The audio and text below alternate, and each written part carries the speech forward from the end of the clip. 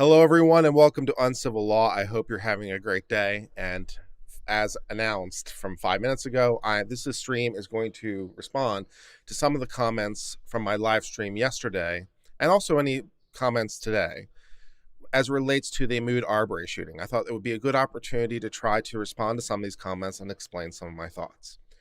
The first thing I wanted to say off the top is, of course, I can always be wrong about legal interpretation. I'm not God. So if there's a better legal interpretation, I'm certainly interested. But I would like relevant case law or relevant decisions from Georgia that clarify things. So for example, some people think I got the definition of escape wrong as it applies in 17-460. They say I got escape wrong. They say when citizen's arrest statute is talking about in the case of a felony, that you can, with probable cause, if the person is escaping or attempting to escape, they say, well, I got the definition of escape wrong. I used a different section from the criminal code that defines the crime of escape unto itself. It says, well, this is a crime called escape. And some of the comments have responded, okay, it was legal error for you to use that definition in 17-460. Okay, well, if that's true, give me a better legal definition.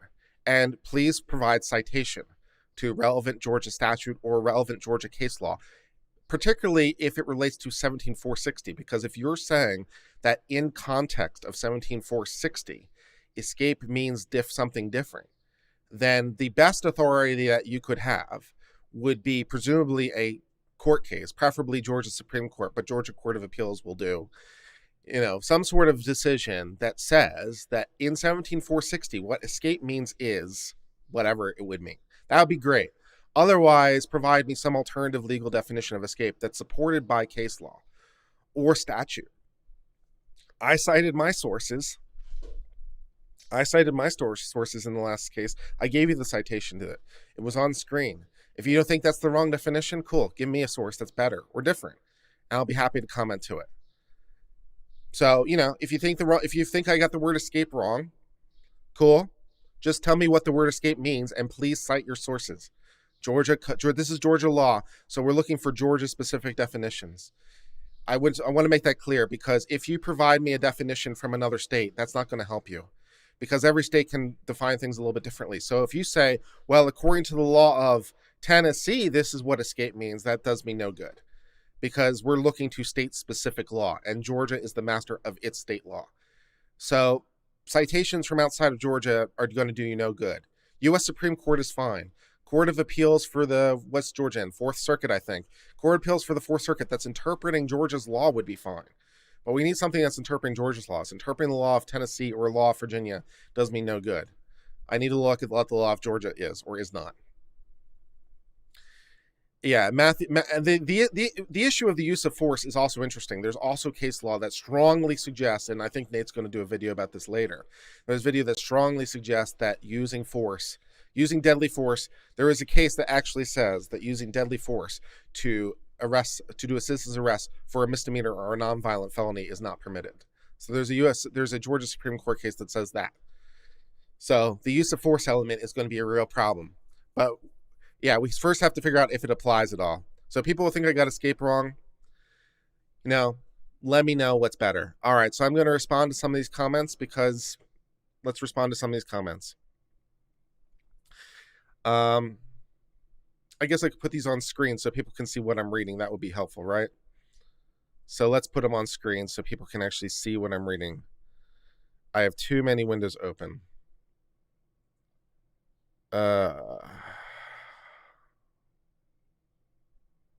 None of these look right.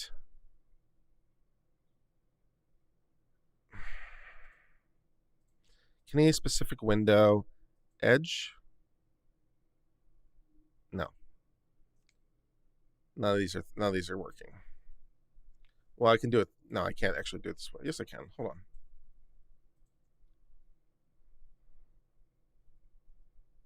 Hold on. Yeah, that'll work. No, that won't work. Okay, so now that's working. That's good news. All right, so I can't get the comments on screen for some reason, because I can't find the right profile. Can't find the right thing to put on there. That's good news. Oh well. I'll just read them aloud and respond to it that way. We're learning every day, aren't we? Anyways, thank you, $2 from Bob. All right. That was actually Discord, by the way.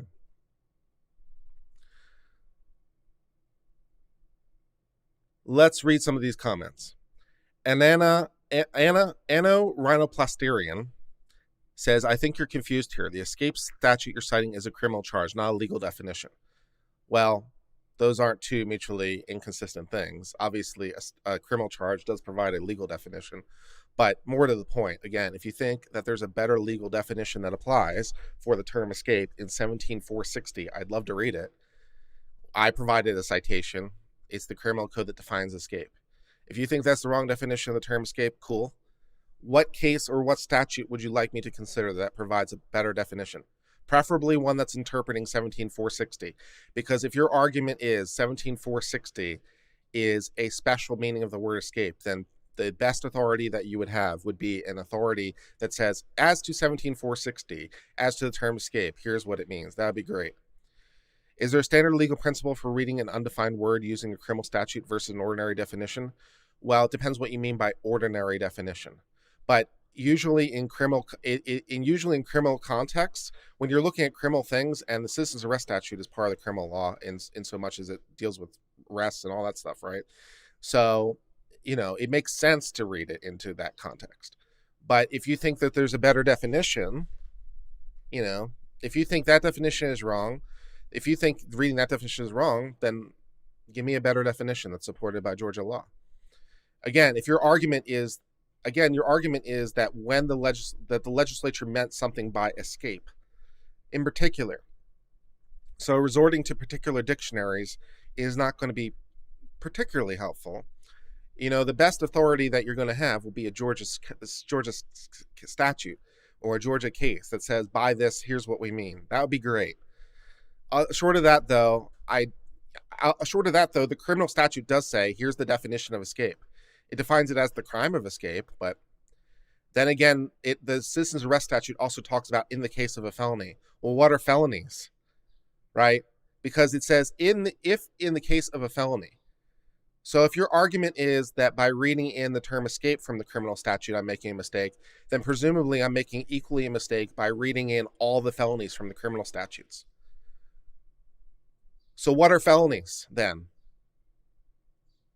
What are felonies? What are felonies in the terms of 17460? What are felonies other than those that are defined in the criminal section as being felonies?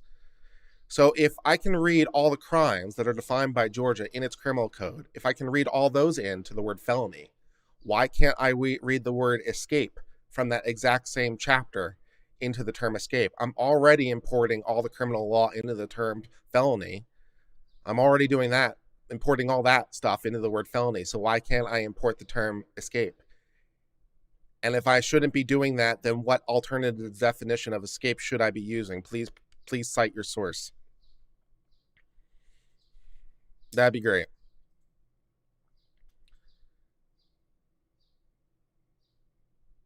When you were reading about burglary, you wondered if a building under construction would be considered a dwelling. I believe it would. The definition reads portion thereof which is designed for occupancy for residential use. The home being built, although not efficient, has a portion which is designed for occupancy for residential use.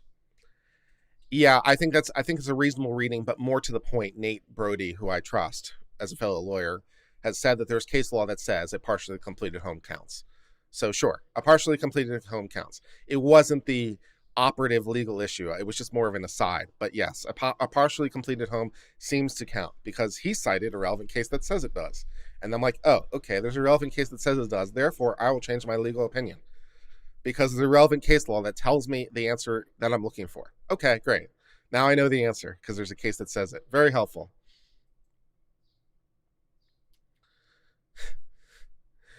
This argument from American Philosophy. This video riled up everyone. TV never shows how much attorneys have heated arguments about cases that aren't even theirs. I always love a good argument. I'm glad I can accommodate you.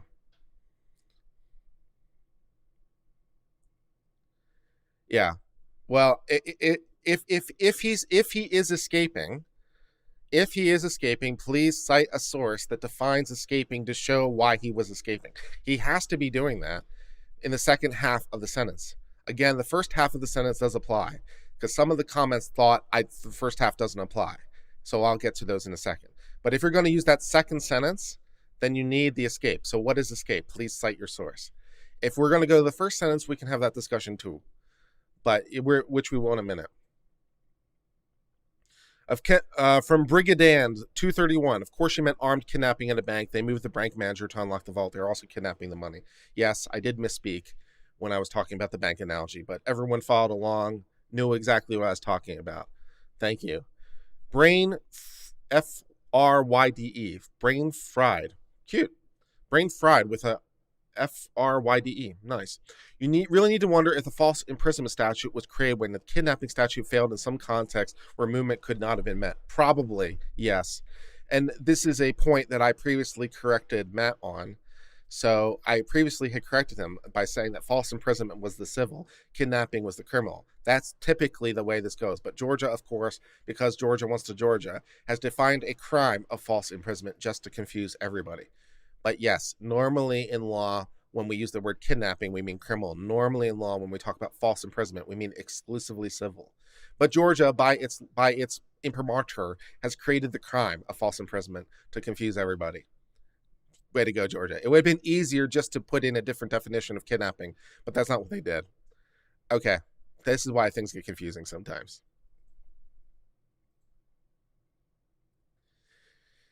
In Georgia, private citizens apparently have the same leeway to be wrong as the cops. In a criminal context, probably. I mean, in terms of civil liability, no, for sure. Because in civil liability, we'd get to qualified immunity. In criminal liability, then strictly probably no also. But then again, cops don't get really charged with this stuff unless it's more egregious. So the law criminally probably applies to the cop just as much as it does to anyone else, but the cop, as a matter of practice, is going to get a lot more leeway, as, for example, we saw from this entire situation, where the prosecutor decided not to prosecute this ex-cop, where he would have presumably prosecuted a random person. I'm just guessing. So, yeah, as a matter of law, they don't get more latitude criminally, which is exactly why we're having this statute. So, yeah, in the strictest sense, criminally, they get the same amount of latitude. Of course, if they do something wrong, it can be illegal after they've been charged after the fact. But I believe they're empowered to detain anyone they arrest they believe may have committed a crime. That's not the way the statute is written, nor is it how it applies to the police. And police have generally probable cause to arrest regardless. So they don't have that. They don't have the limitations of the second sentence. While the citizen and the police may have the same leeway to be wrong, or may have exactly the same leeway to be wrong, they don't have the same statutes that apply to them. The police have a general power to arrest for probable cause. They have different authority to arrest. This is a statute that gives citizens the authority to arrest under more limited circumstances. So a police officer might have been able to arrest Arbery, but a citizen doesn't have the virtue of the authority that section is giving the police. The police have a different section giving them the authority to do the arrest. So while they have the same latitude to be wrong or not, they have more authority because of the operational law. The citizen's arrest statute is written more narrowly than the police's power statute is written. Which, at least in principle, makes sense because police are supposed to be professional and trained. As we saw from that person who was killed in handcuffs yesterday. Where was that? Like Michigan? Where a person who was in handcuffs managed to get killed by the police? But in theory, basically, if a cop might have stopped you, a private citizen can do the same if the alleged crime is a felony. Horrible law. I think you're wrong. I think the citizen's arrest statute is much more narrow than the powers given to the police. Ben Chivers, one of the two. Ben really gave me some harangue. So we'll respond to Ben. I'm trying to be, Spent an hour in the comment thread. It's so obvious it's hard to understand how people get things this wrong. Kurt, I really like your other streams, and I know you're a smart person, and usually you have great legal analysis. I stopped the stream at 40 minutes because I couldn't handle how many things you got wrong. left a few comments and came back to replies. I thought I wasn't giving you a fair chance, and I started up the video again at 44 minutes now. It's so hard to watch someone being so smugly, self-righteously wrong on something I couldn't continue. Again, if you think I'm being wrong, please provide alternative legal authority, and I'll be happy to reconsider in the light of the relevant legal authority. I showed all my work. I showed you all the statutes I was reading from. I showed you all the sections I was reading from. I provided citations to all my work. So if you think that I'm getting something wrong, please provide me an alternative citation to Georgia law that shows me why I'm getting something wrong. And I'll be happy to reconsider in the light of that if you have more specific stuff. Why am I getting it wrong? What other facts, what other law should I be considering? What other statutes should I be considering? What other decisions should I be considering? I showed all my work.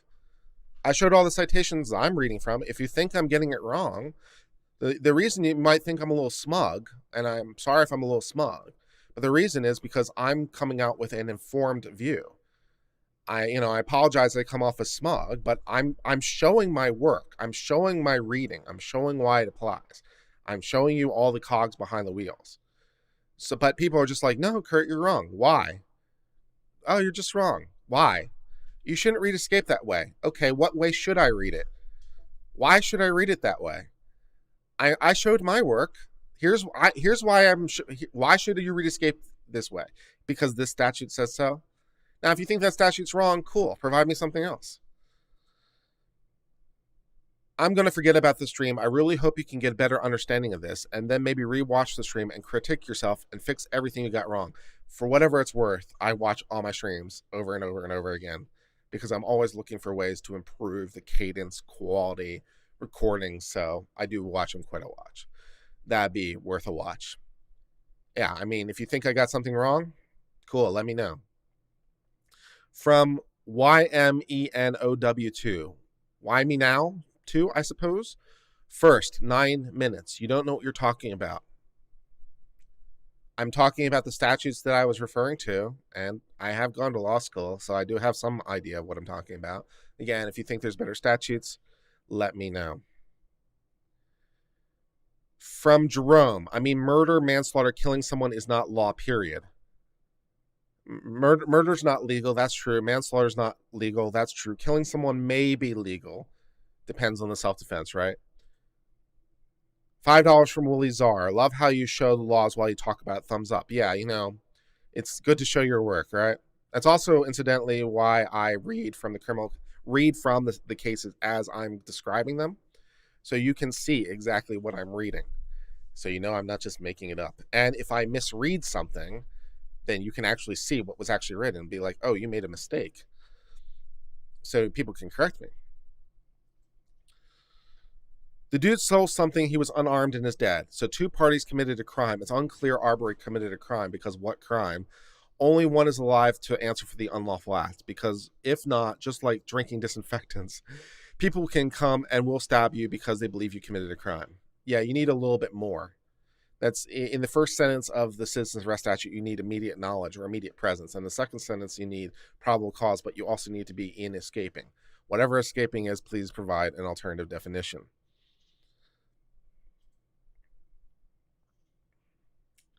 Life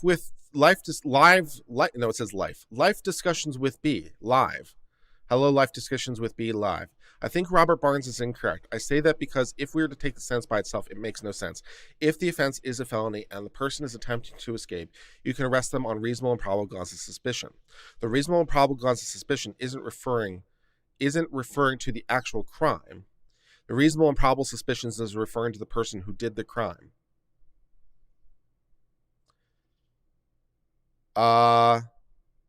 No, I don't think so. I think it's referring to both, because if the offense is a felony and the person is attempting to escape, you can arrest them on reasonable probable grounds of suspicion. Yeah, but you have to have reasonable and probable grounds of suspicion, both that there is a crime and this is the person. Either one in isolation doesn't really make sense. There's a reasonable probable suspicion this person committed a crime, but you have to have reasonable and probable suspicion of a crime. It would be the same as like as a police trying to get an arrest warrant. You have to show a probable cause if they're going to get an arrest warrant. You have to show a probable cause of all the elements of the statute. The probable cause is pretty low, but you have to show them. And so it was the same thing. Yeah, you have to show this is the guy, and here's why I think it is. Here's why I think it is. So you have to show probable cause. It's pretty low, but it's not nothing. Also, what would the person be escaping from? That's my question. If not my reading, what's the alternative? Are they escaping from the scene of a crime or a citizen's arrest? Well, they can't have been escaping from the citizen's arrest, as I pointed out. They need the, if you're going to use the second sentence of the statute, you need the escape to give you the authority to do the citizen's arrest. So the escaping is a predicate. So at the time that Arbery is running up to the people in the truck, they have to, at that point, have the authority to conduct the citizen's arrest. Presumably, they said, stop, we want to talk to you, and said it with guns. So that qualifies, in my view, as an arrest. It would give a reasonable person apprehension that they are not free to leave. That seems like an arrest at that point. But, so they have to have authority to conduct the arrest. He can't be escaping unless he's in custody. Custody from who? So they have to have authority to conduct the citizen's arrest. They can't self-generate it. So he has to be escaping from someone else's custody. Whose custody? There's no one else's custody. So he can't be escaping. If I'm reading the word escape right, and if not, again, provide alternatives that are supported by Georgia law. If you want to say Georgia's definition of escaping in 17460 means something else, please provide citations to Georgia law. I'm not reading the chat. I'm reading the original things. I apologize. Because someone said don't answer. I apologize. I'm trying to read the original stuff, but let me respond to some of the stuff in live chat. We'll go back and forth, I guess. So we'll respond to some of the things in live chat. Can you discuss the other guy from Minneapolis? I did in passing. I don't know enough about the facts of that yet, but you know, a person dies in police custody when they're being arrested. Not a good look. From CP Body 85, one thing that you have to remember is all you've done is just given your best opinion. Yes, but I want to be the right opinion. I want to be right.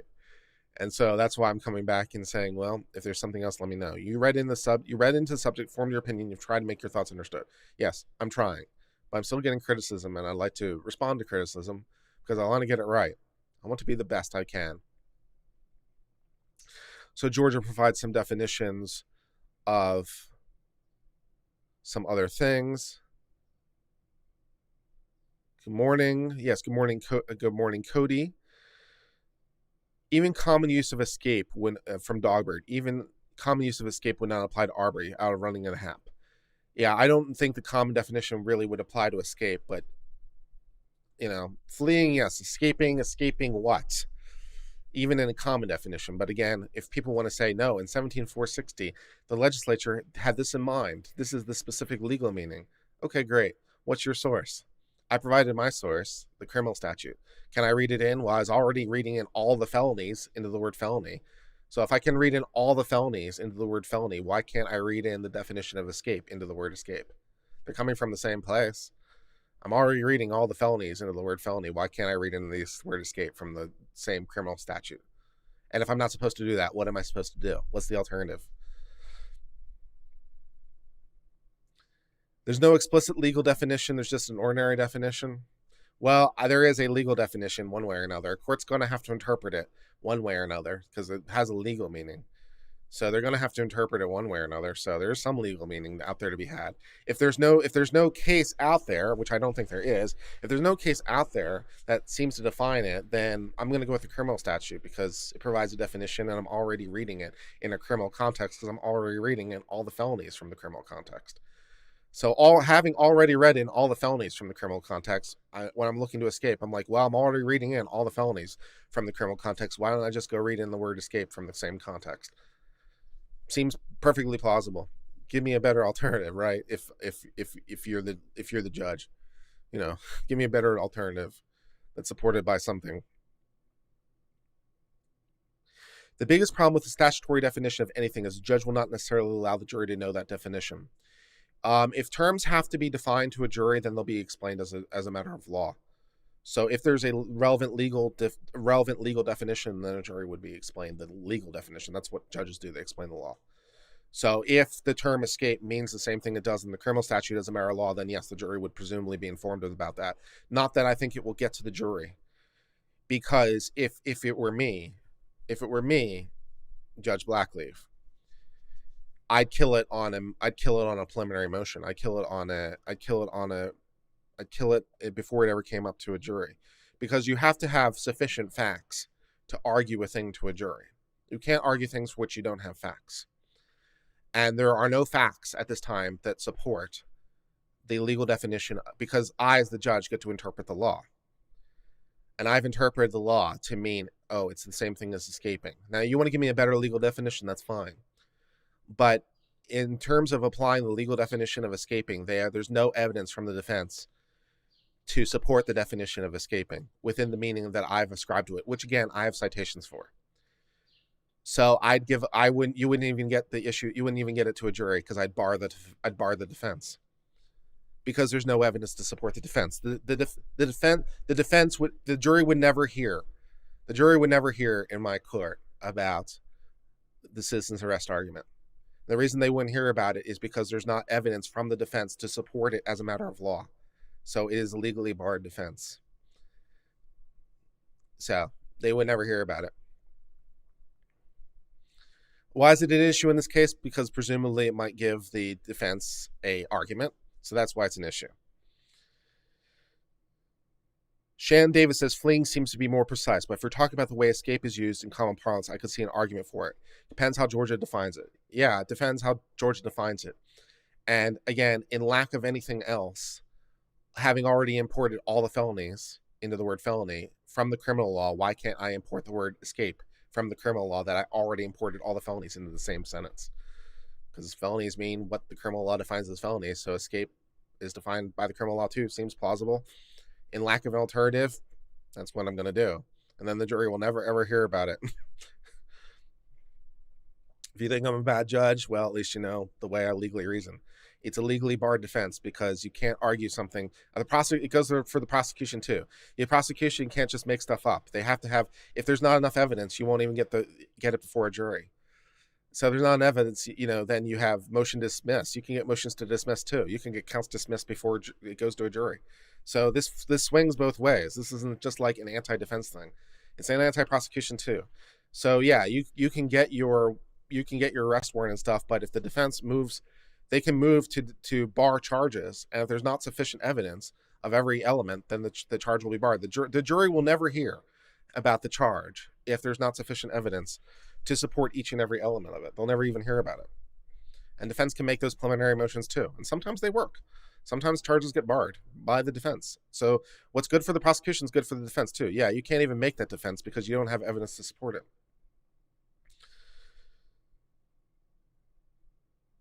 Wait, according to 161052, does that imply that escape, if really attempted escape, doesn't really exist? There's a different statute that defines attempt. So the cases, the statutes that we've been reading don't separately define attempt. They haven't separately defined attempted anything. We haven't seen attempt in any of the statutes what we've read, to the best of my knowledge. There's a separate statute somewhere that talks about attempted things, and then implies all the things into the attempt. So yes, I assume attempted kidnapping. I assume attempted false imprisonment. I assume attempted robbery. I assume attempted burglary. I assume all those things are available for attempt, even if the statutes don't say so, because we go to a different statute that talks about attempt. We can look it up, but I know it exists, right? Yeah, I don't know about the thing in Michigan. Passive-aggressive comments a little bit, yes. From Greg in Houston. Hello, Houston. As you might know, I'm in Austin now. Got my flag and everything up there. What he may knows, which may be the problem the cop had. He knows what he's able to do things as a cop, but doesn't know what he's able to do as a private citizen. Yeah, exactly. Perhaps I should read upside down backwards. Yeah, maybe that would help. Matthew says, reading the law is not agreeing or disagreeing. It's reporting the news, not agreeing with the news. Yeah, I mean, this is the way I read the law. So this is why I'm providing this. You need more cases where government officials are stupid? We got plenty of those. Like a razor. You love this guy? Excellent. Thank you. I'm very happy. Yeah, 161052 is the definition of escape we implied before. So that's the one we read. All right, great. Now we're done with all the comments.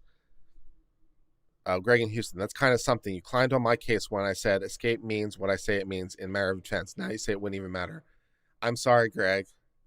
I apologize, and I genuinely mean this. I'm sorry. I'm still learning how to be a good YouTuber, and occasionally a little bit. I have on a time and occasion been angry, aggressive to my commenters in a way that's really not proper, and I'm very, very sorry, Greg. I am very sorry for being mean and biting, and I say that to everyone, that I'm trying to be a legal educator, and presumably, at least, I am more educated in this field than the people commenting in general, because presumably most people aren't lawyers or legally educated, and so I should be a little bit kinder. And so I'm sorry, Greg, that I was mean. I apologize. I'm trying to be better, but yes, it can get a little frustrating sometimes, and I should try to find ways to not let my frustration get to me. It's frustrating because people would comment to me, and I'm like, but that's not what it says, and it's just, I need to do better. I need to be better. I'm sorry. I'll be better. All right, back to the comments.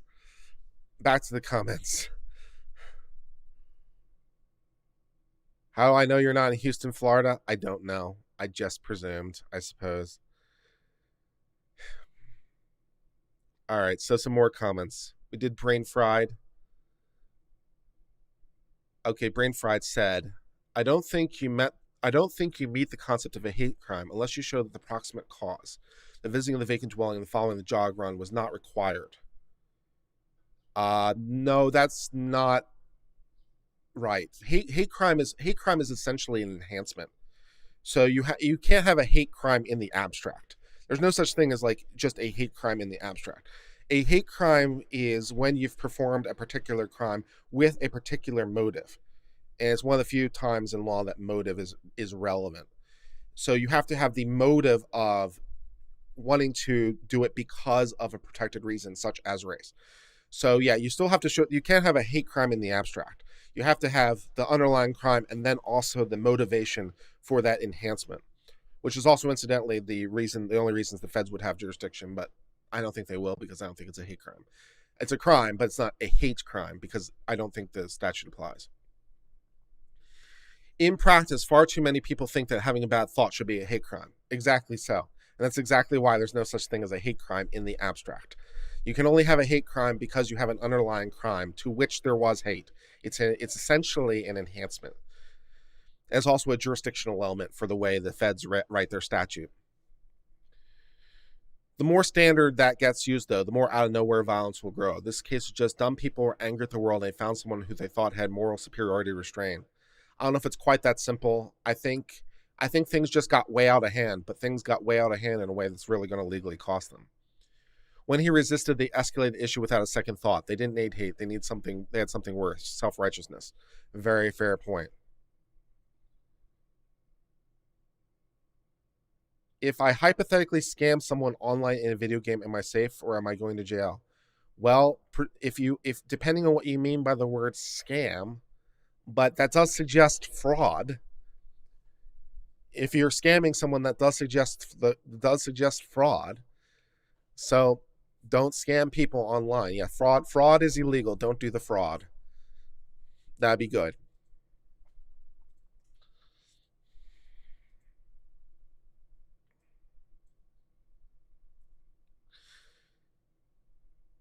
From Dante, not available. Giving various timestamps. At 5:14, that seems reasonable. It doesn't make sense for the presumably greater crime. You can only perform a citizen's arrest if they're escaping. Does it prove too much? The definition of escape seems to completely moot the second clause. No, it wouldn't moot the second clause. It would just restrain it a lot. You have to be a felony and be escaping. So it doesn't moot it. It just significantly constrains it. So it doesn't moot it. It just significantly constrains it. It's a felon and they have to be escaping. So it's just a much narrower content. It doesn't moot it. It just makes it extremely narrow, which presumably maybe that's exactly what the legislature wanted. Generally, if a crime is committed in your immediate presence or immediate knowledge, you can conduct a citizen's arrest. But in the specific example of, oh shoot, hold on. Hold on. My thing died. Hold on 1 second.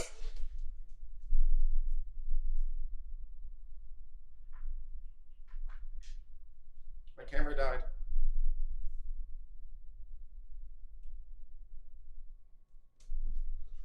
Hold on 1 second.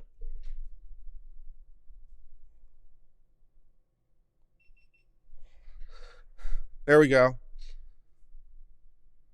All right, great. All right, we're back. Yay. We're back. I don't need to know about the USB king being connected. I don't need to know that information, GoPro. Thank you. Thank you. We're back. All right. 319. Remember, however you stretch probable cause to cover this also gets stretched for the police. That's true. 5548. My brain immediately ended with the sentence, would sicken an ordinary man. I swear I haven't watched Deuce Bigelow. Good luck on your weight journey. The weight journey is hard. The weight journey is very real. From Brain Fried, a jury cannot nullify a law. They can only nullify assertions by declaring alternative facts. I suppose it depends on your frame of view.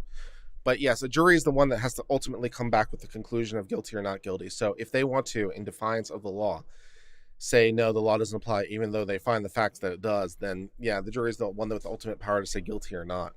So whatever. A jury needs a fact to hang their hat on. A judge can set aside a jury verdict. They can in the case of guilt, and it does occasionally happen. So a jury cannot determine that what someone is doing is a felony. They can decide that what someone is taking did not belong to them. The law decides it's a felony. Yes, exactly so. So if we're looking to what Arbery did or did not do in terms of whether that's criminal, and if it's criminal, whether it's a misdemeanor or not, yes, the law would define those things. So what did Arbery do, and are those crimes? And if so, what kind of crimes? All those things the law would apply. So jury nullification happens when a finding of fact goes against what people would consider to be the most likely set of facts. So strictly speaking, it goes against what they conclude are the facts, not the most likely set to be fact. The jury's role is to determine what the facts are. So the jury is, strictly speaking, not considering the most likely set of facts. They say these are the facts. Slightly different, but a jury can decide someone died of a heart attack before being stabbed in the heart, but they cannot fail to find the victim did not die at all. They just stopped breathing for now. Yes, incidentally, if someone, well, it depends why they had the heart attack. But let's assume that they had a heart attack for reasons unrelated to the stabbing. So it wasn't because they saw the knife. It wasn't because of scare. But let's assume they had a heart attack for reasons unrelated to the knife. Okay, so if you stab a person in the heart who has died from a heart attack, are you guilty of a crime? I've given the answer before, but I'll give you a minute to think about it. All right, so a person has died for reasons unrelated to the crime, so we're not in a felony situation. A person has died, you come up to them and you stab them in the heart. Are you guilty? For those of you who are wondering what the answer is, you're not guilty of murder because the person is dead, but you are guilty of attempted murder. You are guilty of attempted murder. You had the requisite mens rea, and your intent was to commit a murder. So you are guilty of attempted murder. Yeah. Same thing, incidentally, like for your average drug bust for the police. You know, most of the time the police are not using real drugs. So the police are setting you up and you do a drug buy. You buy things believing it to be drugs, but it is in fact not drugs. It's not illegal to possess not drugs, but it is illegal to possess drugs. So you're not guilty of possession of narcotics. You're guilty of attempted possession of narcotics because you attempted to possess narcotics. Good times. The juries cannot find laws, they find facts. It takes the conclusion of at least one judge to nullify a law in the manner suggested, yes. Ben Cheevers responds some more. I spent a lot of time on a reply to someone who had been parroting a lot of the go-to arguments against McMichaels. He even called me a boot-licking racist, which I didn't. Presumably someone else did.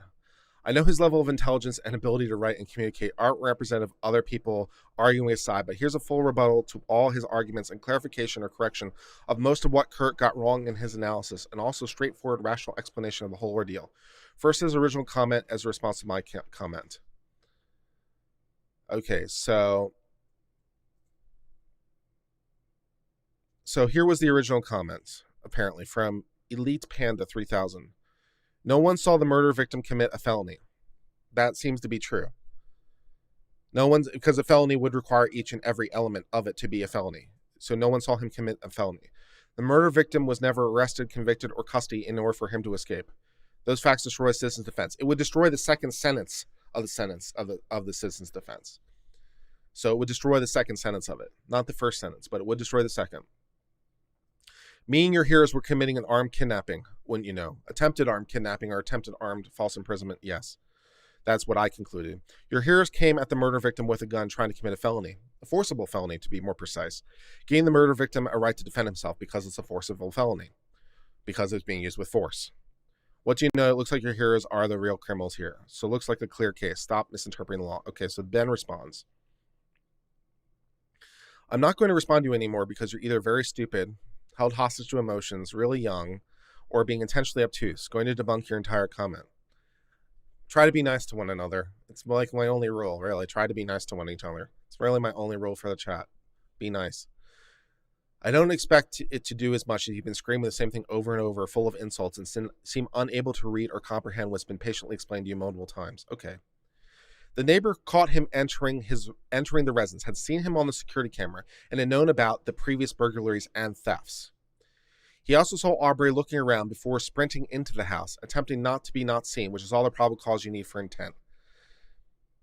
I don't know. I don't think so. If to find intent, you have to find the crime. So I don't know which crime you're referring to, because you can't have intent in the abstract either. You have to have intent as it relates to a specific crime. So the intent to do what? So his looking around when he first enters, yeah, we saw him looking around. Now, why is he looking around? Who knows? Maybe he's looking for other people. If I were going to enter a construction site, because I was curious, I might want to see if there are other people around and not be there if other people are around, because it's a little weird. So yeah, he's looking around for other people. Does that imply intent? To do what? And he didn't do anything there. So is that mere gesture of looking around at stuff? What's he looking for? He's either looking around at stuff because he's just entered he's entered that main entranceway, right? So we see him enter the entranceway and he's looking around. So if he's there is because he's a looky-loo, then he's looking around maybe at the stuff. Or maybe he's looking at people. And maybe he's looking at people because he's slightly embarrassed by going on construction sites and looking at them.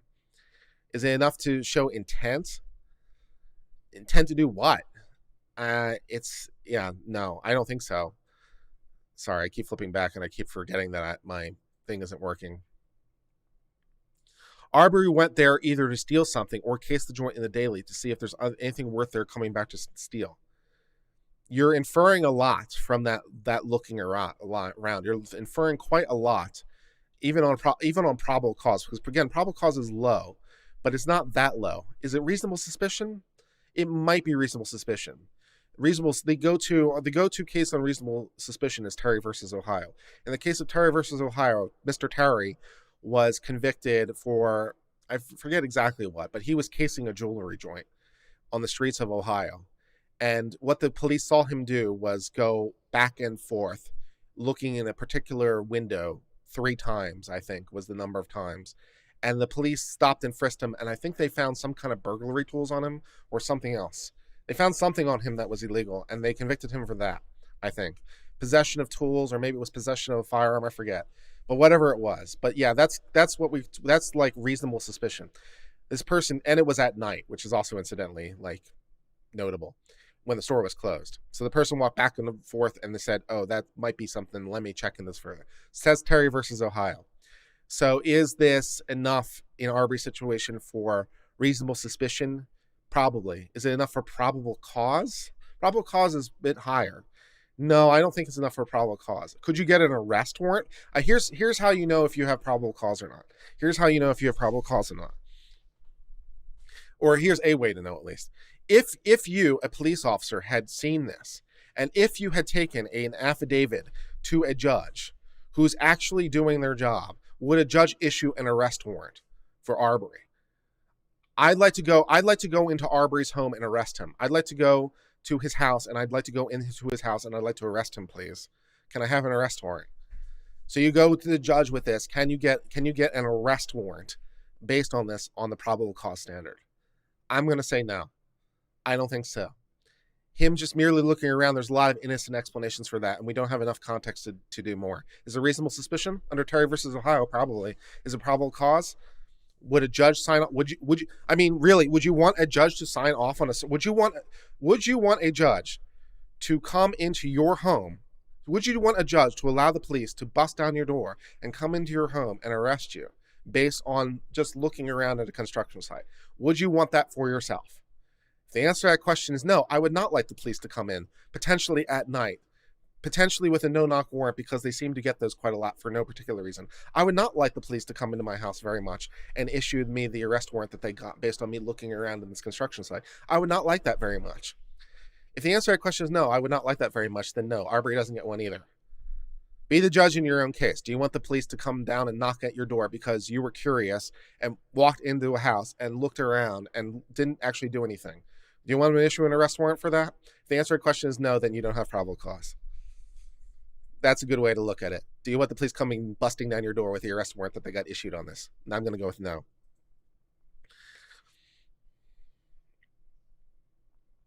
Derek Dobson says, okay, I'm out. Have fun not addressing real arguments. I apologize, Derek. What arguments do you think I'm missing? Or who's missing what arguments? I'm trying to keep my attention in two different places. I'm trying to respond to the chat and also trying to respond to the previous comments. So that's why it's taking a little bit of effort. I'm not trying to ignore anybody. I'm just trying to look at two different things at the same time. So let me see if I can figure out what Derek thought I was ignoring. I have not gotten the Minuteman app yet. Can you get me the link for that or give it to somebody?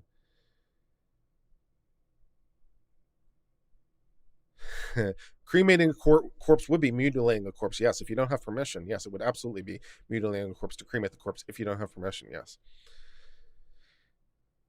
Derek says, if father and son are acting as police under citizen's arrest statute, it's not quite the same as acting as police. It's not state authority. According to the common definition of custody, they had him in custody and he attempted to escape as per Georgia law. The problem is that they need the escape.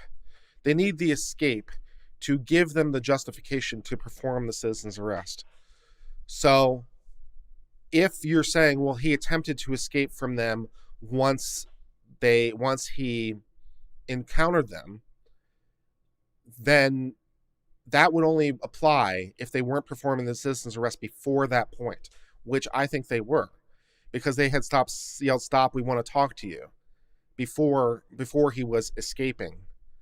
From their own testimony, at least. It seems like they shouted it before. The way they said it, I mean, stop, we want to talk to you, implies that, like, he wasn't in custody yet. So you can't use the interaction itself to self-generate the escape. You need the authority to conduct the citizen's arrest in order to have that interaction.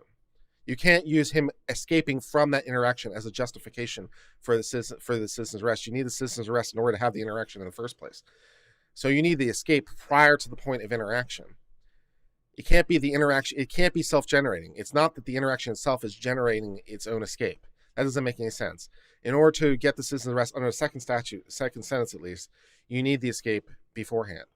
And there's no escape beforehand because he's not escaping from anyone before the interaction occurs. Before the interaction occurs, how is he escaping? Because you need the authority to conduct the citizen's arrest before it occurs, so that when it occurs, you are good.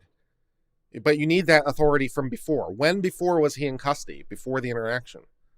You can't self-generate like that. It doesn't make sense. Police custody is generally defined as any time the police deprive you of your freedom of action or where you know you cannot get up and leave the presence of the police by your free will. That's generally a correct statement, yes. Yes, the perception, either you are not free to leave or the situation is such that a reasonable person would not feel free to leave is the way I'd phrase that, but you've said essentially the same thing, and I think we're there. People standing in the middle of the street with guns, and their truck is in the middle of the street, and they have guns that are being displayed. I think, we're there, not feeling free to leave, but yes. I think it's custody, yes. And then he said, I'm leaving because you haven't responded to the arguments. Okay, I've now responded to your arguments. You can't self-generate. The encounter cannot generate its own rationale. The encounter cannot generate its own rationale. You need the rationale in order to have the encounter. So if you don't have the authority to conduct the citizen's arrest, you can't have the encounter. So you need the escape from before the encounter to justify the encounter. You can't say, oh, he's escaping from the encounter. No, you had to have the authority to conduct the encounter. So it can't be self-generating like that. It doesn't make sense.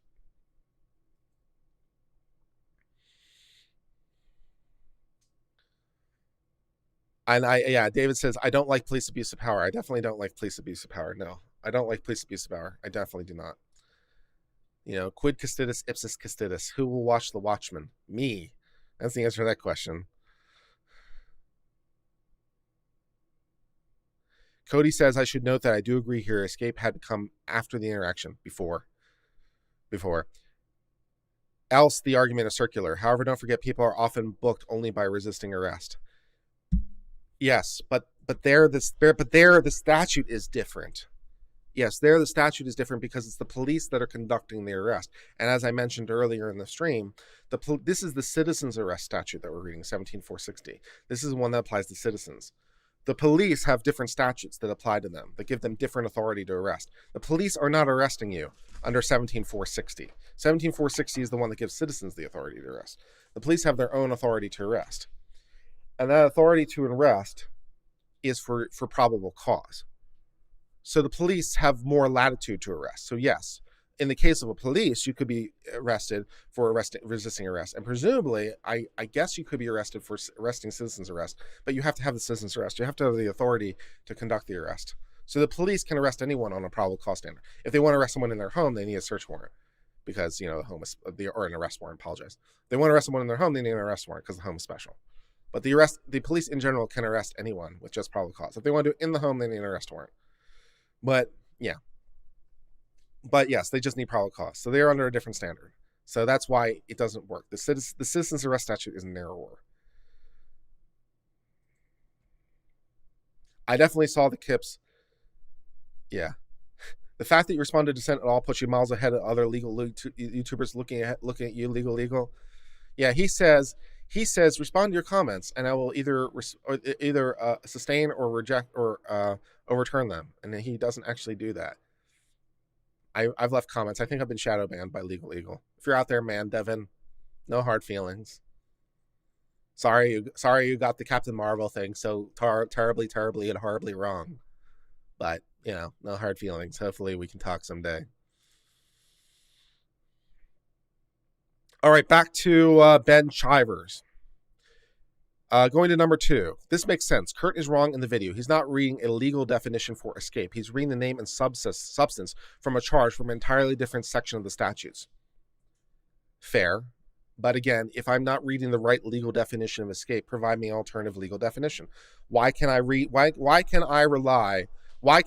my view, rely on the criminal definition of escape in 17460? Because I'm relying on the criminal definition of felony in the exact same sentence.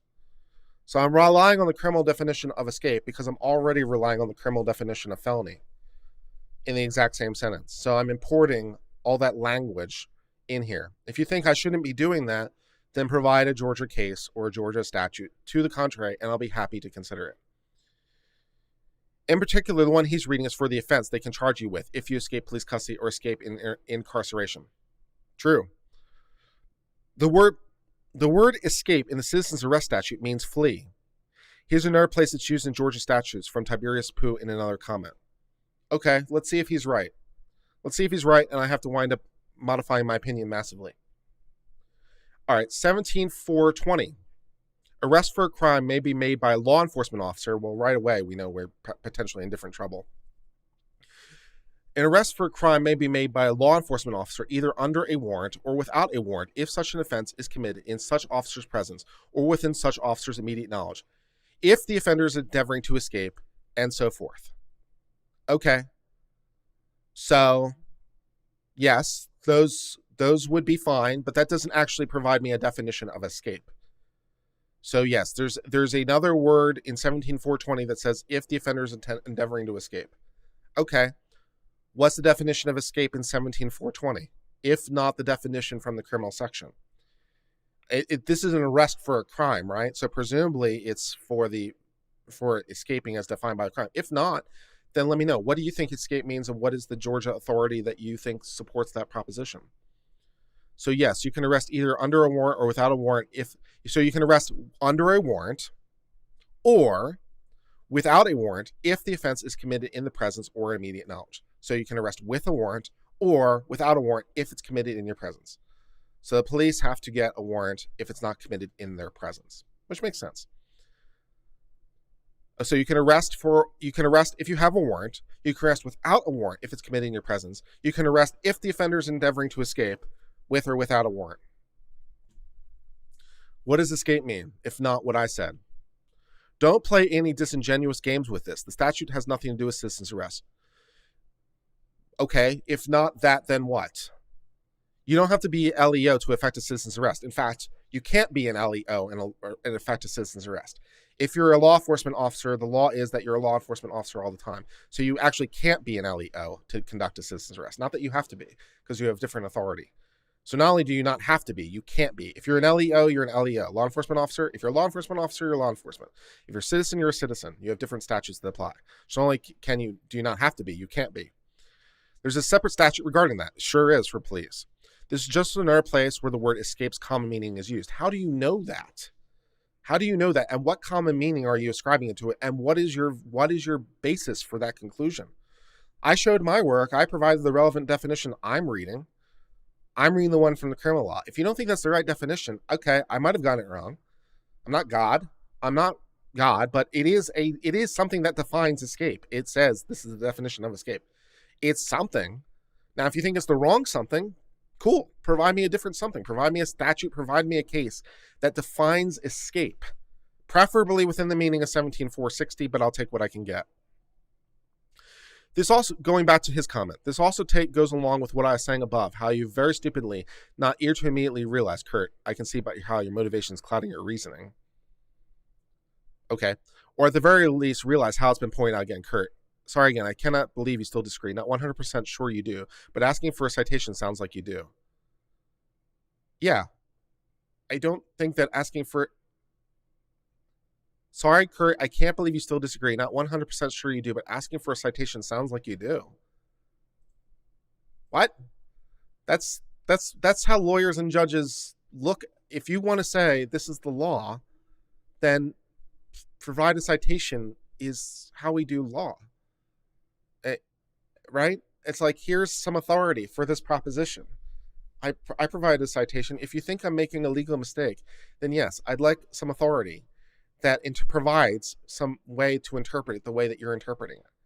The reason I think my reading is reasonable because I'm already importing all the felonies from the criminal law in that sentence. So if I'm already importing all the felonies from the criminal law in that sentence, then why is it unreasonable to import the crime of escape into that sentence? Since I'm already importing all the crimes of felonies, why is it wrong to import the crime of escape? And if it is wrong, what's the alternative? Please provide a citation that provides authority for that. That'd be helpful, yes. If you think I'm making a legal mistake, great. What is the legal authority for that so that I can comment on it? That'd be helpful.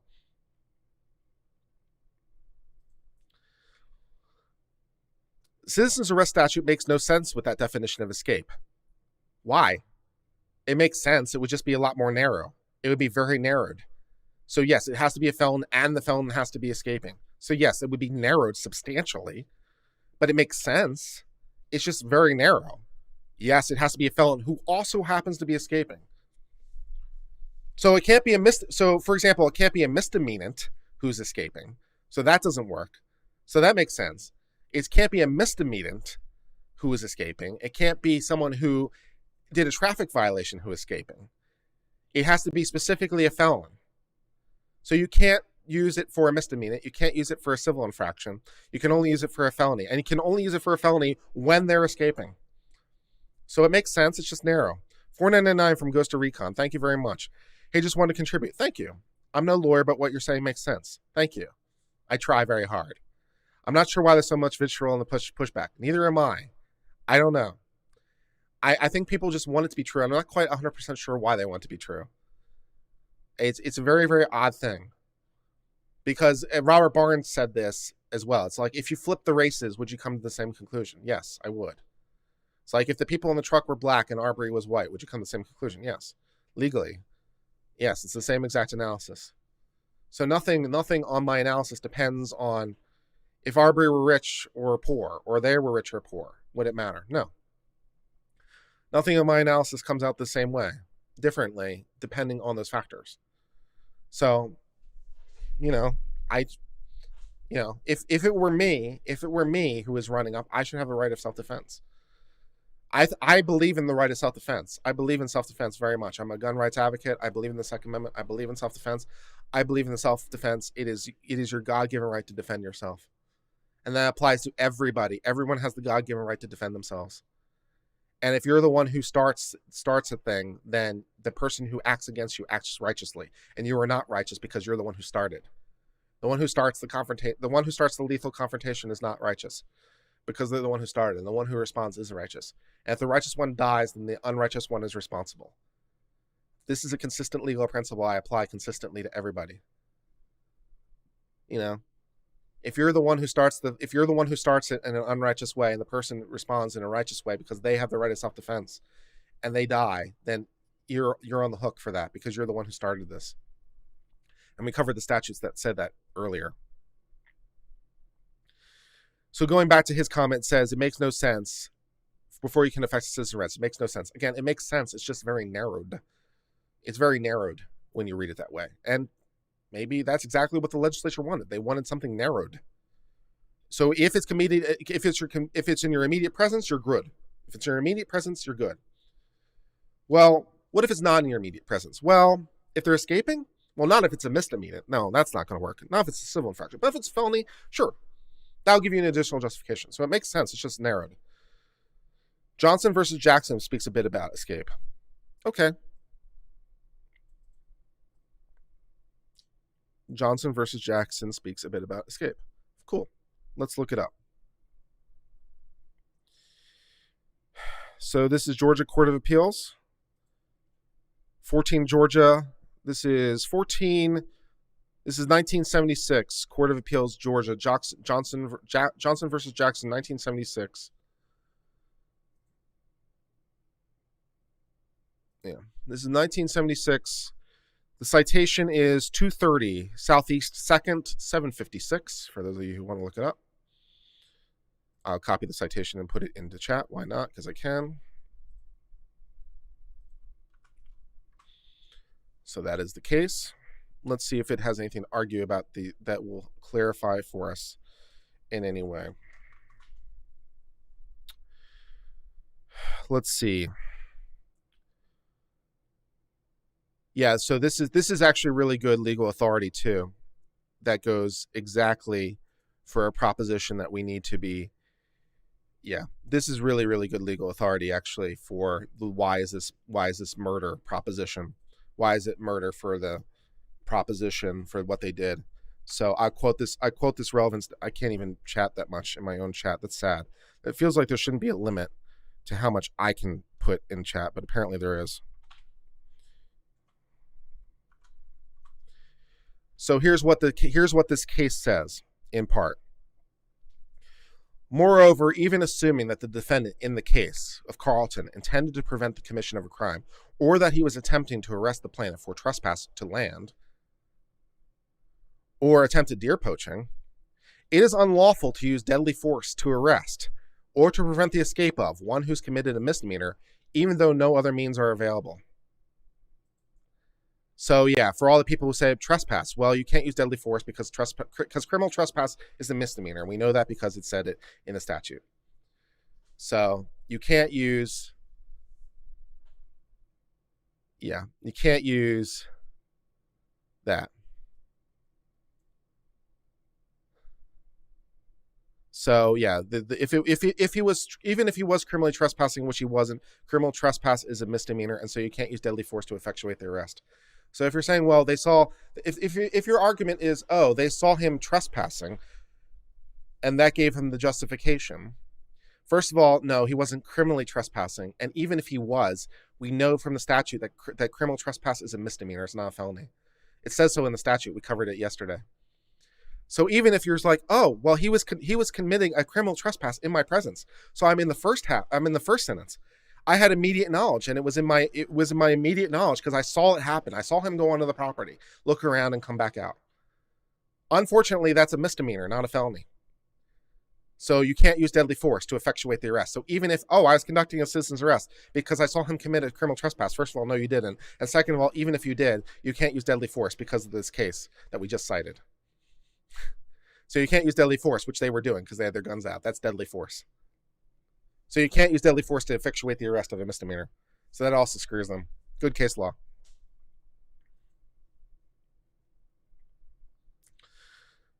Number 3, the McMichaels were completely within their rights to effectuate a citizen's arrest. They had probable cause to do so.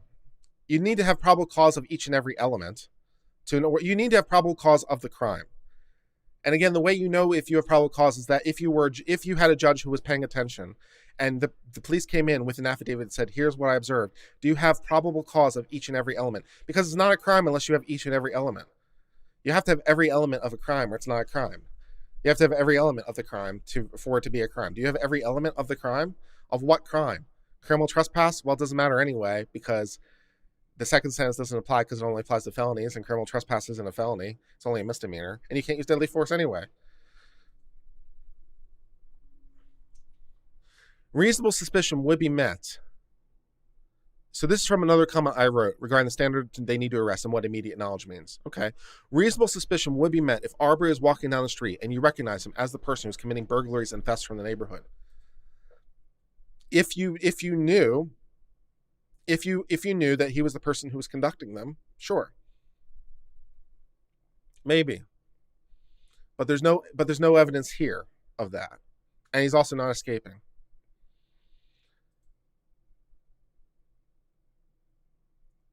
Directly seeing Arbery bolt from the property would be 100% probable cause. It really wouldn't. The fleeing of something can be a basis, but you need a little bit more under the relevant case law, at least Supreme Court case law.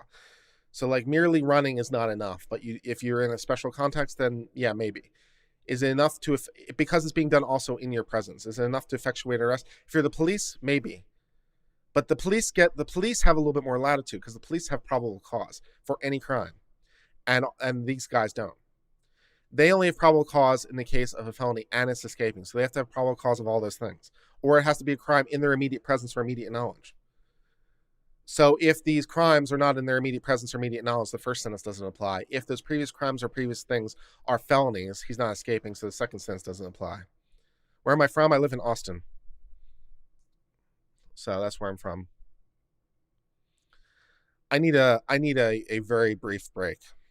Would you guys please be patient with me while I go and get a brief break? I'm sorry, I have to go. I'll be right back.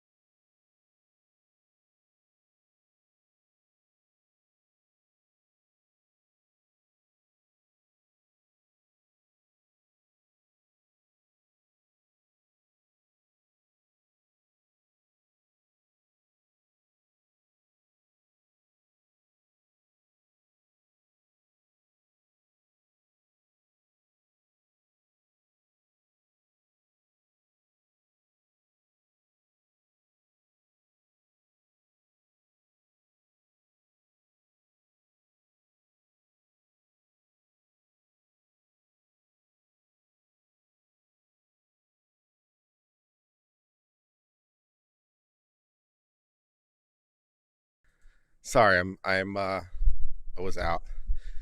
I see Ben is in the chat. So I first of all, I want to state again, because I don't know if Ben was here for my slight apology, but I apologize to the extent that I was unduly mean or unduly antagonistic towards people in the chat. I'm still learning how to be a better YouTuber, and sometimes I get a little frustrated, and I shouldn't be frustrated because I'm here to teach, and people are asking questions, and it's not a good look for me to become frustrated. So I'm sorry. So apologize right off the bat. So let's see if Ben has any comments, because I want to respond to Ben, because I was responding to Ben's comment here, which you may or may not have noticed. But I've been responding to your comment for a little bit here on the previous thing. So I didn't get to section 3 where they discussed the felony and escape clause. Okay, fair enough. Let me go back to that case, Johnson versus Jackson. Go back to section 3 where we discussed the felony and escape clause. Let's see. Escape.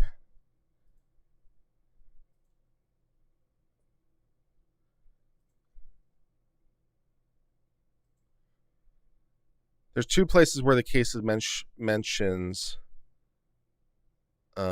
the word escape. I cited one of them, but Jackson was off duty and not acting in an official capacity, but a private person may arrest an offender if the offense is committed in his presence or within his immediate knowledge, and the offense is a felony and the offender is escaping or attempting to escape. A private person may arrest him upon a reasonable and probable cause. The phrases "in his presence" and "within his immediate knowledge" are synonymous. Really? Okay. And a crime is committed in one's presence if they exercise any senses to have knowledge of the crime. So it has to be in your presence, I suppose, if you exercise any. Okay. It's not only the right but the duty of a private citizen when a felony is committed to apprehend the felon, and after the felony is committed, any private may arrest the felon with the same view upon reasonable and probable suspicion of guilt. Let me reread that. Is not only the right but the duty of the private citizen when a felony is committed to apprehend the felon, and after a felony is committed, any private person may arrest the felon with the same view upon reasonable and probable ground of suspicion. I'm not sure what the same view means in this sentence. Any private person may arrest the felon with the same view upon reasonable and probable cause suspicion of his guilt. A little unclear what the same view in that sentence means. A private man has quite as much power to arrest a fugitive felon when the emergency calls for immediate action as a public officer, and while doing so is equally under the protection, and apparently has the right to arrest under certain circumstances in order to prevent a felony from being committed when a felony has not yet been attempted. Okay. I'm not quite sure what "with the same view" means in this sentence from 1852. After a felony is committed, any private person may arrest the felon with the same view upon reasonable and probable grounds of suspicion. What does the same view mean? I'm not quite sure what the same view means, because it could be read as mean like they have to have the same presence or immediate knowledge. Because if something happens in your presence or your immediate knowledge, another way of saying that might be to say it's in your view. So if "in his presence" or "within your immediate knowledge" are synonymous, perhaps also synonymous is in your view, because that might be another synonym for presence or knowledge. So then when I'm reading this, I'm trying to figure out what "in the same view" means. It's not only the right but duty of a private citizen when a felony is committed to apprehend the felon, and after a felony is committed, any private person may arrest the felon with the same view. Does that mean that they have to also have the presence or knowledge requirement? What does "with the same view" mean? Upon reasonable and probable grounds of suspicion. We may have to look up this case and see if we can find what it means, because this citation to the case is not telling me what I need to know. What does "the same view" mean? Does that mean that you also have to have presence, or this is Long versus State of Georgia, 1852.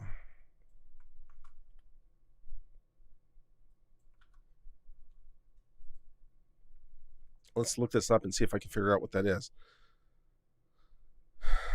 Can I get a copy of that? Let me go to Westlaw.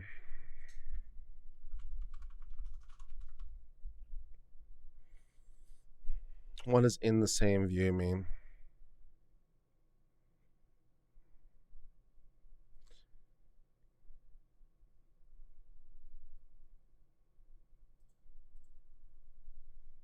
I apologize if anyone's doing chat right now. I'm not looking at chat right now. I'm still too busy trying to figure out where this case is.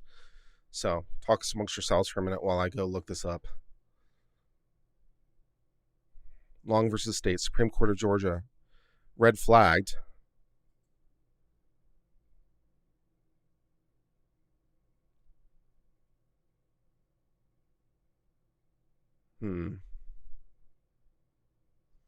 So it might not be good law. There's negative treatment from a further case. Vaughn versus Vaughn. Supersede by statute. Okay, so it might have been superseded by statute. Okay, well, now I have to go read a 1956 Supreme Court case to figure out if the prior case is still good law or not. This is what we get to do in legal research land. It takes time. So I'm like, okay, is this still good law?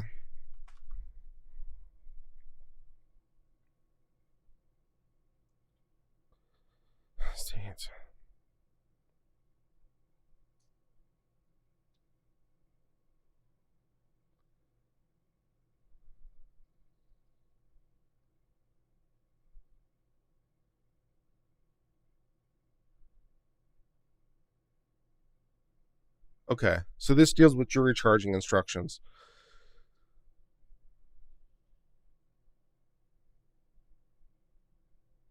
Okay.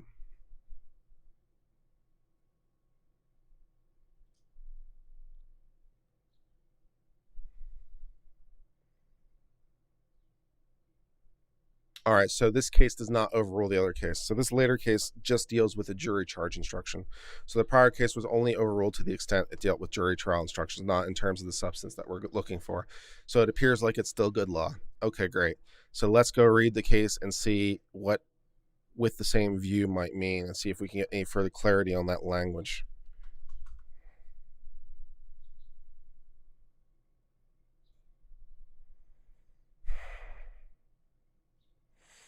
We've seen already that anyone may arrest a person suspected of a crime with a view to take him before the magistrate and have him legally brought to trial. So with a goal, maybe it means goal or intent. I said, I believe there must be a taking must be that is with a view to steal. So that looks like intent, maybe, is what view means.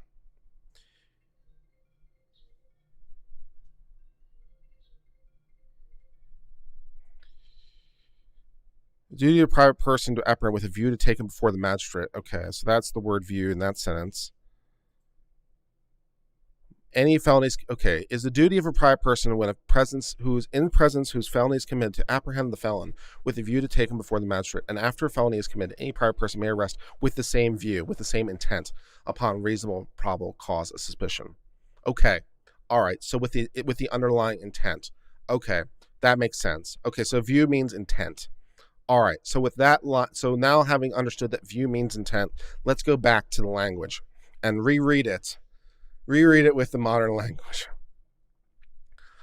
It's not only the right but the duty of a private citizen when a felony is committed to apprehend the felon, and after a felony is committed, any private person may arrest the felon with the same intent upon reasonable and probable cause of suspicion of guilt. Okay, yeah, so you have to have probable cause of that person, but you have to have the intent to bring him before a magistrate. So as long as you have that intent, then you have probable cause. Yeah, okay, great. So now I've understood all that stuff. That was a wonderful line down the stuff. All right, so now back to the chat, which I've been ignoring for a little bit now. Apologize.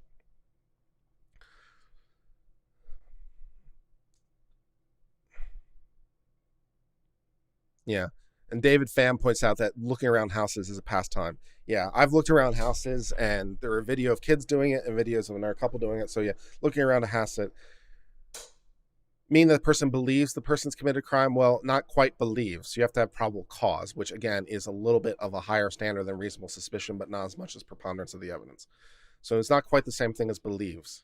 It's more objective. You have to have enough evidence to reach the probable cause standard. You have to have evidence that this is your person. I suppose. So, you know, how are they doing that, I suppose, would be the question. But and then, like, in the case of a felon, then, like, again, are we in the second sentence or in the first? Because it's not in your immediate knowledge or your immediate presence, which apparently mean the same thing. So the first sentence, according to this case from Johnson, immediate presence or immediate knowledge means the same thing. So in the first sentence gives you the authority to arrest for any crime, felon or otherwise, if it's in your immediate presence or immediate knowledge, and those things mean the same thing, and we know it does because we just read the case that told us that. So if any of your senses are observing in real time it occurring, then yes, you can perform the arrest. And presumably that's not time limited. So again, when people have asked about, like, how security guards, for example, or store managers, how they're doing things, because the first sentence isn't time limited. So as long as it's in your immediate presence or your immediate knowledge, so you know it as it's happening, presumably that first sentence gives you arrest authority perpetually, but you have to have the crime occurring in your presence. So that's sentence one. So was there a crime that Arbery is committing that's in their presence? And the answer to that question is no. Because what he's doing is not a crime in that case. Now, if they want to arrest him on prior crimes, then I say we're in sentence 2. Because the first sentence only deals with things that happen in your knowledge or your presence, something you personally observed. So if you didn't personally observe it, then the first sentence doesn't apply. But the second sentence applies. We saw it from tape. Okay, so we have tape. So now we have probable cause, but it has to be a felony, which it's not, and it has to be it's not. So the second sentence doesn't apply. So the first sentence doesn't apply because what Arbery was doing right now is not probable cause of a crime, because there's no crime that is probable cause of. You saw a person enter and saw a person leave. You didn't see them take anything. And if you want to say it's criminal trespass is a misdemeanor. And as we learned from another case that we already read, in the case of a misdemeanor, you cannot use deadly force to effectuate that arrest. So if they were trying to arrest him for criminal trespass, which he wasn't doing because he didn't meet all the elements, but if they thought he did, even if they thought that they had probable cause, even assuming they had probable cause, they couldn't use deadly force to effectuate that arrest. And we know that from another case which we covered earlier in this stream. So that doesn't work. It also doesn't apply to non-violent felonies, which even assuming he was committing a felony, it doesn't apply because it was non-violent, because he wasn't using any force. So in the case of a misdemeanor or non-violent felonies, no, you can't do that. So no, the second sentence doesn't apply either.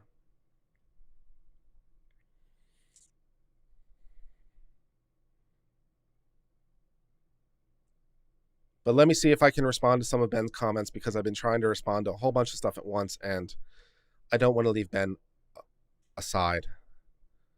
So let me just scroll back up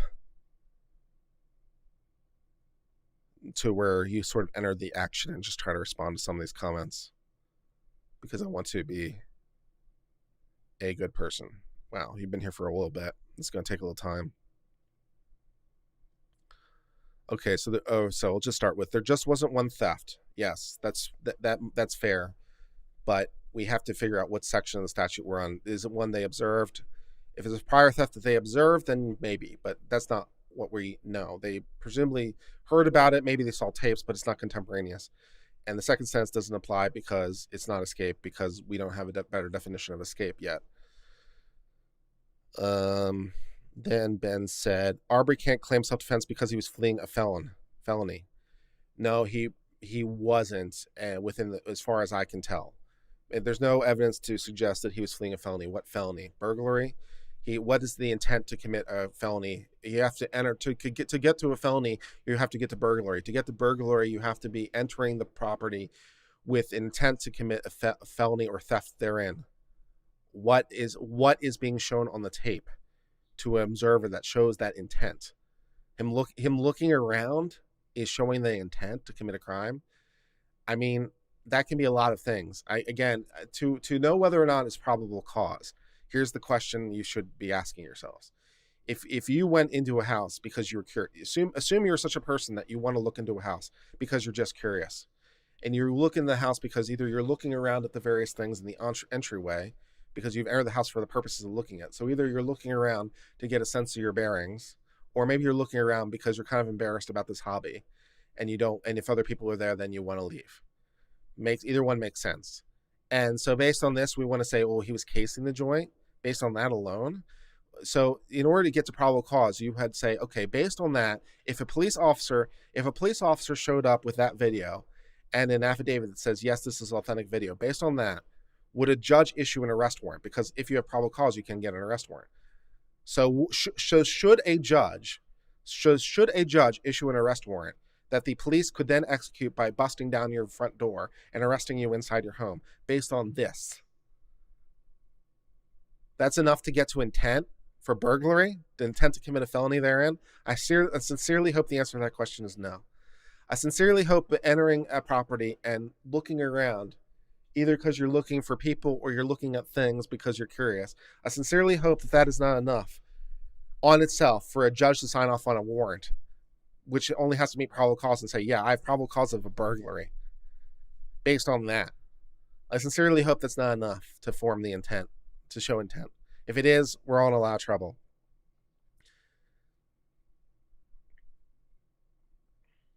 So yeah, it's not clear he was fleeing a felony, because what felony? You know, the criminal trespass is only a misdemeanor, which it isn't even that, because we read that statute, and even if it was, all that stuff we already discussed. We don't have to go over that again. Arbery could have pulled out his phone and called the cops and yelled at the posse to stay back. He didn't, because he didn't want to get caught. Arbery could have done a lot of things. The question is, what was Arbery's legal rights and not? Did he have the legal right to engage in force? Yes, as far as I can tell, he did. Burglary in the first degree, we've been over this. Yes, we have been over this. In order to get burglary in the first degree, you have to be entering it with the intent to commit a felony or theft therein. What is the felony in the situation? In the first sentence. Okay, in the first sentence, we have to have contemporaneous knowledge. If we're talking about this attempt, if we're talking about this one that Arbery's doing right now, so we're in the first sentence. If we're talking about this, what is the felony there? If we're in the second sentence, then where's the escape? So even if they had probable cause to believe he's a felon, where is the escape? Because you need the escape for the second sentence to apply. You don't need the escape for the first sentence to apply, but you do need immediate knowledge, which you didn't have, because there's nothing that's happening right now that's a felony. What's the felony? He went into the property and looked around. It's not a felony. It's not a felony. It wasn't posted. He didn't take anything. There wasn't a felony committed therein. He looked around. Then he ran away. Okay. Trespassing isn't a felony. Yeah, we covered that. Criminal trespass is a misdemeanor in Georgia. We covered that. Let's see, where else? Ben says he wasn't trespassing. Well, presumably, in order for it to be burglary, it would have to be trespassing, because you have to enter the dwelling house of another. So if it's not trespassing, then you don't have burglary anyway, but we'll look past that. He looked around to make sure no one was watching and sprinted into the house. Okay. He looked around for 4 minutes, noticed he was caught, and took off. He noticed other people and took off, but he didn't commit a felony. So for the 4 minutes, did he commit a felony? Is there anything from what he did that we can infer an intent to commit a felony? Again, if we were a judge, would we sign off on an arrest warrant for Arbery? Do we have probable cause to arrest Arbery for burglary based on that? We want a judge to sign off on an arrest warrant, because if we have probable cause, we can get an arrest warrant, right? So we want a judge to sign off on, yes, I have probable cause of burglary, to go and bust down his door and arrest him for the burglary. That's what we want. I mean, that's probable cause standard, is for an arrest warrant. We want a judge to sign off on this arrest warrant. That's probable cause. We want that to happen? I don't think so. It's not like he didn't know why people were after him. We can't speak to what he did or did not know. People were pretending like it's just jogging down the road and some people just pulled up on him. Apparently he was a runner, so that was a thing that he did. And maybe his purpose on that particular occasion was not for jogging, but just to look around the house, because he likes construction and he thinks it's neat, as I might do and have done. So that's possible.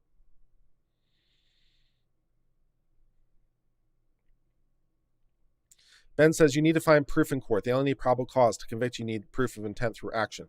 Went there to case the joint or steal something. I'd love to know if you're signing off on this arrest warrant Assuming Arbery is still alive and assuming the police come to a judge with that videotape, do you sign off on an arrest warrant that allows them to bust into Arbery's home for burglary based on that tape? You have probable cause of a burglary. That's a burglary on probable cause? Really? How are you getting there? You're okay with the police busting down your door on this circumstance? You know, I hope that you never enter a store where there's been a burglaries in the area, and you enter the store and you look around for a while because you're curious about it, and then you leave the store and you decide to start running, and then they shoot you. That's not quite probable cause. No. This is one of the greatest opportunities for learning. That is my goal. Thank you. You can't just say he didn't intend anything wrong and then that's a magic bullet against everything. Well, that's true, but you can infer intent. You can infer intent from the act. So you can do that. So if you want to find intent, you can find it if you find the underlying act. So if he did the underlying thing, you can find the intent to do the thing. So if he had committed a theft, hypothetically, maybe he didn't have intent to commit the theft, but he performed the action. The scenario where that would come up, by the way, would be mistake of fact, would be the action. So the example would be it's not a great example. It's a reasonably good example. Let's say, it's a reasonably good example. You go into a diner and there's a place for everyone to put their umbrellas, and in a particular location. And when you leave the diner, you pick up an umbrella. You came with an umbrella and you picked up an umbrella and you leave with it. And then they arrest you for theft, because as it turns out, it wasn't your umbrella. So you can infer the intent from the act, for the stop, for the probable cause. But as it turns out, it was a mistake of fact. Oh, I just got the wrong umbrella. So it's not a crime, because I just made a mistake of fact. I didn't make a mistake of law. I knew the law. I just made a mistake of fact. I thought it was my umbrella. That's a mistake of fact. That's legal. It's not a crime. It's a tort, but it's not a crime. But it's probable cause, because I saw him do it, so I can infer the intent. But it was mistake of fact. He didn't actually form the intent. So if he had, picked up a hammer and thought somehow it was his hammer, so he wouldn't have the intent, but you could infer the intent from the act, because it looks like he's doing it. He looks like he's committing theft, even if he's not, because he doesn't actually have the intent. Anyways, that was a little bit aside. So yes, you can have mistake of fact defenses. I didn't in fact think that was what was happening. You can have mistake of fact defenses. Anyways, so where was I going with that? Yeah, so if there was some overt act that would allow us to infer the intent, then yeah. But again, all we saw Arbery do was kind of look around. Maybe he's casing the joint, or maybe he's looking at the architecture, or maybe he is looking for people, because if other people are there, then he's going to feel embarrassed. We don't have enough for probable cause. There's a lot of very innocent explanations that are present here. We don't see anything on the tape that would reflect an intent. We see him enter, we see him look around, and we see him leave, running or not. It's not enough. Do we want a judge to sign off on this warrant for burglary? That's the question, I suppose, because that's probable cause. Are we there? I hope not. Arbery committed burglary in the first degree. He wouldn't charge with that if he'd caught. Doubtful. I'm not seeing it. What he would have confessed to, who knows? So maybe he would have confessed, yes, I was there to case the joint, in which case he would have been convicted. But based on the tape alone, probably not, which is also incidentally why you shouldn't talk to the police, because they will gather more evidence and they will use it against you. The statute is incredibly clear. The only element that you think isn't met is Arbery didn't have ill intent. You have no evidence of that, and all evidence points to the opposite. It's a criminal statute, so it's a criminal statute. So presumption of innocence, burden of proof, burden of production's on the other side. It's not intent unless it is. I don't have to prove it's not. You have to prove it is, because that's how a criminal statute works. There's a default presumption of innocence. There's a default presumption of burden of proof, burden of production on the other side, whoever that happens to be. So I'm not the one who has to show, oh, it's not this. You're the one who has to show it is this. You're the one who has to make the burden of proof, burden of production, not me.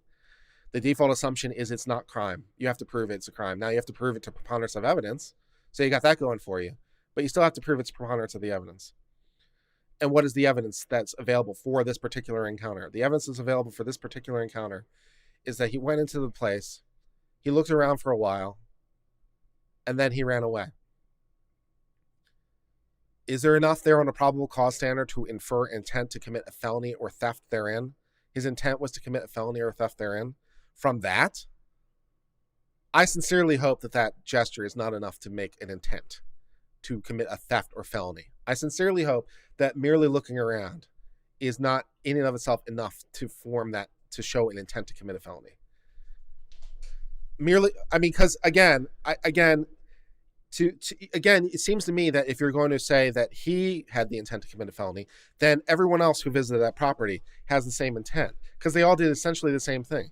There were 2 kids who went in earlier that day, and there was also a couple who went in earlier that day. We saw them on camera. We saw them go in, and they didn't do anything while they're there, and then they left. You're going to say the running away is the thing that really trips this? If he had walked away, that'd be one thing, but he ran, so that's what trips the intent. That's what makes the difference. The children didn't run, and the couple didn't run. Only he ran. That's the thing that shows the intent. Him running? I hope that's not enough, man. I really do. I hope that's not enough for a probable cause. You want a judge to sign off on this on an arrest warrant? You want them to bust down his door for burglary based on that? I hope that's not enough, ma'am. We all know the statute. He entered the dwelling with ill intent. Even if he didn't take anything, it's still a burglary. Yes, if he did, but we don't know that, and it's assumed not to be because, again, that's how crimes work. Ben says, you're pretending like the only way to convict burglaries are with confessions. Are you dumb? Oh, no, I didn't mean to imply that. I just meant that would be nice. That's always a nice to have. I didn't mean that that's the only way you convict. Of course not. I just said, at least pointed out that if they had arrested him and if he had confessed, that would have helped a lot. So that was a good reason to keep your mouth shut. No, I'm not saying that the only way that is through confession. Of course, I'm not saying that. I didn't even mean to imply that. No. If you have enough evidence elsewhere to do the arrest and convict, then sure, you don't need a confession. Confessions are nice. They're not obligatory. Do the police have enough to stop him on a reasonable suspicion standard? Probably. Reasonable suspicion is really, really low. Probably enough to stop him on a reasonable suspicion, ask questions, yeah.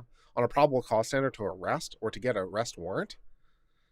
No, I think probable cause, I don't think you can get to where that is. Again, I'm going back to the can I get this? If I had the confession, I can definitely get an arrest warrant. Without the confession based on the tape, can I get an arrest warrant? No, I'm not pretending that the confession is needed. I'm just saying it was nice.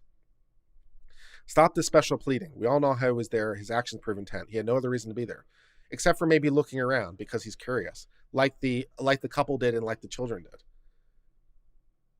Because he's a looky-loo. Other people were doing it that day. And I said, I've done it before too. I've looked around at properties. We don't know his intent. I only know what the facts show me. And I know what the facts show me is him looking around. And other people are doing essentially the same thing and then him running away. And the running away thing is not enough to be like, oh yeah, that's probable cause for burglary because he ran away. I'm not for a reasonable suspicion. Yeah, for probable cause, can I get an arrest? Again, go to a judge because all we have is the video because we didn't detain. Can we go to a judge with a video and say, oh, can we get probable cause? Can we get a warrant to arrest? Can we go into this guy's house and arrest him, bust down his door and arrest him? Can we do that based on this video? If a judge, do you want the judge to say yes? Because I don't think it's probable on a probable cause standard. His reason to be there, he was curious. I've been there because I'm curious. Yeah, based on his actions is exactly my point. Yes, based on his actions, based on what we can see, based on what we know, based on the actual factual record, based on what we see. What are his actions? What are his actions that are leading us to the conclusion? Looking around like other people were doing and then running away? That's enough to get to intent? Enough to have an arrest warrant? Nah. There's only one couple there and they had permission to be there. Well, there was also the kids who entered there. So, fine. How about the kids? And how about other people who do it on other days? Again, this is not we're not just thinking about this one property. We're thinking about what people in general do. And yes, people in general go and look at houses that are under construction. I've done it, looked around at houses that are under construction because I'm curious. I think they're neat. I did it as a kid. I've done it when I've been older. Other people do it too. It's not that weird. Houses are cool. It's kind of cool to look at houses and how they're being built, and it's kind of interesting. So even if we didn't have evidence of people doing it that day, we have evidence of people doing it in general, not from at least yours truly telling you that people do it in general, because I've done it in general. I don't know how weird that is, but people do it. People look at houses when they're under construction. The kids came in and some other people came in. Yeah, I mean, I don't think it's that weird.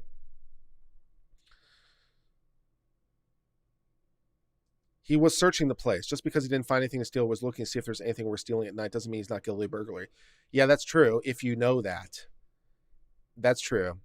Just because he didn't find anything doesn't mean he wasn't attempting to. You're absolutely correct. That's true. But you need something to show that was his intent. Him looking around, is that intent? Does that reflect intent to commit a robbery? If you go into a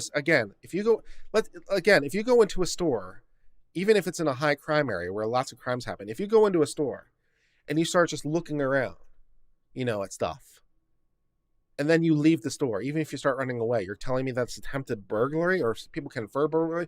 Maybe I just looked around, and maybe I decided I didn't want to be there anymore. I decided to run instead of walking. It can't be burglary without more just looking around. Even if I'm looking like really carefully at stuff, it's not is that enough for intent? I'm looking really, really carefully at stuff. I'm looking to see other people are in the store. Maybe the store is the kind of store that I don't want to be caught in, if you catch my drift. And maybe if other people are in that store, yes, I'll run away so that people don't catch me in that store. So yes, I went into the store and looked around to see if other people were there, and then looked really carefully at the items. And then when I thought someone was coming, I decided to run away because I don't want to be caught in the store. That seems like a kind of thing that could happen. That's enough for burglary? Without more? I hope not. He snuck in? He walked in an open door. That's not really sneaking. Based on your logic, you could catch and arrest someone who broke into your home at 3 and be guilty of false imprisonment. No, not exactly. If someone breaks into my home, the breaking into the home in and of itself is illegal. So that would be breaking and entering would be the crime there. So I have them on breaking and entering because they broke down the door or broke through the window or whatever. So, yeah. If I catch someone breaking into my home at 3 a.m, the crime I think they're guilty of is breaking and entering. So I'm there. I'm good. So yes, I can absolutely detain that person at 3 a.m. because they broke in my house. This guy didn't break into the house because there was no door. There's nothing broken. So, no. Could I arrest them for burglary? Well, if they're breaking in at 3 a.m, it implies a little bit more intent than in the middle of the day. In fact, you may not know this, but classically at common law, burglaries could only be performed at night. Matt will remember this. Yeah, Matt and the other lawyers in the channel will remember this. Yes, classically at common law, the common law definition of burglary does require it to be at night. In common law, it had to be at night for it to be a burglary. So at common law, this would not be a burglary because it was in the middle of the day, and that would make it not burglary by definition, because at common law, burglaries had to be at night. The law has changed a little bit in the United States since then, but classically, burglaries had to be at night specifically. In common law, just a little aside, in case you were curious. It's just one of those weird things that you wouldn't know if you didn't go to law school.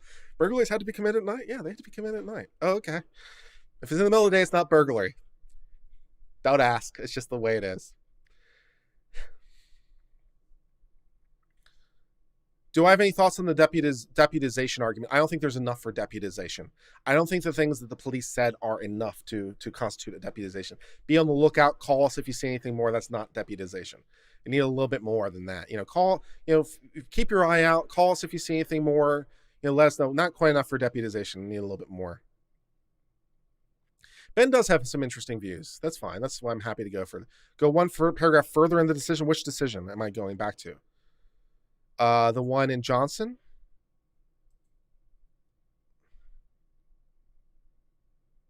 Jackson attempted to make a citizen arrest based on what he saw prior to the assault and flight of the deceased, which resulted in the fatal shooting. What are reasonable and probable grounds for suspicion is for jury determination, as is circumstantial evidence whether it's sufficient to establish commission of a burglary. The questions of whether force were used were reasonable or whether killing was, under the circumstances necessarily, are likely to be submitted to the jury. If there's enough to be, they're fact-based questions, right? There are fact-based questions. So yeah, but you still, yeah, but the reasonable probable cause for suspicion, you still need the felon, you still need the escape. You need that too. So I don't see what you're asking me to read. Maybe you can just post in chat what you want me to read if I'm not reading the right section. I'll read some more. You cannot charge them with murder because they did not intend to commit murder. You can under felony murder. That's one of the wonderful things about felony murder. You just have to show the intent to commit the underlying felony, not the actual death. So yes, you can under felony murder. The intent element is to the underlying felony. The underlying felony is the issue of intent. That's where you have to show the intent is for the underlying felony. So you do have to prove intent. You have to prove it for the underlying felony. But if a death occurs in the commission of that felony, then that's a felony murder. So you don't have to show intent for the murder or the death, to be more proper. It's just a person dies during the commission of a felony, then you're responsible for that. An assailant shoots another, one of your robbers shoots another robber. The clerk shoots a robber. Someone shoots someone else. Basically, yeah, you're creating a problem and the felony murder. So you have to show the intent for the underlying felony, but not the death. That's how felony murder works. And the Hillary thing was interesting in terms of James Comey's reading. I have mixed feelings about it, but we don't have to get into that. Dave says, I was convinced when stayed from other conservative YouTubers showing visiting a house and incident of burglaries, but people had visited the house surprises me. There are chances that there are others. If Arbery is on those other videos, then maybe. It's not clear that he necessarily is, and it's not clear. I don't remember them if he committed any crimes in those videos. But assuming that you're basing your knowledge on the videotapes, that's not giving you immediate knowledge of the crime. It didn't happen in your presence. It happened on tape and you later saw it. So the first sentence doesn't apply because the crime happened on videotape and you only later reviewed the tape. So that doesn't happen. Assuming that there's evidence of a felony, the second sentence would be applying if he was escaping, which not. Because again, no one has told me how to read escaping other than by importing it from the criminal section. Again, if reading it from the criminal section is wrong, why? And what should I be doing? I already imported all felony into the word felony. I want to import the crime of escape into the word escape in the same sentence. Can I do that? And if not, why not? And what is the authority for that proposition? And what is the legal meaning of escape that you wished me to describe? And what is the authority for that proposition? I cited my authority. I cited the statute. I cited the relevant case laws. So I cited my authority. What's better authority? He's a criminal who's victimizing neighborhood. He does have a rap sheet, yes. But we're concerned about the incident in question. You want to use propensity evidence, Ben. You can't use propensity evidence. You should know better. You can't use propensity of prior crimes to say that the person is committing this particular crime. They don't allow that kind of thing. Many interactions with the police, a pattern of similar offenses. It's totally in the wrong. McDonald's did nothing wrong. McDonald's did a lot wrong. They don't have the protection of the statute. They don't have protection of the first element because they didn't see him commit a crime. If they saw him commit a misdemeanor, they don't have the authority to use deadly force because we saw that in the case law. So if all they saw was criminal trespass, which they didn't even see that because we covered that, why it's not criminal trespass. But assuming that they had evidence of, they thought it was criminal trespass, it's only a misdemeanor. And they can't use deadly force to effectuate the arrest of a misdemeanor. And they did. So they were outside their legal protection. If we're going to pass things that he did, it wasn't based on either the immediate knowledge of that because they didn't witness those prior things, and it wasn't based on him fleeing or based on him escaping. So the second sentence doesn't apply. They don't have legal protection of citizen's arrest because none of the sections apply legally. They are outside the legal protection. The cops get a little bit more legal protection because their mandate is a little bit broader. The cops get a little bit more protection because they get probable cause for any crime. So the police get a little bit more latitude than the citizen does.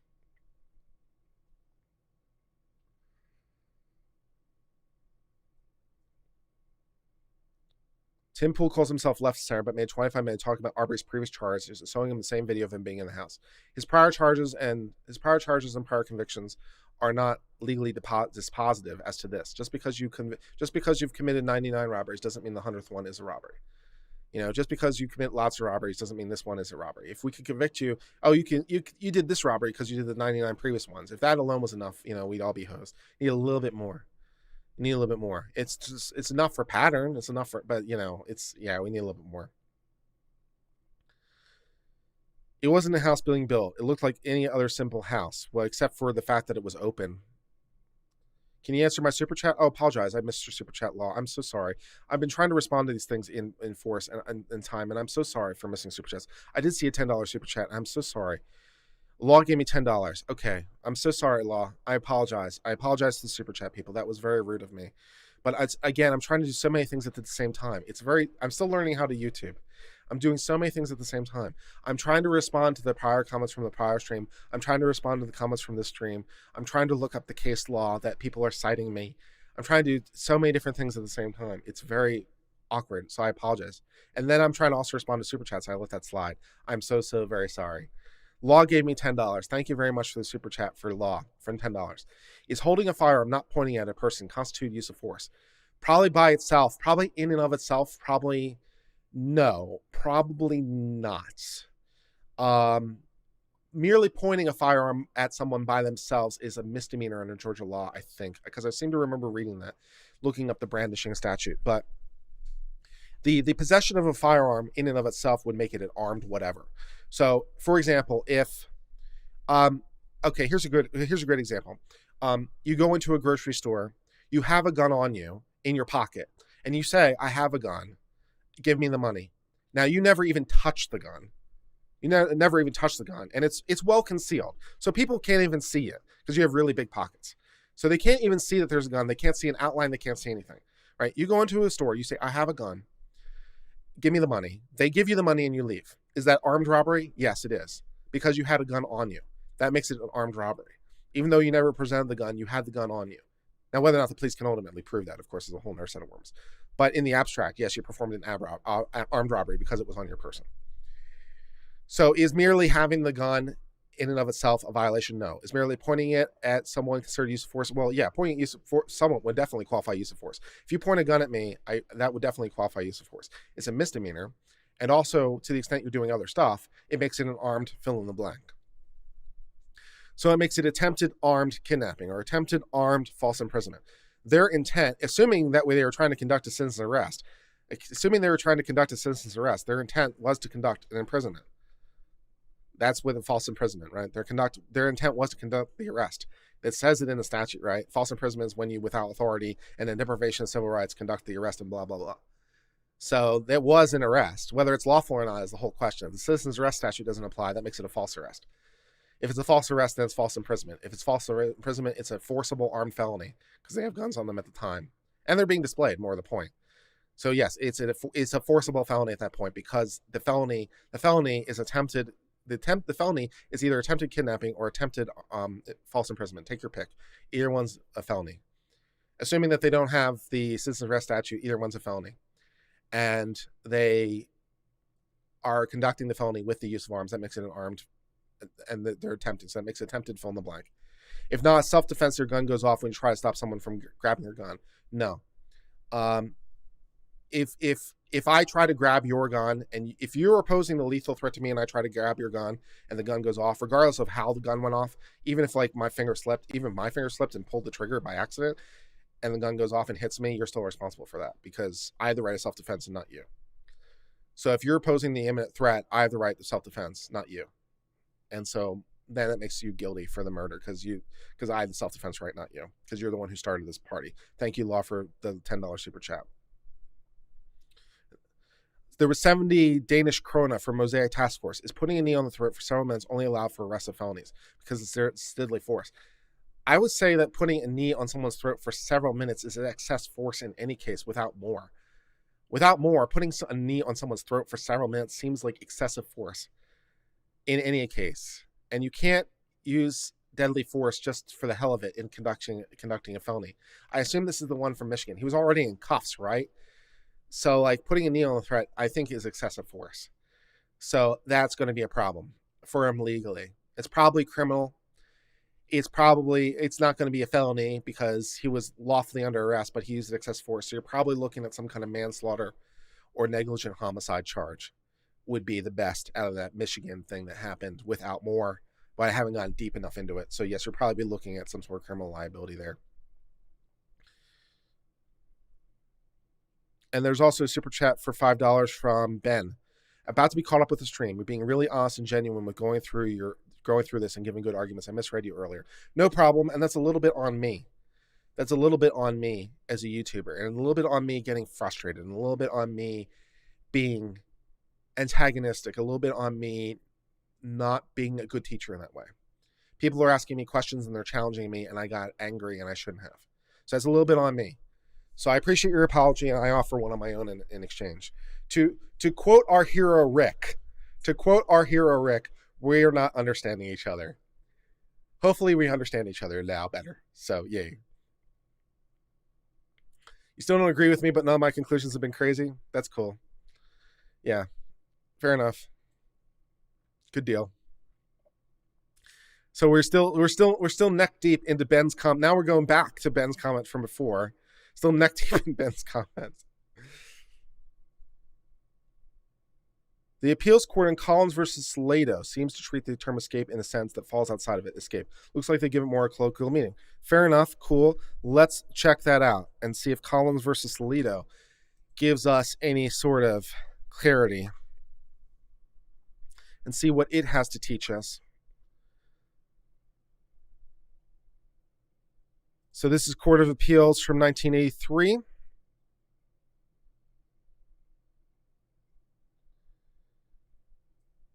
Put the citation in the chat.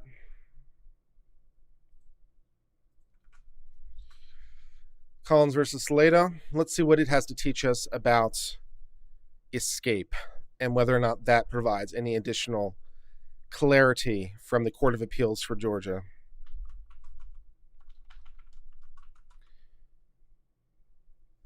Are you sure that it, I just did a quick find. It didn't mention the word escape. Are you sure it mentions escape?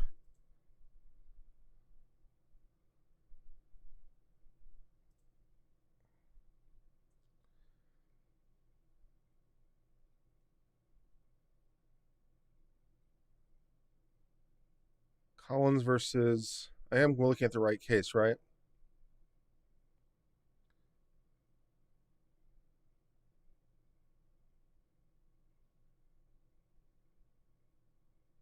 Collins versus Salado seems to treat the term escape in a sense. I don't see them even mentioning the word escape. Let me speed read it.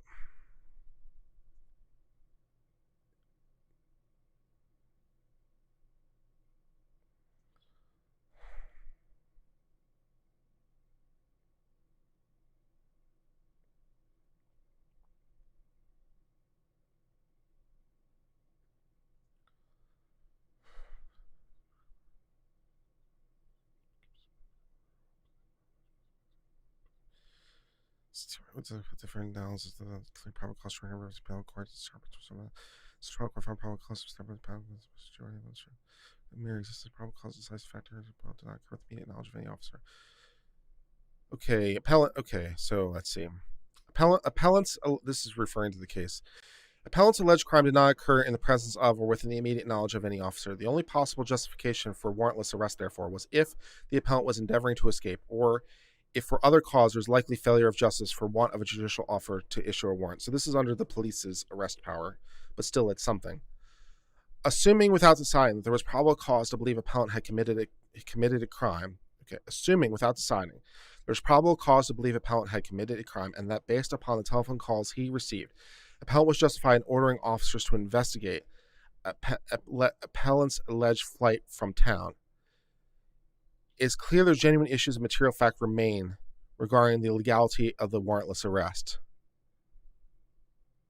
According to the uncontroverted evidence, she had no intention of fleeing and was in the bed at the time of her arrest, pending voluntary return to station next morning. Okay, so that's going to be a little bit interesting, because one of the definitions of escape that we saw in the criminal section of escape talked about one of the fifth definition of escape from that criminal code talking about escape. One of the things that makes escape is if you were released and were not returning.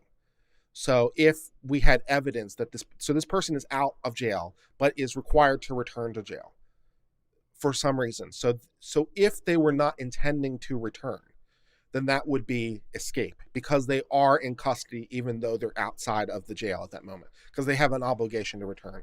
So we did see that in Section 5 of the escape statute, that if you're in custody and you're released for whatever reason and you have a requirement to return and you don't return, that is escape. So that seems to be what's applying here. So this seems to be what's happening here. According to the appellant's uncontroverted evidence, she had no intent of fleeing and was in bed at the time of her arrest, pending voluntary return to the police station next morning. So the way that I'm reading that is that she had potentially an obligation to return, which would make an escape. And if they thought that she was fleeing, then that would be escape because of the context. So it's not just that she was fleeing. She was fleeing because she was in custody and not returning. Maybe that's happening.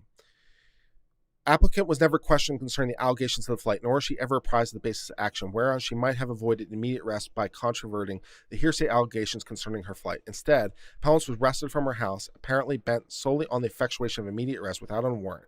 An action appears entirely based on unsubstantial allegations of non-disinterested persons rather than upon an officer's personal substantiation of hearsay allegations of possible flight. But it does say it was voluntary return, so that escape clause may not be the relevant one because it talks about a voluntary return. So if it was voluntary return, then presumably she's not under arrest, and therefore maybe this is a little bit different.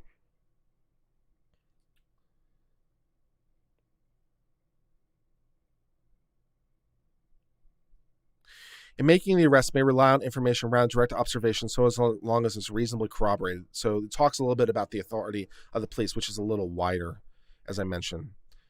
So it can rely on information as long as it's corroborated. In contrast to other situations, they now appear record. Appellant's arrest, and she was subject to tortious false arrest, will be authorized. So let me do a quick search for the word flight here. Let's see if...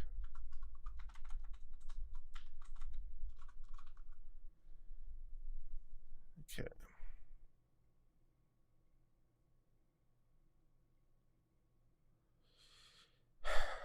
All right, let's see what's going on.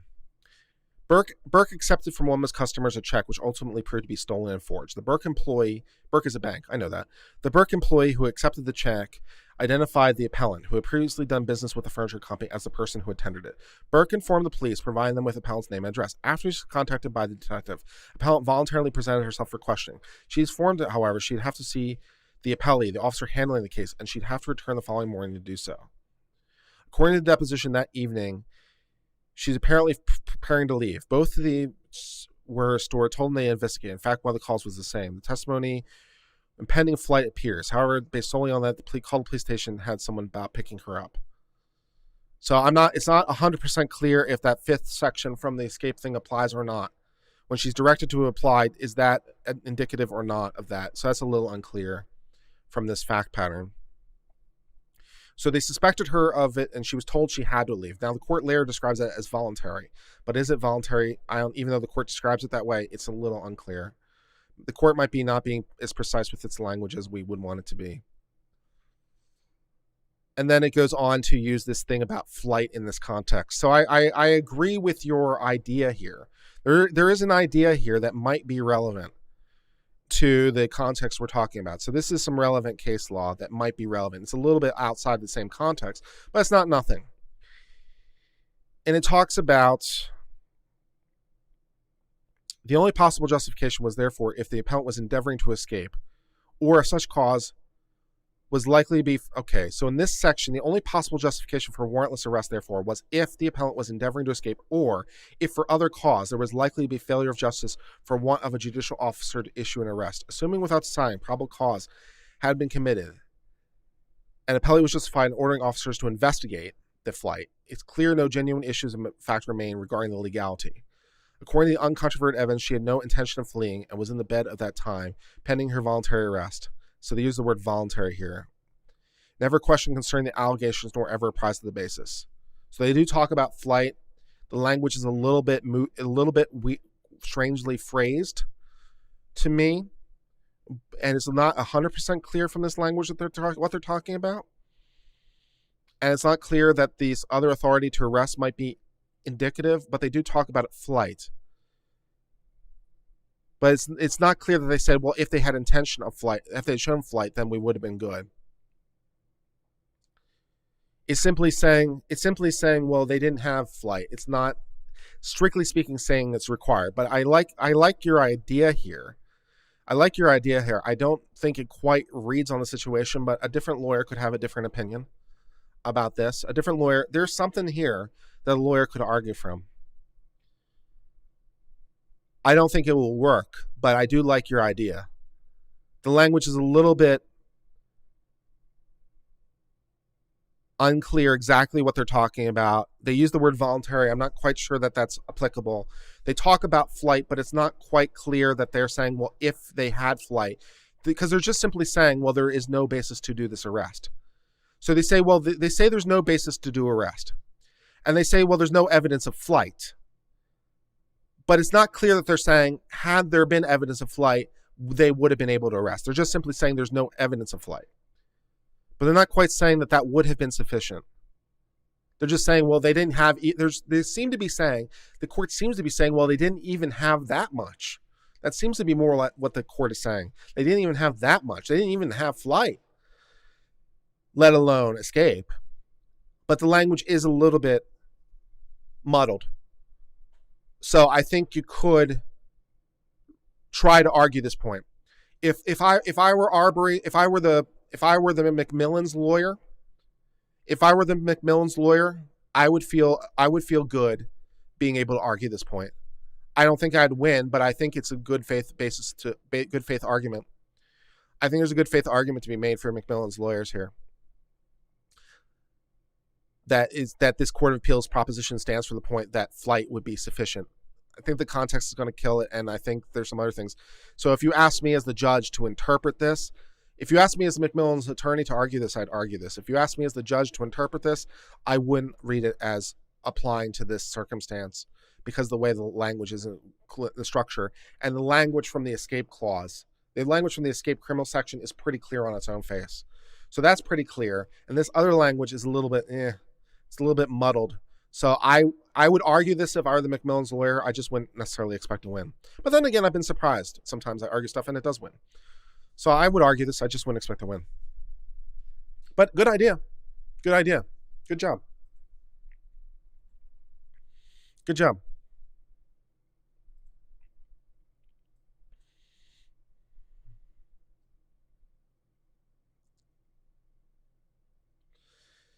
Ben is correct that just because they're open and carrying doesn't mean they threaten harm. That's correct. Merely open carrying is not enough. You're looking for more. But assuming there is no, again, merely having the gun is enough for an armed whatever. Even if you don't intend to use it, even if the gun's unloaded for that matter. If you have a firearm, it makes it armed whatever.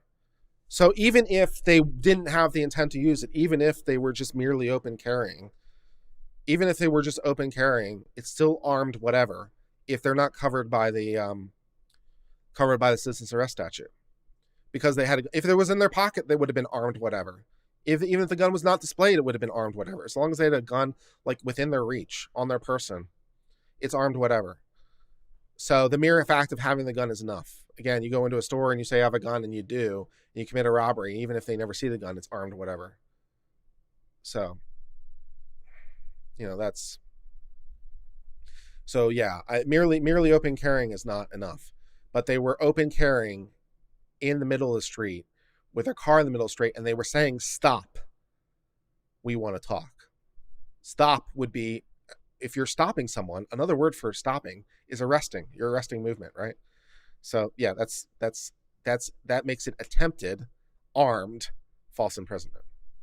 Because if it had been legal, it would have been good. It would have been true imprisonment, but it wasn't because of all the reasons I said. So that makes it attempted, armed, false imprisonment because they had guns on them, which is enough.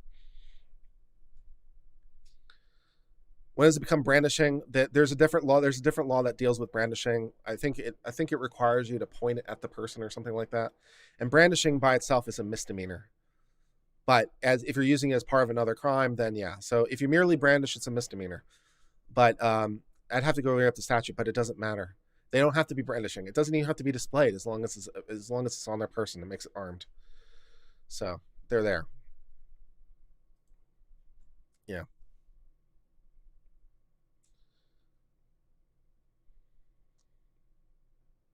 Yeah, it isn't disingenuous to say he's on the property, but it doesn't mean that he's. It's not disingenuous to say he's merely on the property, merely looking around, because presumption of innocence. We are operating from a position of presumption of innocence. So the default is that he wasn't doing anything wrong. We have to show that he was. if we're gonna make this a crime, right? So the default is that he's behaving legally. We are the ones, the people who want to make this a crime for Arbery are the ones who have to justify each and every element. I don't have to justify anything in order to say that it's not a crime, because it's not a crime in the first instance. That's what presumption of innocence means, and thank God for that. We're all presumed innocent, including the McMillans for that matter. They're presumed innocent too. I'm just giving my best reading of the statute. I mean, all this has to be proven at trial. There's a whole bunch of issues. A whole bunch of things could develop there's a whole bunch of information that could develop that would make the McMillans not guilty. There's a whole bunch of information they might have had that we don't have yet. There's a whole bunch of stuff that might pop up that we don't know. So we're nowhere near being able to get to like beyond a reasonable doubt. We're nowhere near that. But based on the evidence we have so far, yeah, it looks that way. But what's Arbery doing? What's his crime? And how are we justifying each? In order for it to be a crime, we have to find each and every element of the crime. Otherwise, it's not a crime. If you only do like some of the things in the statute, it's not a crime. You have to do all the things in the statute or it's not a crime. So him merely entering the property, well, we need more. He has to have the intent to commit a felony. What are we basing the intent on? Him looking around? That's enough for intent? Really? I hope not. Yeah, jeez.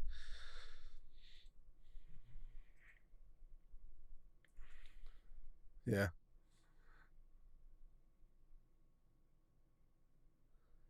Having a hammer and breaking into a construction site. Well, if you break into a construction site, then presumably you're breaking and entering into a construction site. So if you break into a construction site, then yes, presumably that's a different crime. It would be breaking and entering. If you bring a hammer with you, I'm not sure why you're bringing a hammer with you to a construction site, but it's certainly more suggestive of something. Yes, if he brought a hammer with him, that would have been more suggestive of something. Not necessarily dispositive, but it would have been suggestive. Yeah, I'm not sure. I'm not quite sure it's suggestive of something. All right, so let's go back to the comments from before. Jumping around so much.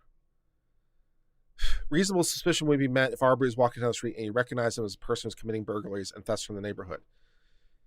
As long as he was escaping, if we're in the second sentence. Probable cause would be seeing the person you recognize from burglaries after they've been caught and seeing that there's 911 if you had the escaping.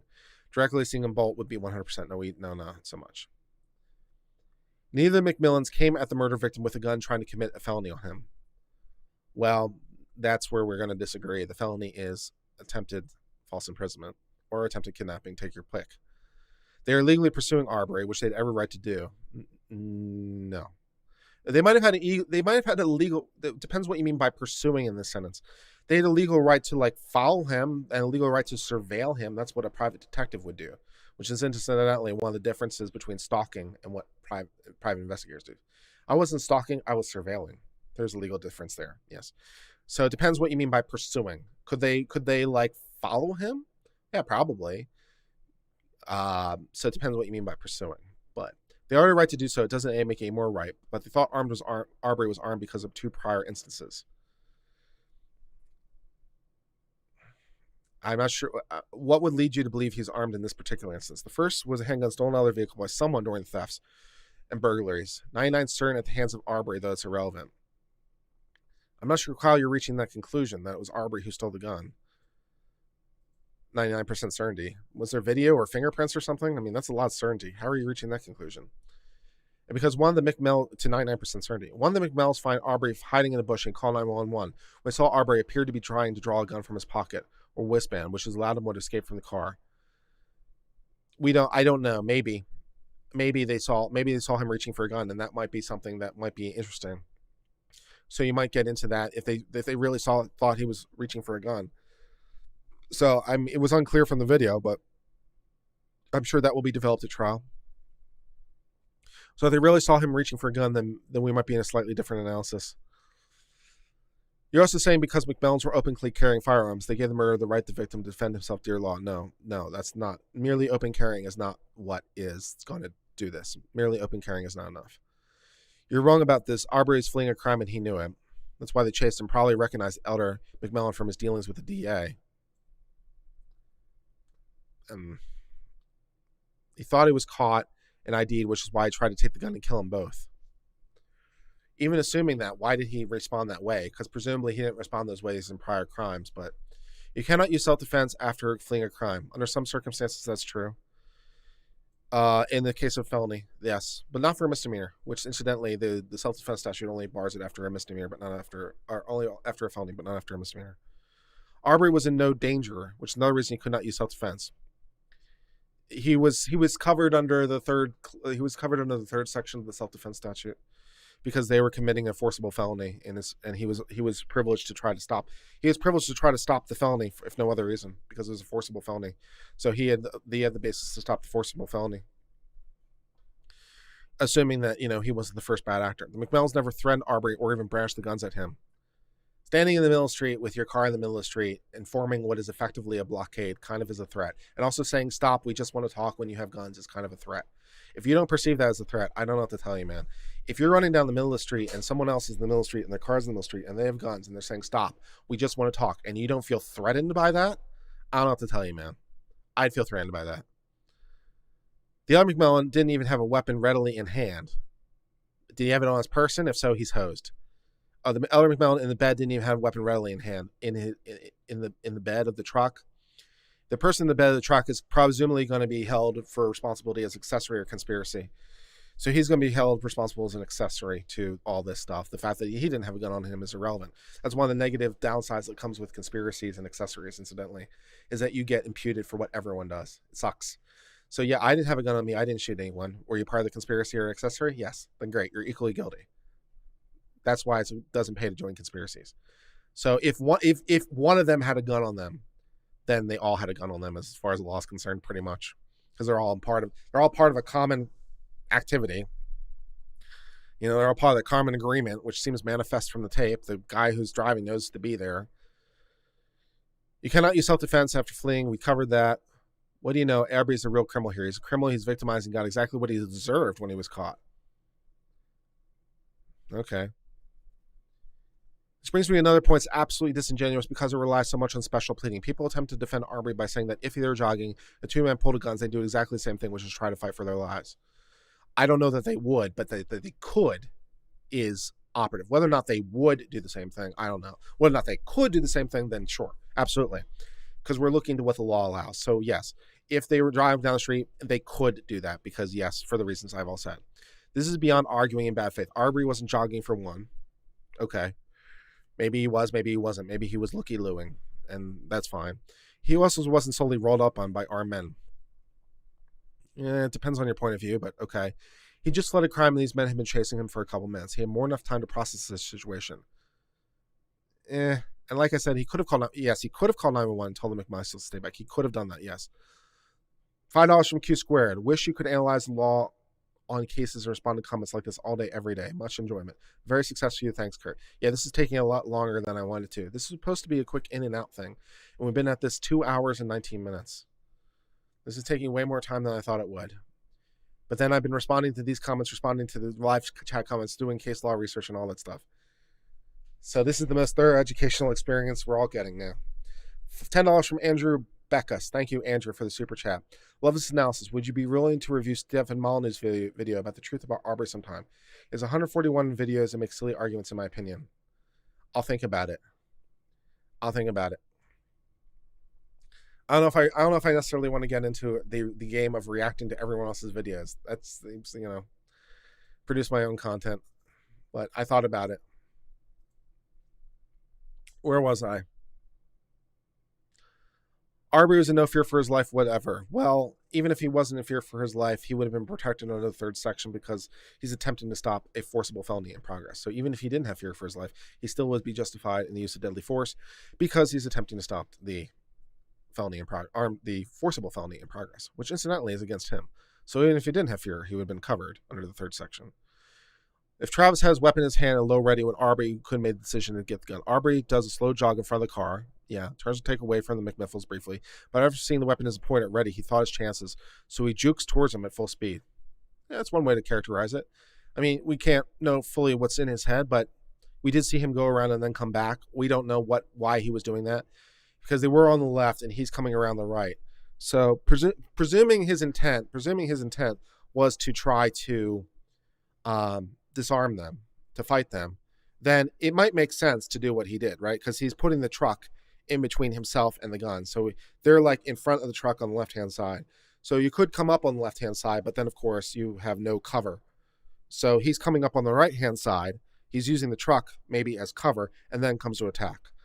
So maybe he had formed the intent to engage the force when he was back here, which he would do because, again, forcible armed felony. So maybe he formed the intent to do back here and then said, well, rather than going straight towards them where they have a clear path, I'm going to come around the right-hand side, try to use the truck as some cover, and then come around the front. So that could be what's going on too, but not a bad idea. He was a known danger. The only thing that would have happened is he caught by the police. He'd done nothing wrong. He might have just been fine and able to sue. Arbery died because of what Arbery did. But if he had the right to do it, then the other side is hoed. McMissils did everything right. I'm not so sure because, again, we've covered this. If it's only a misdemeanor, you can't use force because we know that from a previous Supreme Court decision we covered earlier in the stream. So if it's just a misdemeanor, you can't use force. If it's felonies, then it's in your presence. If not, then the second section, but all the escape stuff, blah, blah, blah, blah, blah. All right, I finally made it through Ben's comments. That was long. Ben got quite a lot of attention today. Is Deagle versus State help operative for me, Eric? Why are you citing this? Deagle versus State or Deagle versus State? Is that going to be a thing? Let's take a look and see if that's a thing. Deagle versus State. In the future, if you cite cases to me, please specify what sentence or what thing you think is applicable so that I can find it.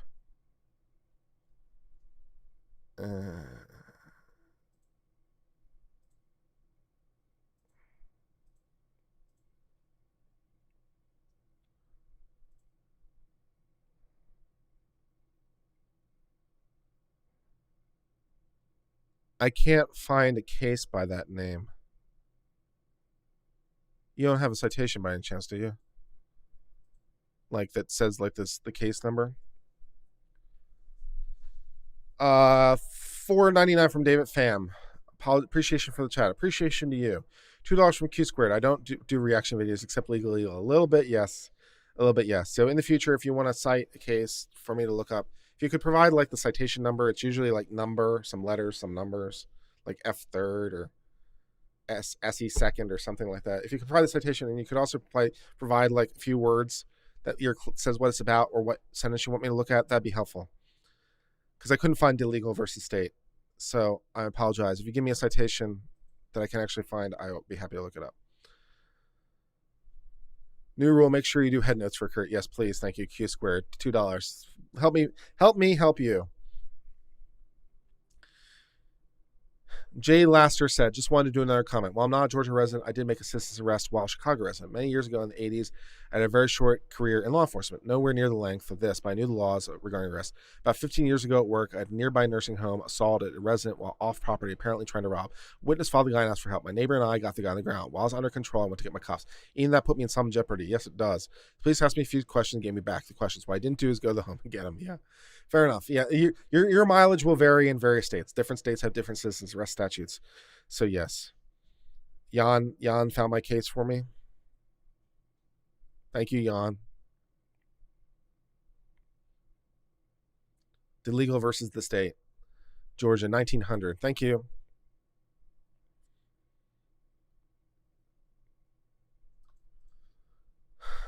Let's see. A private person is authorized to make an arrest for a misdemeanor only if the offense is committed in his presence or his immediate knowledge. So for a misdemeanor, okay, it's error to charge a homicide who one had attempt. It was error on the trial of a person charged with homicide of one who had attempted to arrest him when the evidence clearly showed the deceased. Another attempted to arrest the accused for misdemeanor 2 days after the commission of offense. And the deceased and his companions were private persons acting without a warrant. Yeah, so this is going to be going against the McMichaels, right?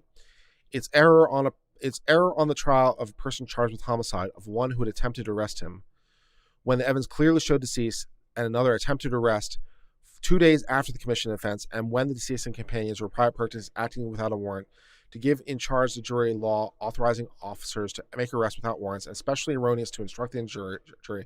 In fact, the private persons may arrest where it's reasonably proper to do so in order to prevent failure of justice, because that's the one that applies to officers. It's error for a witness to give his opinions about what the result would have been when there's no evidence between mutual combat. It's an error to give that charge. Yeah, so there's no evidence of mutual combat. You can't give that charge. Though a statement in one trial murder may have been used in expression, consent for dissent. And I'll speed read this and see if there's anything here that's helpful.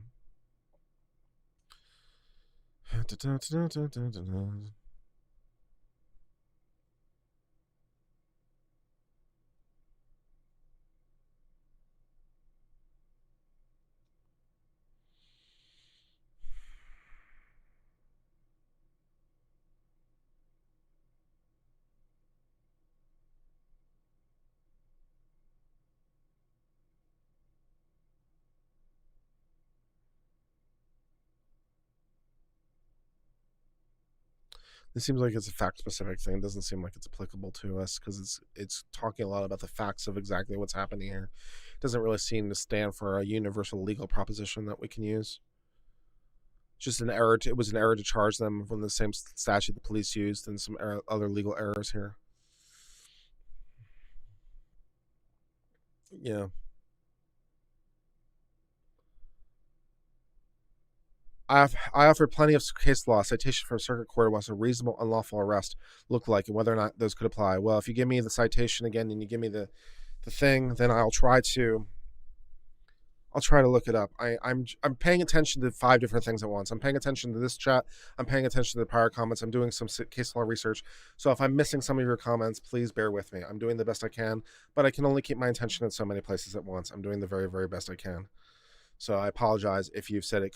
Would you maybe give me the citation again, along with the relevant thing you want me to look, and I'll do the analysis. Ben says, if the McMichaels within their right to effect the citizen's arrest, there's no felony for Arbery to be stopping. Yeah, well, it depends. Because again, if they were trying to arrest him for the misdemeanor of criminal trespass, they didn't have the right to use force, and so that because they exceeded their authority, then they would still be guilty of false imprisonment because they were using deadly force, and you're not allowed to use deadly force to effectuate a misdemeanor or citizen's arrest in Georgia. We covered that. So if they were exceeding the amount of force they're allowed, then they were not covered by a citizen's arrest statute, and so it would still be attempted false imprisonment because you can't use deadly force to effectuate an arrest for a misdemeanor, even if no other means are available. Your analysis has been really good so far. It's given me a lot to think. It seems like McMichaels were legally justified to effect the arrest and everything follows is fine. Well, not quite, because you still have to go into the excessive force things. What were they effectuating a force arrest for, and the use of deadly force? And there's some other questions that apply, but they're obviously a little bit whatever. Check the long Ben Chevers thread with 22 replies. I've been responding to that thread for a little bit now. I've been responding to that thread for quite a little bit now.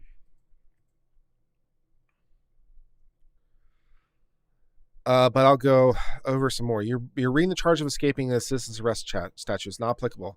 It's an additional charge they'll throw you if you attempt to escape. Yeah, we covered that. We are importing the criminal definition of escaping because we're importing the criminal definition of felonies. So we're talking the same exact sentence. We're already importing the criminal definition of felonies. So can we import the criminal definition of escape? Yeah, I mean, we're already doing that in that same exact sentence. So yes, it could mean something else, but what else does it mean, and what's the authority for that proposition? So my reading is perfectly reasonable because I'm already reading in the criminal law in that exact same sentence to bring in all the felonies from the criminal law. So it's very reasonable to bring in the definition of escape from the criminal law into that exact same section. And it doesn't moot it, it just renders it a lot more narrow. But it's consistent to do that. Escaping means fleeing a felony. If there's a statute that says that, the statute makes no sense. Otherwise, you cannot commit citizen's arrest for felony unless he's lawful custody and escaping. Yes, that would be correct. Yes, you cannot arrest unless he is escaping. You can't do it if it's a misdemeanor. Correct. That would be the way it's readed.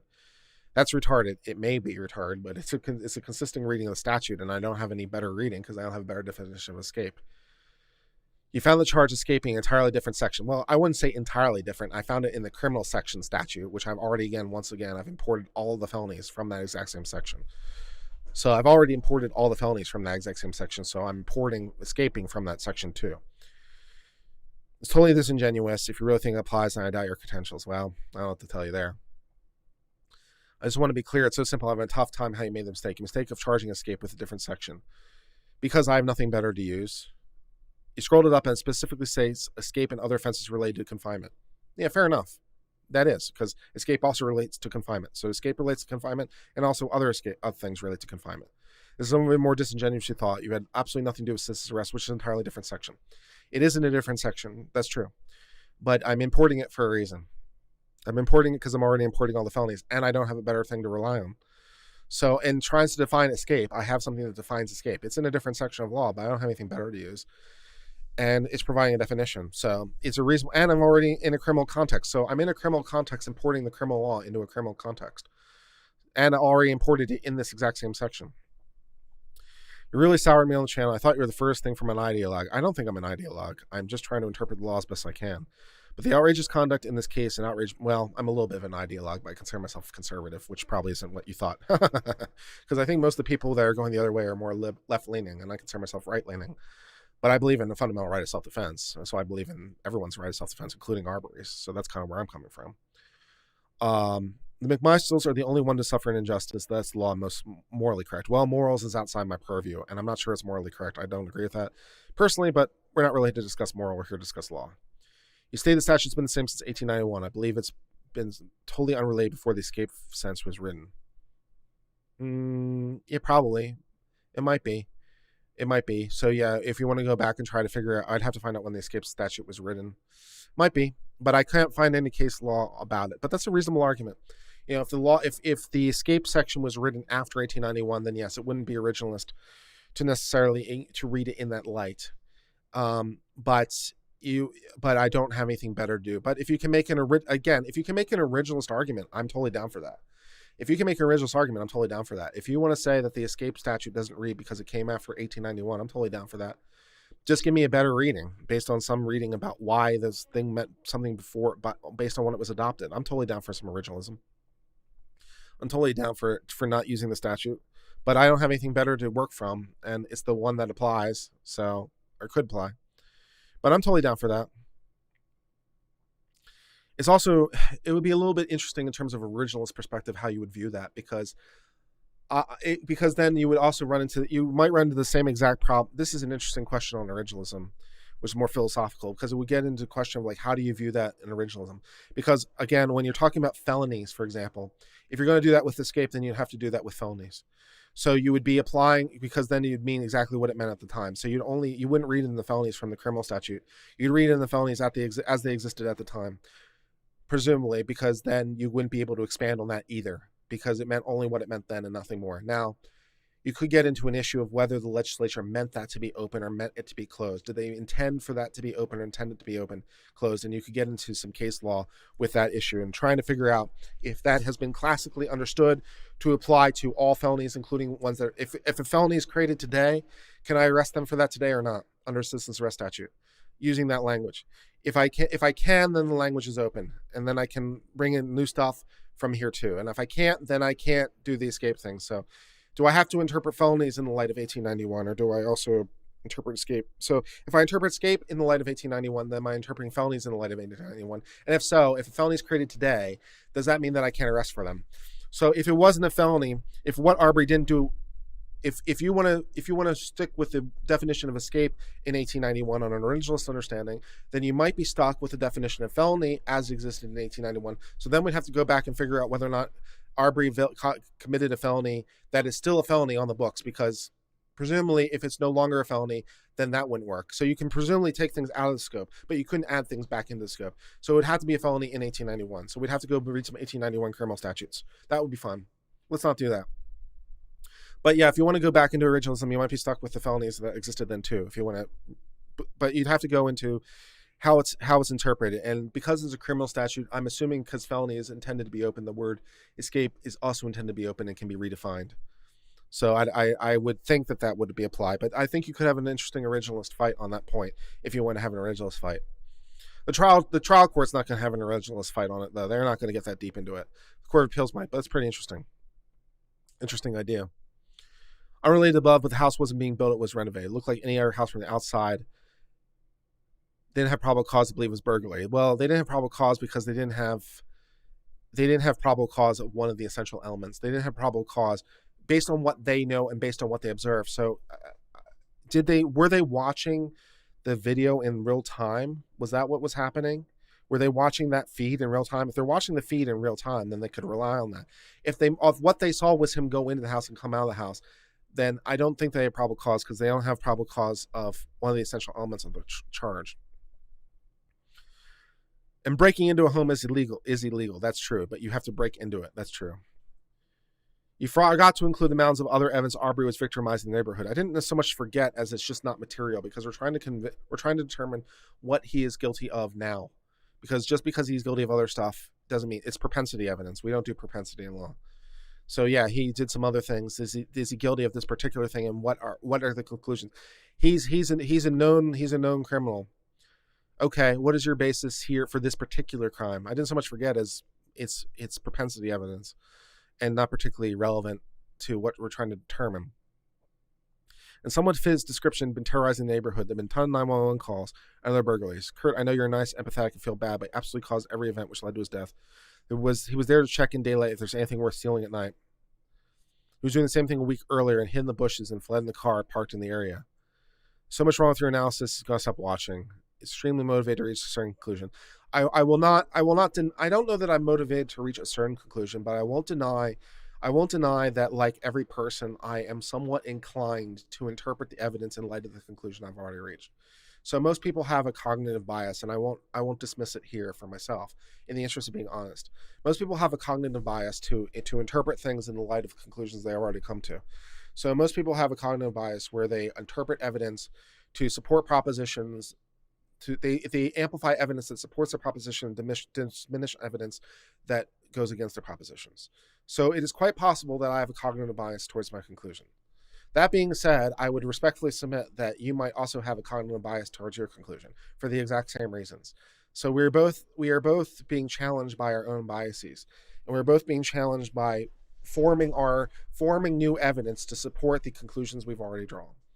So it may very well be the case that I'm looking at this evidence in a way that is tending to favor evidence and disfavoring evidence in such a way as to support my conclusion.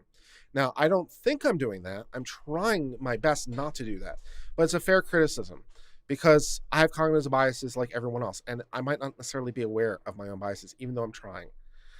But yes, it's possible that I am looking at things in a non-objective way at this point, because I'm looking at things in a way to reinforce the bias for the conclusion I've already reached. That's totally possible. I would just respectfully submit that it might be possible the other way around. And if you think you're discounting certain things for exactly the same reason I'm discounting certain things, that doesn't, of course, mean that you're wrong and I'm right, or that I'm right and you're wrong. It doesn't mean that. It just means that we're both subject to our own psychological biases, and trying to overcome that is a problem. But my bias is in trying to. My premise is I believe in a right of self-defense. And I believe if you pull a gun on me and you don't have a right to do so, and I fight you for the gun and I die, that you're guilty of something. That's one of my premises I'm fighting from.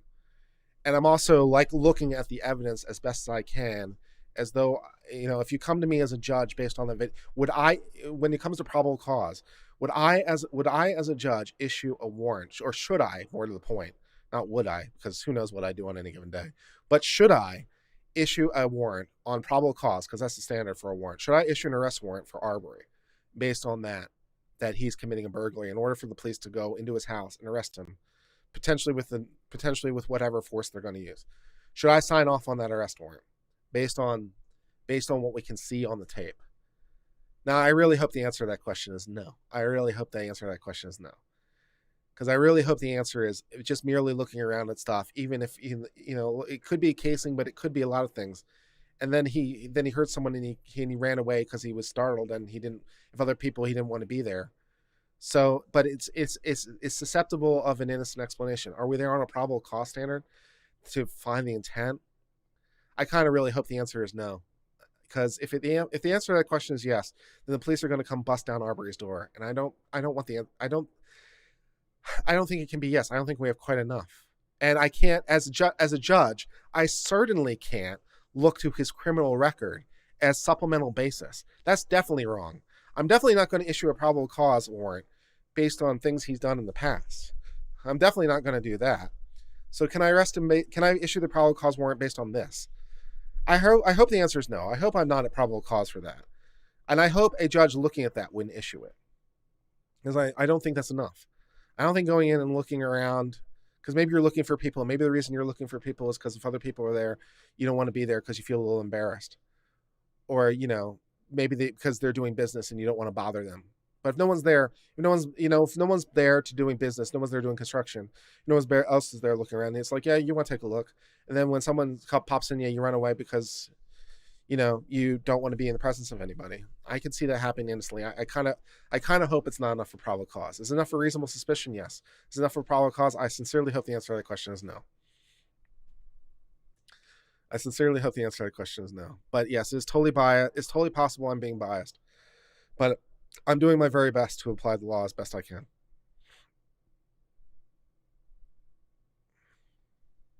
Yeah. Jay Lastry said, amazing number of attorneys who are coming out of the woodwork to don't cite a case. If you're going to make an argument, show your work. That'd be helpful. Yeah. Since one person did have one idea that might be helpful. I don't think it's going to work but I think it's an argument that's worthy of making. If I were the McMillan's lawyer, I'd certainly give it a try. Then correlation also comes back at me with this thing about the citizen's arrest.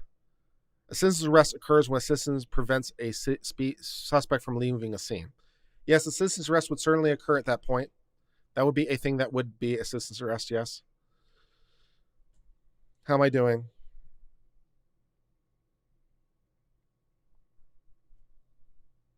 Citizen's arrest statute states you need reasonable suspicion. It does in the second sentence, not in the first.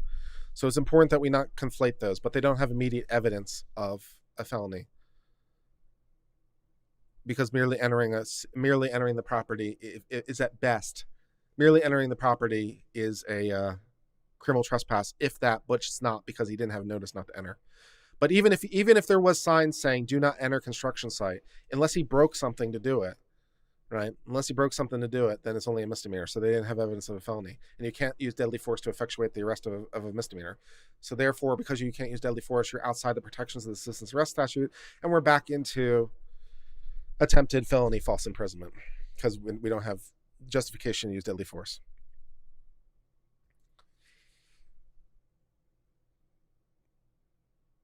And that's where we think we are.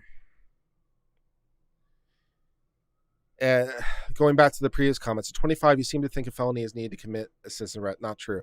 That's true, and I don't know that I say otherwise, but I could have been misunderstood as true. Depends what context we're talking about. Yes, there's two sentences.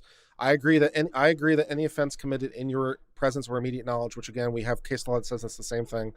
So any offense that occurs within the immediate knowledge of any of your senses will work.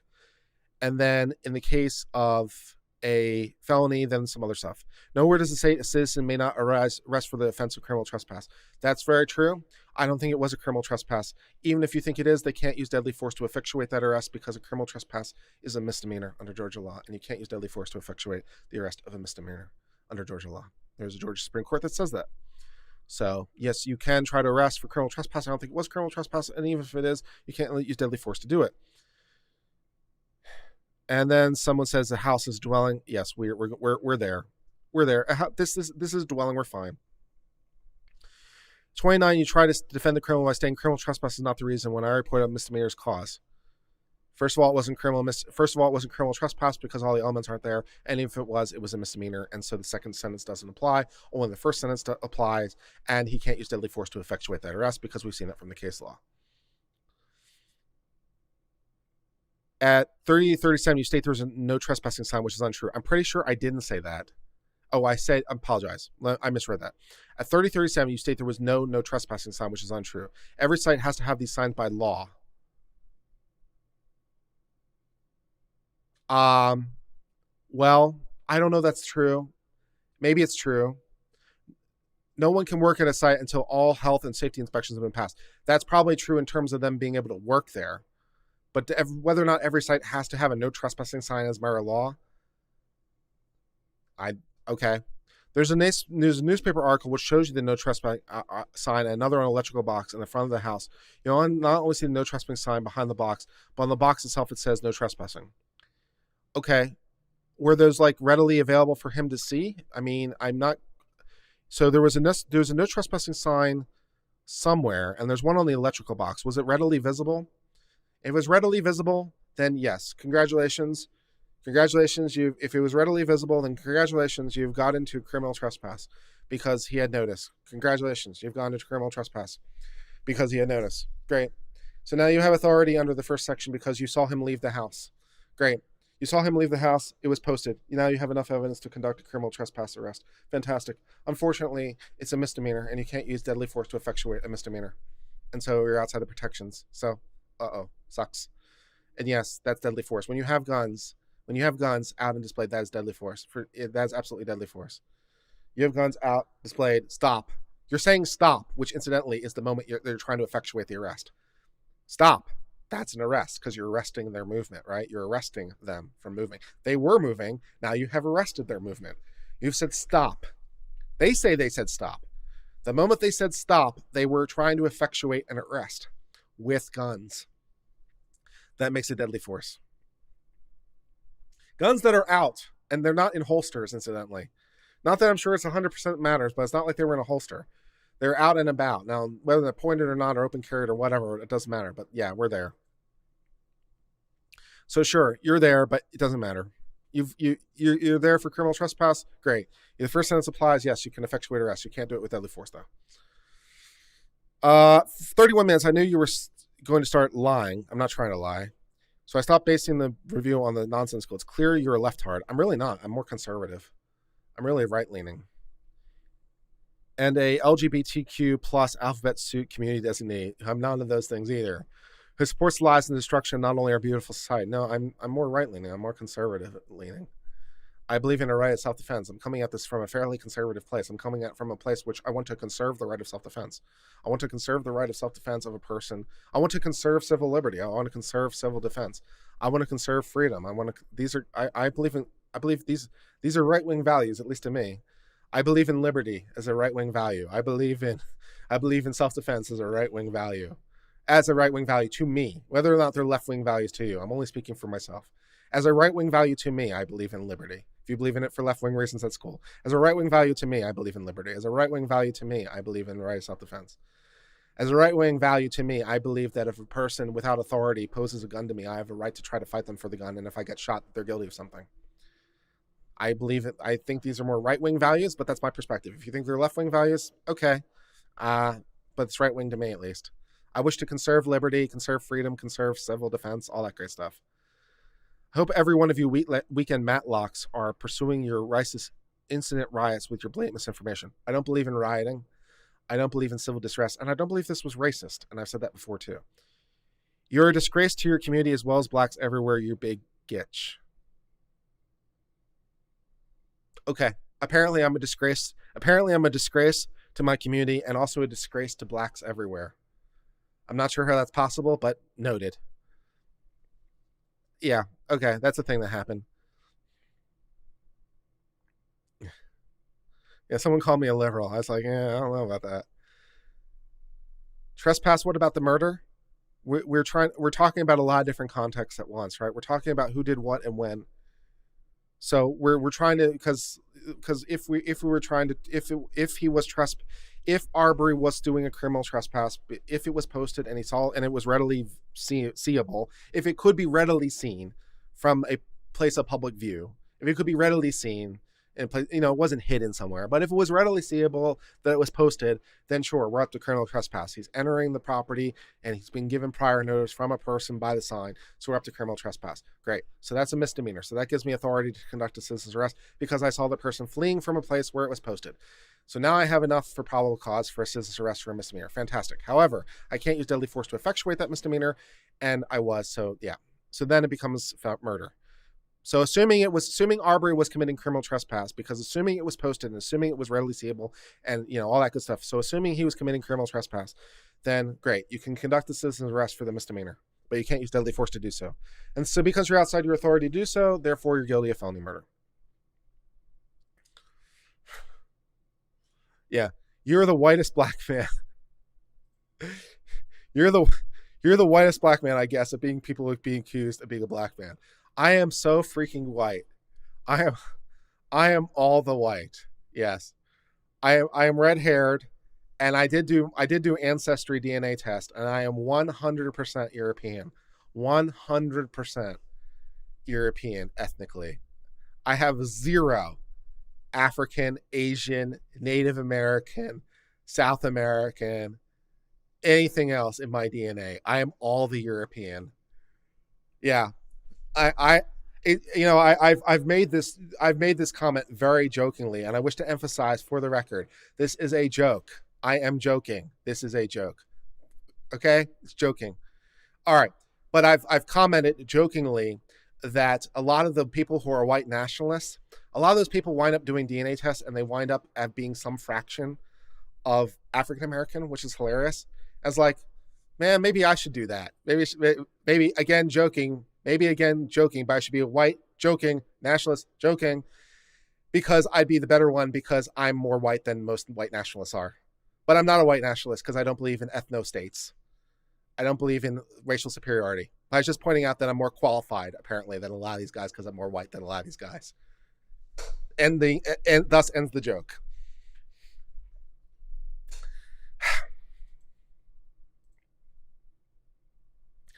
I don't believe in racial superiority. I don't believe anyone's better than anyone else. I believe some cultures are better than some other cultures, but I don't believe it because of race. I don't believe that people are better because of race. I believe some cultures are better than our cultures because some cultures in the past have, for example, included such things as cannibalism, of which I do not approve. So I believe some cultures are better than other cultures for not the least reasons that some cultures, at least in the past, have believed in cannibalism, and I believe that they are inferior cultures. But I don't believe it because of their race. I don't believe people are better or worse because of race. That's a really silly reason to believe things are better or worse. Because of a racial identity, that's a really silly reason to believe you're superior to somebody. Find a better reason.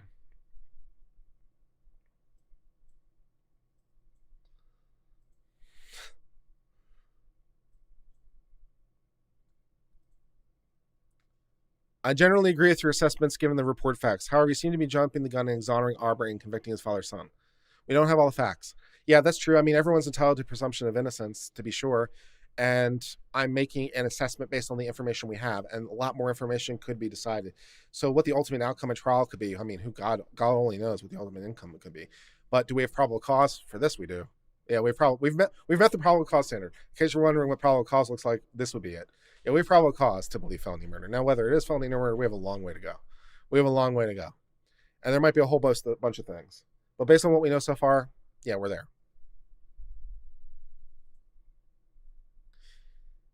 And did I respond to all the comments? I may have responded to all the comments. Is all the comments over? Can I stop doing this stream? Did I respond to all the comments in this previous chat? Am I done? Let's find out. Let me refresh it, see if I'm done. I might be done.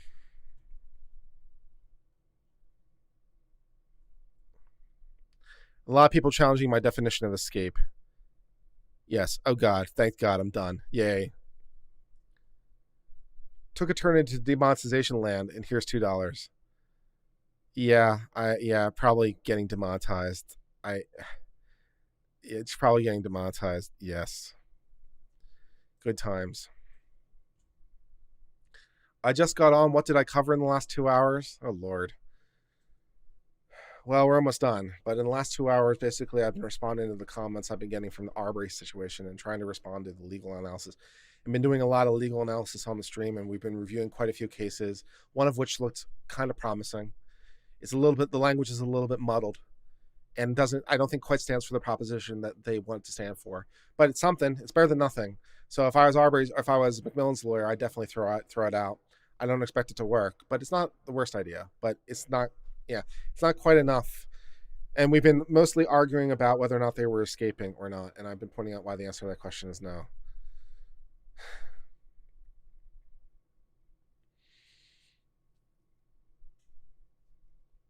Ben says many people are going so far out as to reality to invent a reason for Arbery to be there, and he was up to no good despite everything we know about him, or to declare him innocent. Well, again, Ben, I would respectfully remind you that there is a presumption of innocence. The baseline is innocence. So I don't have to go out of my way to declare him innocent because that's where we're starting from. We have to find the evidence to support the proposition. Now, you want to use his criminal record. That's propensity evidence. You want to use, because he's committed other crimes in the past, he's committing this crime. You can't use propensity evidence. That's not allowed. You're not allowed to do that in court either. You're allowed to do it in certain circumstances, but not most. You're allowed to use propensity evidence, for example, to rebut an affirmative defense.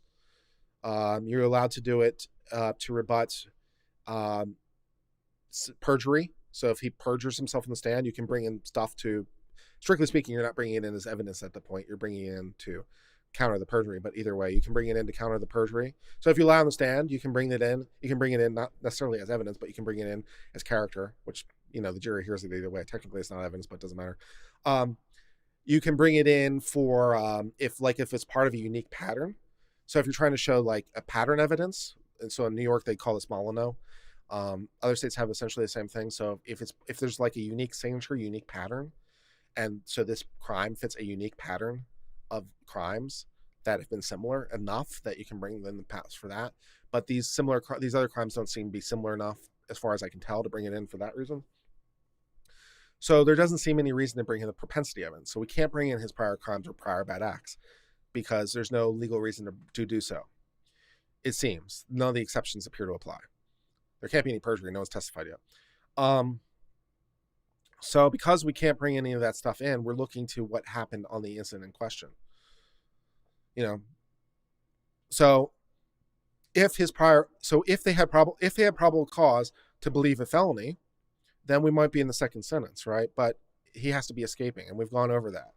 The case law, such as it is, doesn't seem to support the proposition that escaping means something different in this particular section. There's one that talks about fleeing, but it seems to be that it was using the word fleeing, but mostly like a chide. Like, well, you didn't even have fleeing.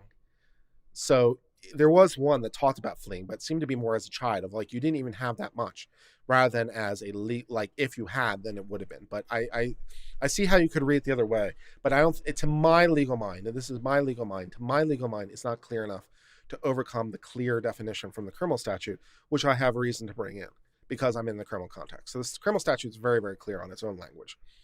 I have a reason to bring it in here, and that case that you cited to me doesn't really work. Some people argue some originalist ideas, which again, but I'd have to have an originalist definition of escape, and no one has yet provided a definition from case that would support that proposition. And then I'd also have to get into whether or not that has become expanded or not over time. And so, all that good stuff. So the second sentence doesn't apply, and the best crime that was committed in their immediate presence would have maybe been criminal trespass, assuming the notice was sufficiently clear and you can't use deadly force to effectuate that. You don't have probable cause of burglary because even assuming they were watching the video feed in real time, they don't have anything to have probable cause. And the reason I know that is because, again, if you went to a judge, assuming Arbery lived, and assuming that they didn't do this, assuming that they went to a judge and said, "Judge, I want to issue an arrest warrant based on this," a judge wouldn't sign off on it because it's not probable cause. There's not enough there to show the intent based on what he did to establish the probable cause for burglary. A judge should not sign off on it, in my view. So there's not probable cause of burglary, and so at best you have criminal trespass, and that's a misdemeanor, and you can't use deadly force. And again, all this escaping stuff. So so yeah, escaping is only relevant if we're under the second sentence. If we're under the first sentence, then immediate knowledge will do. But what did they have immediate knowledge of? Their immediate knowledge would be immediate knowledge of this particular incident, assuming they were watching it. And so assuming they were watching the video as it were happening, they saw him go in and look around and look at stuff. Assuming not, then all they saw him was fleeing. Now, either way would be criminal trespass, assuming the notice was sufficiently clear. So assuming the notice was clear and he could see it and was readily posted so that a person could see it, then yes. Assuming it was well posted, then yes. So they would have knowledge of criminal trespass. They saw him leaving the property. If it's posted, that's criminal trespass. So they would have knowledge of it, but criminal trespass is a misdemeanor, and they can't effectuate it with deadly force. So they were outside the bounds of the first sentence because they effectuated it with deadly force because they had guns in their action. When they said stop, that's deadly force. They had the guns out and about and displayed, and that's deadly force. And so they can't do that. So no. Their intent was to stop him with force. The show of force is enough. So who's not escaping yet? There was a barricade he assailed. Yeah, the barricade of the I'm using barricade like in naval sense, right? Or blockade. Yeah, the barricade or the blockade of the ship, the car, in the middle of the street, and the people around the car. That's a blockade, barrier, whatever phrase I'm using. So yes, that thing. So yeah, the video. So yeah, he wasn't escaping because he wasn't in custody, but yeah, he attacked the blockade, barrier, or whatever, of these people in the middle of the street. They were attempting to form the blockade. So all that good stuff.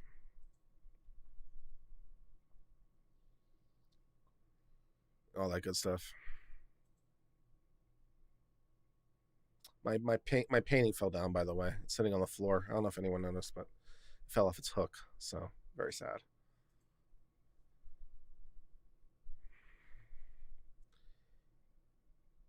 Yeah, there's absolutely no reason to think that they wanted to murder Arbery. Yeah, no one is denying that. That's why the charge is felony murder. The charge is felony murder. The felony murder statute is pretty clear in the states that have it. It's a death that occurs in the course of the felony. So the intent is for the felony, the underlying felony, not for the death. So felony murder is when you have a death that occurs in the commission of a felony. So sure, the McMillans didn't have the intent to commit murder. That's cool. But they did have the intent to stop him because they yelled stop. They had the intent to stop. That's an arrest because they're arresting his movement. They're doing it with force. So that's attempted forcible false imprisonment. So that creates a forcible felony under the self-defense statute, which means Arbery has a right to stop the forcible felony. Even if he doesn't feel threatened by it, he has the right to stop it with deadly force.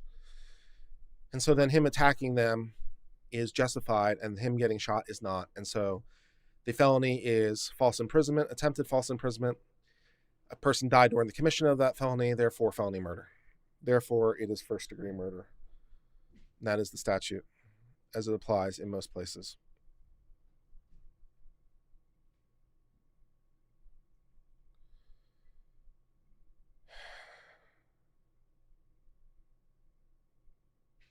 See, can Georgia 17461 show that you can't involve items that can be used for deadly force while trying to complete a citizen's arrest, since you need to have intent to turn them over? Well, more to the point, there's case law that says specifically that in the case of misdemeanors. So there's a case that said exactly that. So we read that case much earlier in stream. So I don't need the statute. I have a case from the Georgia Supreme Court that tells me that. So we cover that statute. So it's pretty plain. You can't use deadly force to stop a misdemeanor, even if it's your only option. You can't use deadly force.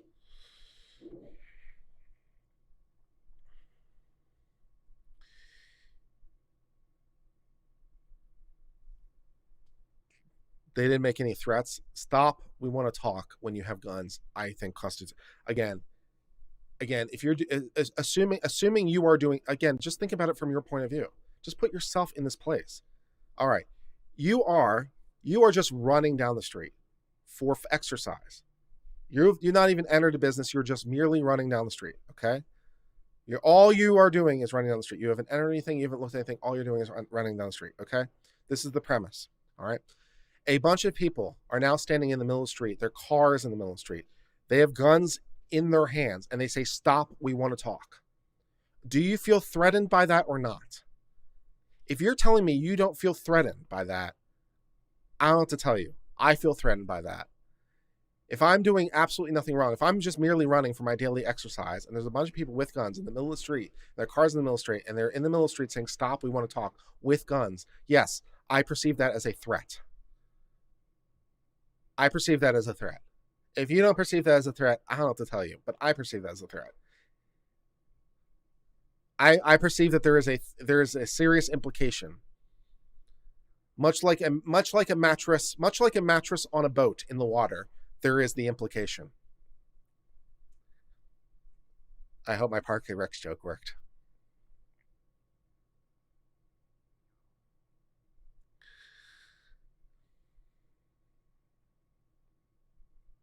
Yeah, and Joel says, I and many others have taken tours of houses under construction. Yeah, and at least by my case, by tours, I mean I stopped to just look for the hell of it. Yes. Yeah, so we have the brandishing statute. Pointing or aiming against a person of another is a misdemeanor without legal justification. Yeah. So not clear that brandishing qualifies. It's not clear the gun was pointed or aimed in his direction within the meaning of brandishing. So I'm not sure brandishing applies. So I'm not sure it's brandishing, but I don't need brandishing. I don't need brandishing. I don't even need them to have the guns out and about, technically. Them having it in his pocket would be more than enough. So I don't need brandishing to get to the armed offense. The fact that he had guns on them was more than enough. I don't need brandishing to get to where I need to be. If you have a gun, if you are lawfully open carrying, if you are lawfully open carrying and you walk into a store and say, "Give me the money," that's an armed robbery because you have a gun on you, even though you're lawfully open carrying. Premise: you're open carrying. You went to a store, said, "Give me the money." That's an armed robbery. Yeah, that is an armed robbery, even though you're not brandishing the firearm. So that's like I say. Law asked me, "Are you saying that if someone was pointing a gun at you, you charge them?" I have no idea what I would do in that circumstance. I respectfully submit most of you don't either. Because how we truly respond in a life or death situation, who knows? It's a little hard to project because most of us are not in those situations. So am I saying I would do that? I don't know. Probably not. I don't know what I would do in that situation, being quite honest. If I had my gun on me because I have a concealed carry license, if I have my gun on me, I'd seriously consider firing back in that situation. But to what I would do, I don't know.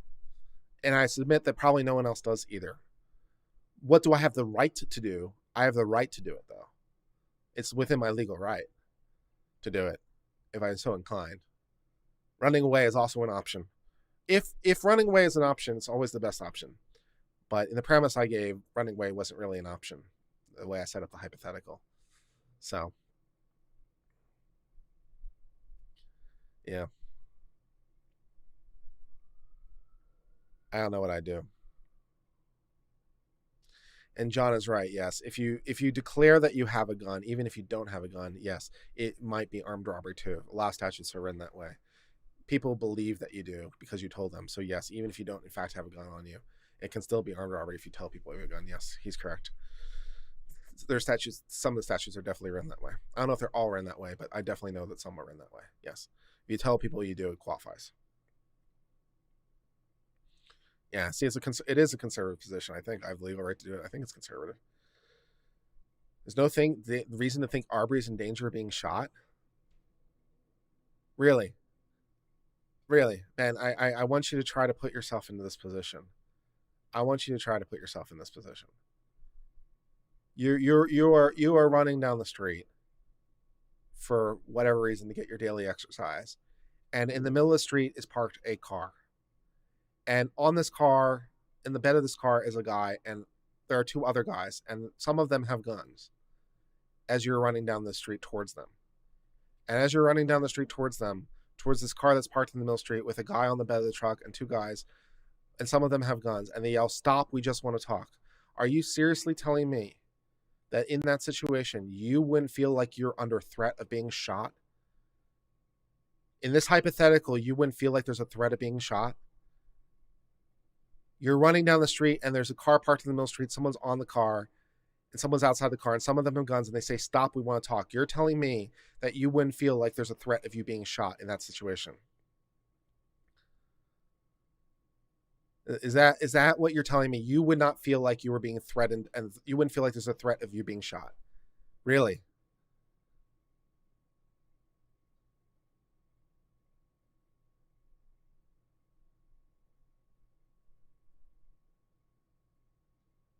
You're 100% in Arbery's shoes. I just broke into the place. First of all, no, you didn't break into it because you didn't break because it was open, but you didn't just break into the place. But okay. I was caught by someone calling the police on me. Caught, whatever. I leave the property as I'm trying to make to my car. I see people chasing me. I know they're going to detain me. They have guns. Well, I think they're going to commit murder.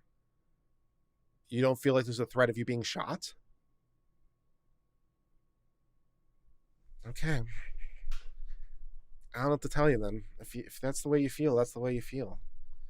If you don't feel like there's a threat of you being shot in that such situation, I don't know what to tell you.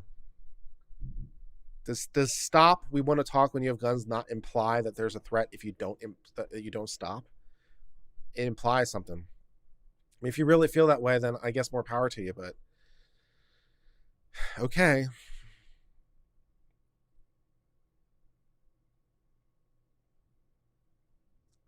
Just because you not do something doesn't make doing that thing wrong. According to all the known evidence so far, these men are guilty. That's true. Is feeling threatened being threatened? If it's reasonable, if it's objectively reasonable, for sure. I mean, it's not merely subjective, it's an objectively reasonable threat. So, like, I don't know exactly how the case law works in Georgia, because sometimes it's subjective and sometimes objective and sometimes both. Usually it's both, but sometimes it's one or the other. But usually it's both. But usually, yes, it has to be subjective and objective. Usually you have to have an actual subjective feeling of fear, and it has to be objectively fear-inducing. But I think you're there. I subjectively would feel fear, and an objective person would feel fear in that situation. I think. So I think you're there. Jan says he's been in those situations. He's felt threatened. Yeah, that's what I'm saying. Is it possible FOIA discovery material in an ongoing case? Oh, you don't need the FOIA. Oh, you mean for the public? Depends on the Georgia statute. The people that are in the criminal case don't need FOIA. They'll get everything from Brady. Whether you mean from us, depends on how the Georgia statute is written. In the federal statute, it would be pursuant to an ongoing criminal investigation, so you wouldn't be able to get it. In Georgia, I don't know. I would presume the answer to that question is no. You can't get it under FOIA.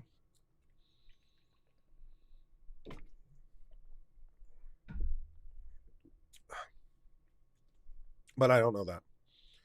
But the McMillans don't need FOIA. They have Brady. They'll get everything under Brady.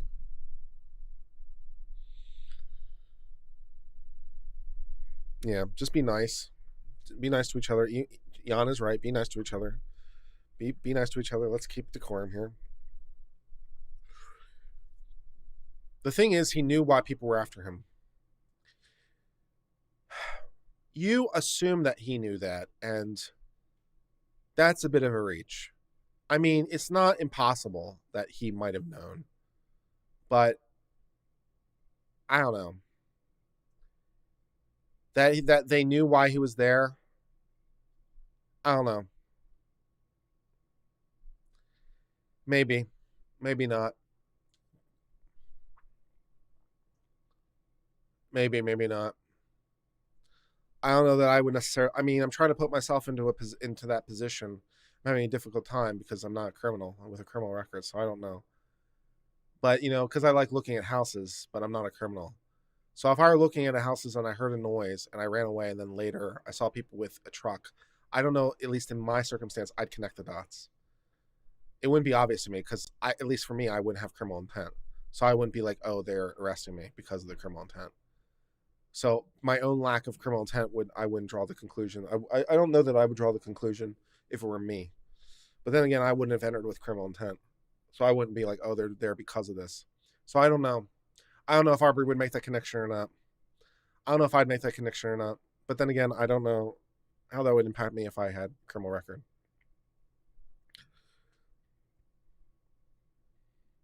When you bolt what looks like to all outsiders, observers, looks like a crime, and nobody knows the intent, every layperson thinks he committed a burglary, including him. He bolted when you're no, that's definitely not fair.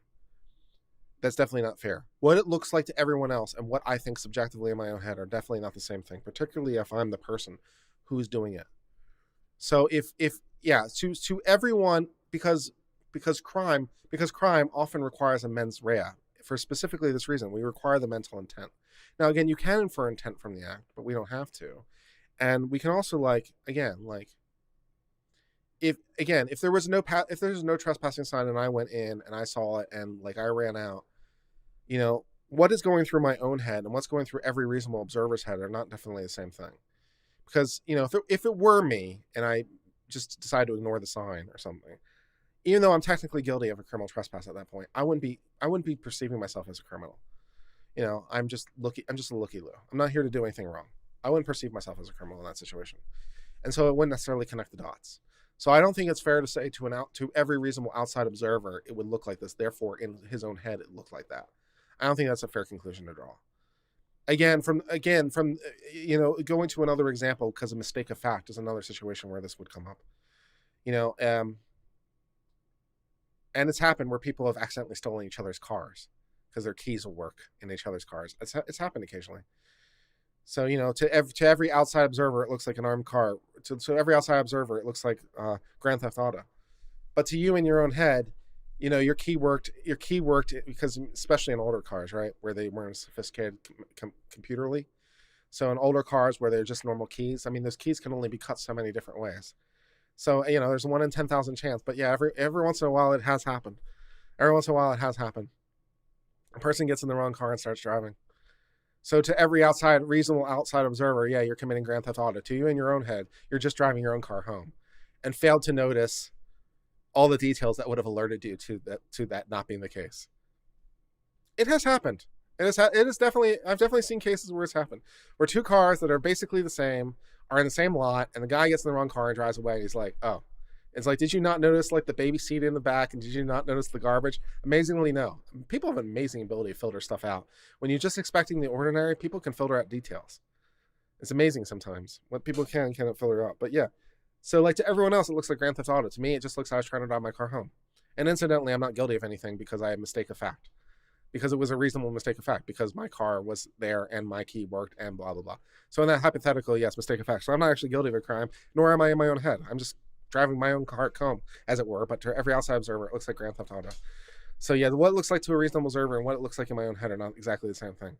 In mistake of fact cases, I pick up an umbrella I pick an umbrella from a diner because I brought an umbrella, but I took the wrong umbrella back and failed to notice.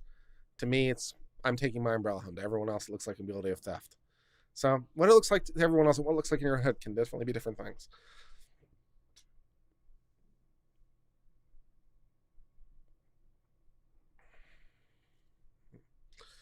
Probable cause can exist when someone is innocent, yes, and cannot exist when someone is guilty. That's absolutely true. Absolutely true. Probable cause can absolutely not exist if someone's guilty, and it can exist if someone's innocent. Yeah, probable cause is a fairly low standard. So yes. But yeah, in that hypothetical, I just illustrated to you. In that hypothetical, I just illustrated to you, like with the car, right? You'd have probable cause to arrest me. No doubt you'd have probable cause to arrest me. I've taken a car that's not mine. You absolutely have probable cause to arrest me. But in my own head, I don't know that I'm committing the crime, because in my own head, I'm not, because I thought I was taking my car home. So if I'm driving down the road and the police have set up a roadblock and they like, show me your hands, get out of the car, get out of the car. In my own head, I'm like, what the hell is going on here? The police are acting reasonably, but in my own head, I'm like, no, because I thought I was acting reasonably. Yeah, the police have absolute probable cause. But in my own head, I don't know that I'm doing anything wrong. So what Arbery thought and what the police or these people thought are definitely not the same thing. Q Squared gives me $5. As long as you people keep giving me super chats, I'll keep talking. So there's an incentive. Keep giving me money and I'll keep talking. $5 for Q Squared. If I check out a house and some people roll up to me to stop and they had guns, even though I thought it was because of the house, I'd be threatened. Yeah, fair enough. Yeah, if I walked up to a house, even if it was posted no trespassing, and you walked up to me and be like, what are you doing? And you have a gun on you, I'd feel really very concerned about my safety, yes. This has been a fantastic stream so far. Thank you, Ben. As my chief critic, I appreciate that you at least acknowledge that it's been fantastic. I appreciate your acknowledgement, even if you disagree with me, because I like to get it right. I'd like to get it right and not be an idiot. That would be plus. I like to not be stupid, and that's why I do these streams and why I read the law, because I want to be better. And then I read the law and I'm like, oh, I'm better, and I want to understand things so I can understand things and be better. And ultimately, I might be wrong. I could be wrong. I mean, who knows what's going to happen in the future? Who knows? Maybe there's a case out there, or maybe the judge reads it a different way, or maybe the court of appeals do. I don't know. I'm giving my legal interpretation. I'm not the Supreme Court of Georgia, so my legal opinion is definitely not the last word on this issue. Someone else's word is the last word on this issue. So I may ultimately be proven wrong. I was recently proven wrong by the U.S. Supreme Court, somewhat famously.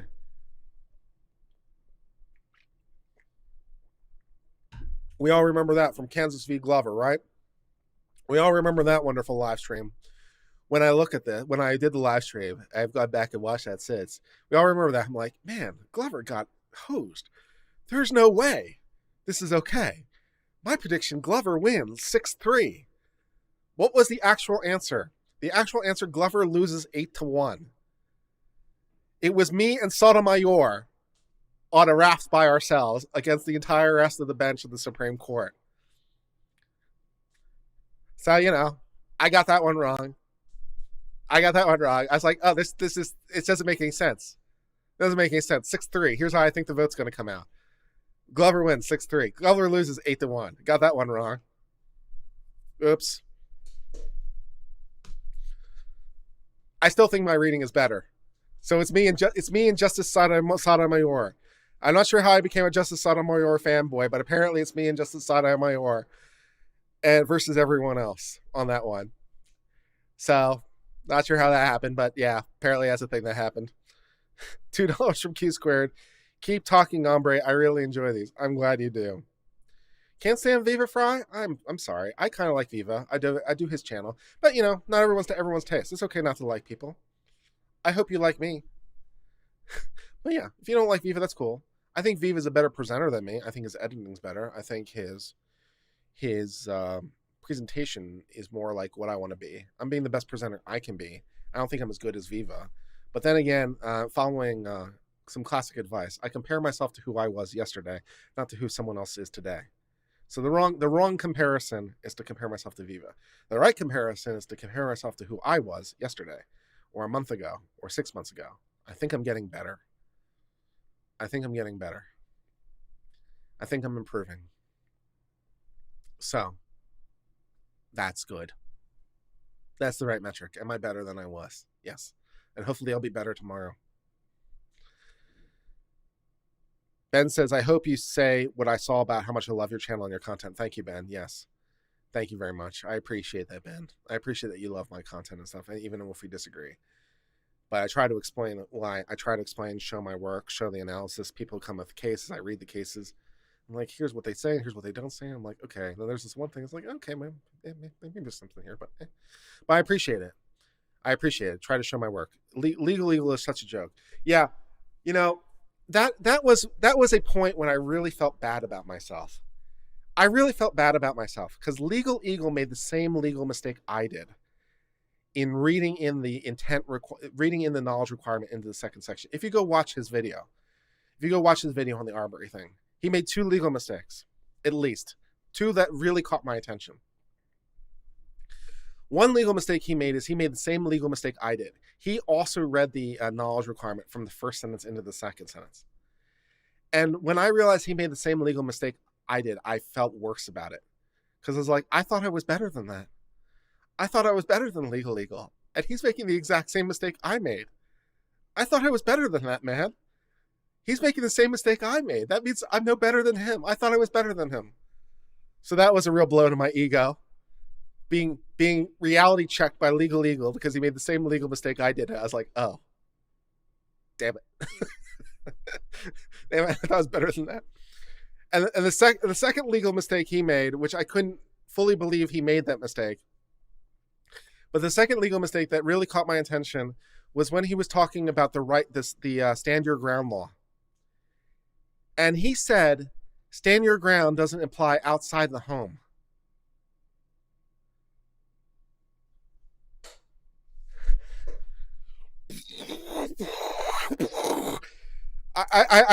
He said that and it blew my mind. I couldn't believe he said it because of course it does. Now he might have been thinking in his own head castle doctrine, which he would have been closer to being true. Now sometimes castle doctrine applies in cars, but if he had said castle doctrine, I wouldn't have quibbled with him. If he had said castle doctrine doesn't apply outside the home, I would have been thinking in my own head, well, technically there are a few cases where castle doctrine has applied inside cars, but it's close enough to being true that I wouldn't have made the analysis. It's close enough. It's like, yes, there's some minor exceptions, but there's exceptions a lot of time in law, right? So if you're going to make a broad statement, there's some exceptions, and so I would have given him a pass.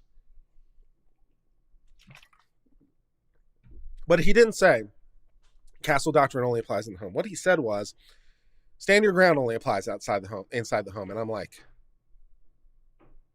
no, absolutely not. No, stand your ground applies all the places. That's kind of the point of it. So when he made that legal mistake, it blew my mind a little bit. But yeah, there's two major legal mistakes he made, at least in that last video. And what's funny is California, and I found this out afterwards.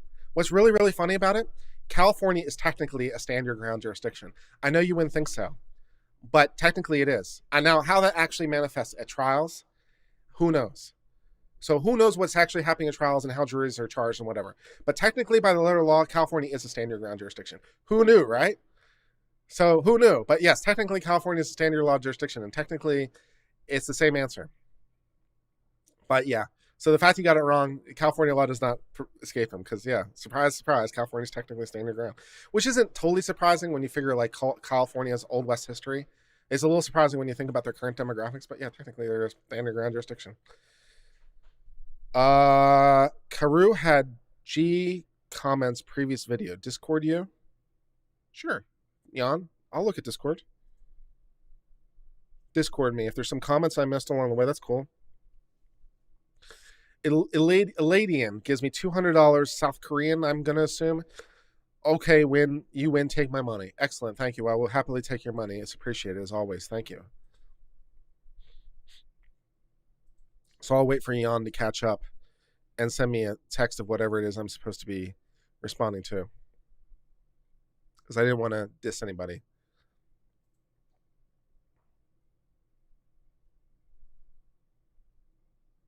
Anytime would be fine, Jan. Oh, there we go. All right, so we got a text. Let's see what this text says. I would like to open this text, yes.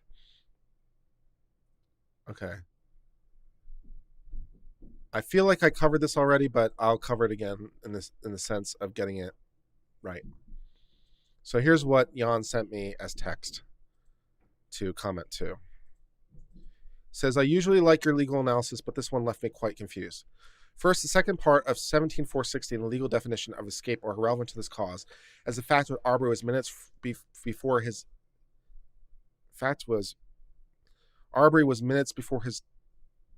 as the fact Arbery was at the house minutes before his death is not relevant in regards to the essence that led to his death. It is a little bit relevant because, if the citizen's arrest statute applied in the case of a felony, then presumably you might be able to use deadly force. So there is a element here that makes it relevant. Now, I've explained why those statutes don't apply, but I wouldn't go so far as to say it's irrelevant. I don't think it applies in the end, but wouldn't go so far as to say it's irrelevant. There's two sentences here that might provide some justification. That justification may or may not become exceeded, but there's an analysis there that needs to be done. So I wouldn't say it's irrelevant. The reason Gregory McMichael gave us why he chased him down has nothing to do with the events of his day. That's a very fair point. And also might go to whether or not you have to have the subjective intent to perform a citizen's arrest in order to avail yourself of the citizen's arrest defense. So saying stop, we want to talk would be an arrest because you're trying to stop a movement. But do you have to subjectively, at the time you're doing it, believe that you're performing a citizen's arrest in order to take advantage of the citizen's arrest? And did they do that? So that might be an interesting issue as to intent. It was because he identified the guy as the man who previously trespassed on his property, just happened to trespass on moments before. Yeah, fair enough, which may or may not be criminal trespass, but even if it's criminal trespass, it's only a misdemeanor, and so deadly force is not authorized. Travis McMichael was a witness to this prior incident. There's a 911 call of him reporting along with the call that Arbery might have been armed.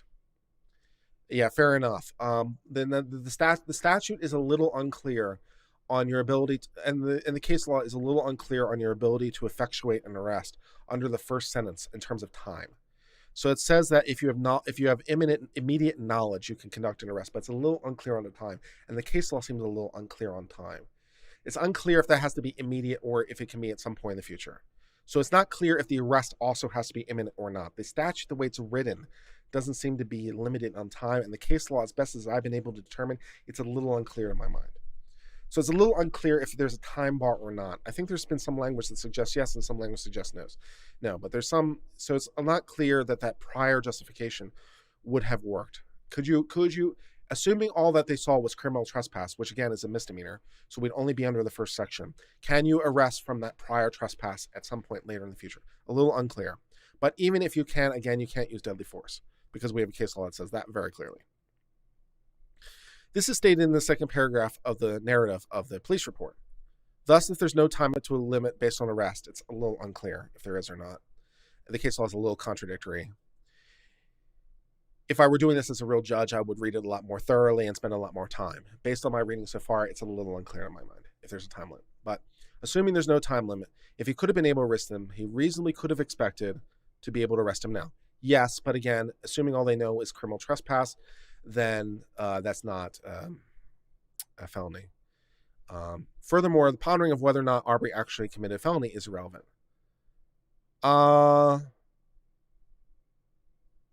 Only in so much as you're trying to get to probable cause. So yes, I suppose it's a little irrelevant. It's a little irrelevant because well, I suppose you can. Can you have probable cause of something that never occurred? Yeah, I guess you can.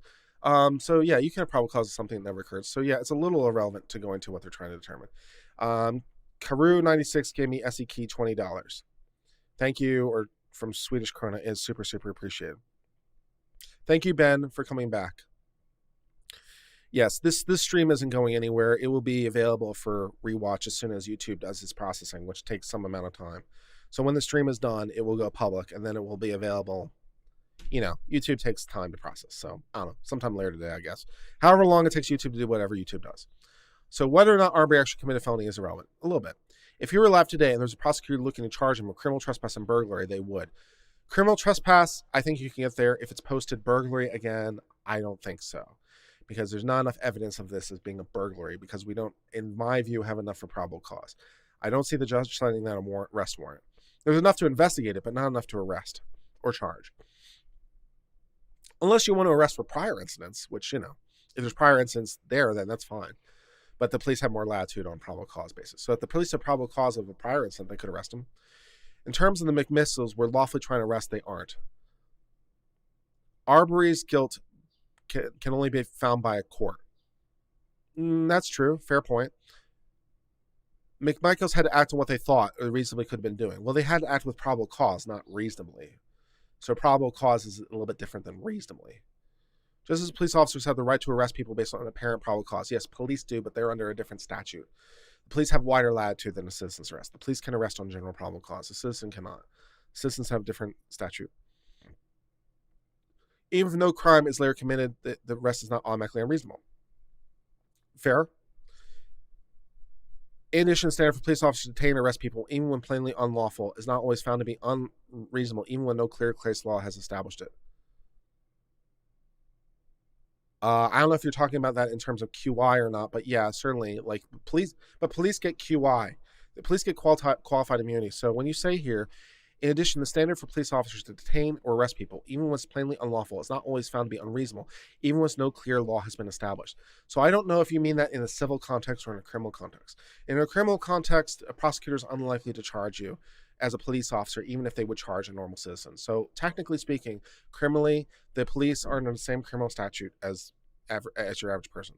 They have a little bit more latitude in certain things, but they're under the same law generally. So in terms of the criminal law, the prosecutor probably could arrest a lot more police than they do.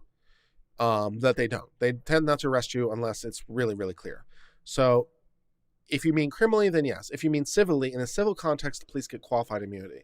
So if you're trying to sue the police for unlawful arrest, if there's no clear case law, then yes, you get qualified immunity in a civil context. That's true.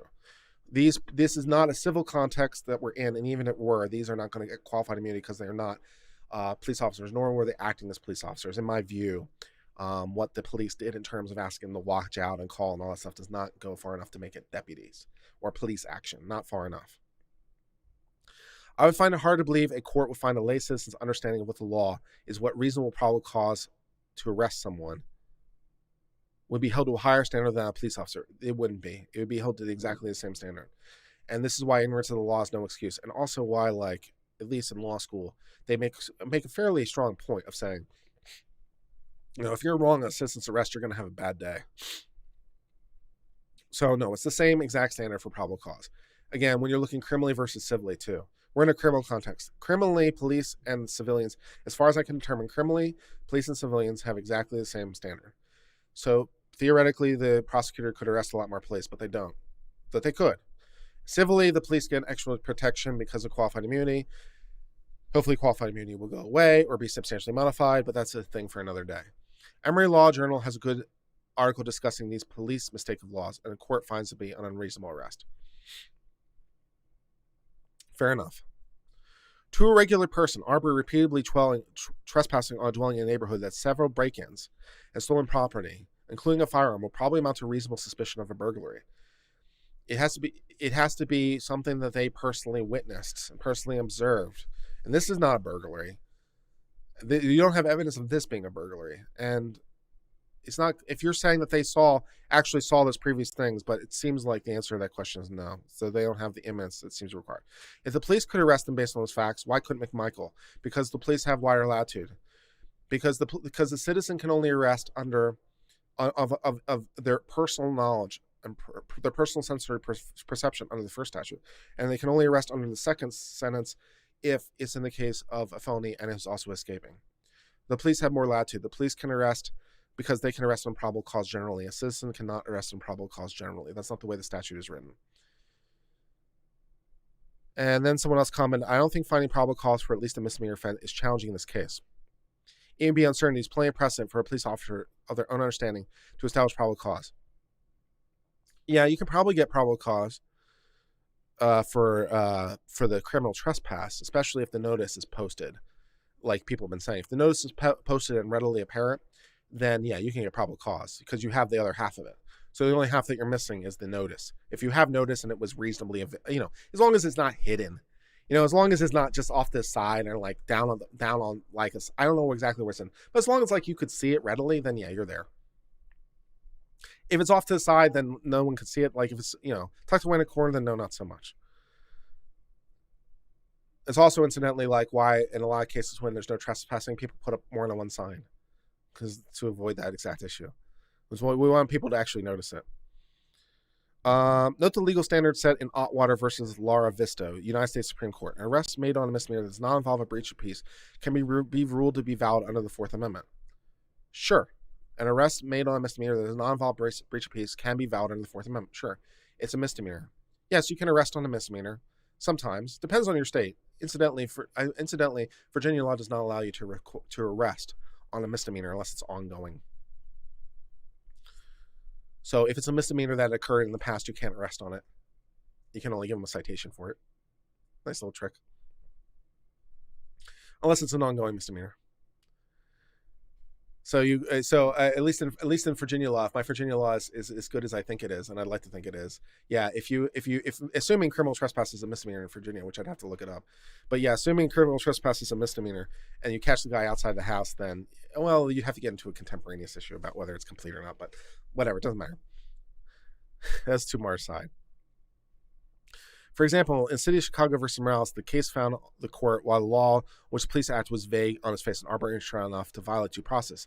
Acting on it caused layman's understanding to derive. We trust officers to rely on expertise, spur of the moment, amorphous decisions, such as probable cause. Wasn't Morales dealing with qualified immunity? Sounds like a qualified immunity decision. This supports several Supreme Court decisions later with well-quoted standards such as Wells versus Wisconsin, stated in Atwater versus Largo. Officers in the field frequently have neither the competence nor to determine the severity of the offense which they're considering arrest. The question is, do these standards also apply to a police citizen? Probably not. Private citizen? Probably not, no.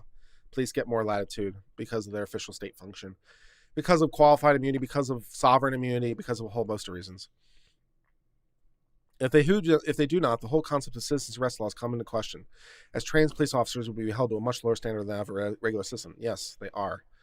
So yes, the citizens' arrest statute is tight, and also why, incidentally, most lawyers would be like, no, avoid, and why security guards are very well trained on this because of the issues that apply. Your average my advice to you as your average random-of-the-mill citizen is not to conduct a citizen's arrest. It's not going to go well. I would have told you that well before this case. In fact, I'm sure there's videos in which I've said that.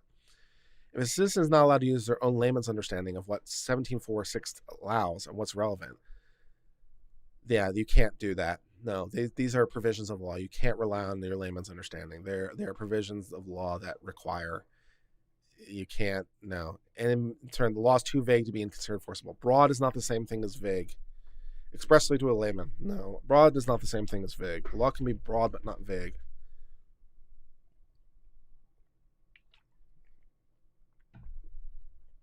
Also, incidentally, why most lawyers would say don't do it, because there are some real problems here.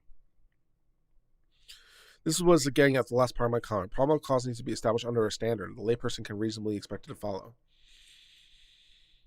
Probable cause is a legal standard that judges and courts follow, and it's the same legal standard. It's not much, but it's something. Just as the standard reasonable exists for police officers, who are not experts in law? Well, it depends what context the law enforcement is in, whether or not reasonableness applies. Because sometimes reasonableness applies. It applies in reasonable articulable suspicion. That's your Brady stop. So reasonable articulable suspicion for a Brady stop, yeah. For a car stop, yeah. So sometimes police get reasonable suspicion, sometimes, but most of the time they're probable cause too.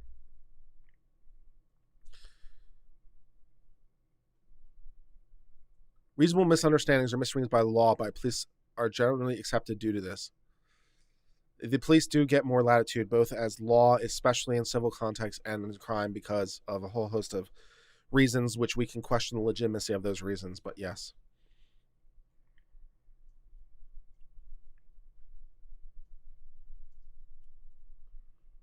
I hope this case goes up to the circuit court, better yet the Supreme Court. This is Georgia law, so I seriously doubt there's going to be a federal case involved. This is going to be the court. This is going to go through the Georgia system. I don't see any federal issues that are immediately available. And the interpretation of Georgia statute, as I've made clear many, many times, is ultimately the province of the Georgia Supreme Court.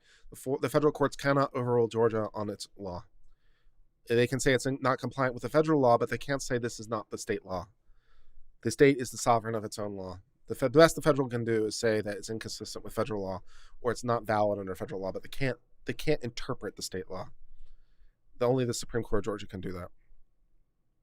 So we can get some better standards covering citizen's arrest. Right now, they're not in tune with what a regular person and how they expect to abide by them.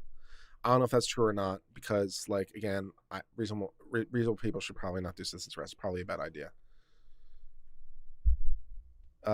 John says, for a no trespassing sign to meet the notice criteria, that be clear and instructed at all points of entry in the property. Yeah, I don't know. I assume. I mean, they have to at least be clear and noted at the point of entry that you're entering at. So yeah.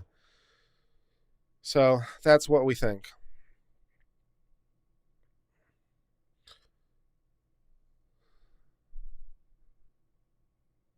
Oh, you're starting law school? Congratulations. I hope it goes really, really well. What about the prosecutors or police 2 months after going after it? Well, in terms of things like, first of all, they're well within the statute of limitations. I don't know what the statute of limitations are for these. Well, for felony murder, it's an A1 felony, so there's no statute of limitations. So there's no limitation because it's an A1 felony. So there's no limitation. So 2 months, the initial prosecutor making their initial decision, I don't know. The prosecutor making their decision, I don't know why they made the decision they did. I suspect it was to do their friend a favor, and they did because, as I said, both practically and legally, the police get more protection. So I suspect this was an instance where the prosecutor was doing their police buddy a favor, where they wouldn't do your average citizen a favor, and the information got out, and the citizens got pissed, and now the prosecutor is going to go prosecute it. But I think there was a case here in the first instance. I think the prosecutor was corrupt. I don't think it's that unusual. And I kind of hope that the U.S. government, or anyone for that matter, can prove official corruption. Because if they can prove official corruption, the prosecutor may find themselves on the wrong side of the V mark in a criminal case. If they can prove official corruption, prosecutors get absolute immunity civilly, but again, not criminally. So if they can prove official corruption, the prosecutor may wind up on the wrong side of the V mark himself. Well, it'd be super, super hilarious. This would be a reach, but technically speaking, you could probably do it if you really wanted to. If you really want to go for broke, and and you really want to get the prosecutor who let this go initially, if you really want to go for broke, charge him as an accessory after the fact. That'll be good. Charge him as an accessory after the fact to the felony murder. Charge him with felony murder as an accessory after the fact because he gave aid improperly to a criminal after knowledge of the crime in particular. So he gave aid and comfort to a felon improperly. So charge him as an accessory after the fact. Charge the prosecutor with felony murder. That'll be good. Charge him with felony murder as an accessory after the fact. Good times. Wouldn't recommend it, but if you're really feeling ballsy, go for it.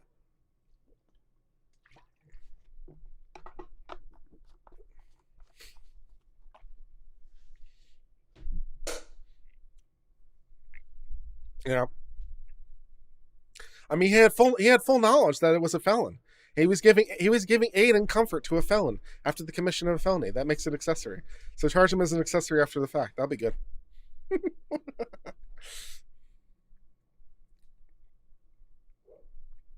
And charge him with felony murder as an accessory after the fact.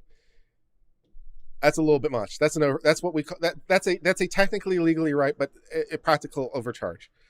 If you can get felony corruption, if you can get official corruption, just charge the official corruption. Charging felony murder is overreach, but it's probably technically accessory after the fact. So I wouldn't necessarily recommend it, but it's an option. Wouldn't he cry prosecutorial discretion? He could try. Prosecutorial discretion. You can't. Well, you could try. That's why I'm saying it would be ballsy. It would be really ballsy. If you could prove the corruption, though. See, just merely not charging wouldn't be enough. But if you can prove the official corruption, so you can prove that he's like acting out. So basically, if he's acting with official corruption, so effectively he's not acting in his official capacity anymore, because that's official corruption, right? He's acting outside his official capacity. So if you can prove the underlying official corruption, then you can argue that his prosecutorial discretion was corruption. He wasn't acting as a prosecutor, and therefore it's aiding and abetting, and therefore it's after the fact. It's a reach, but it might be possible. Yeah, it might be possible. Official corruption's still your best bet. No. I don't know where these no trespassing signs are. I don't know how visible they are and stuff. But, yeah. Wow.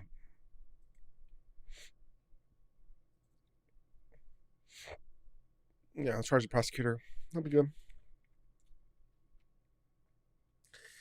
Yeah, there is that, what is it? 18 USC 251 for the feds. Oh, that'd be good. For the prosecutor. Is it 18 USC 251, offenses against public justice?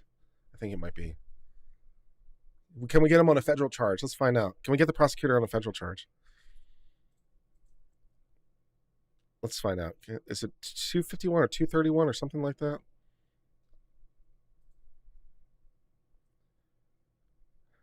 Civil rights. Conspiracy against rights, deprivation of rights under color law, 242.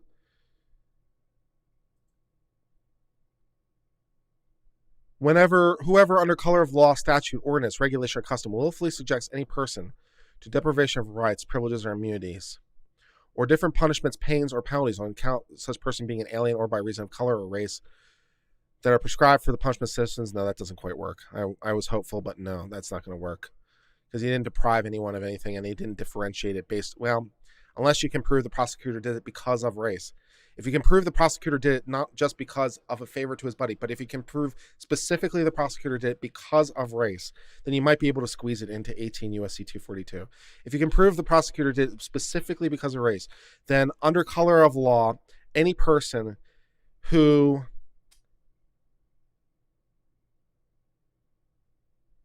put different punishments, pains, or penalties on account of such person by reason of color that are prescribed shall be fined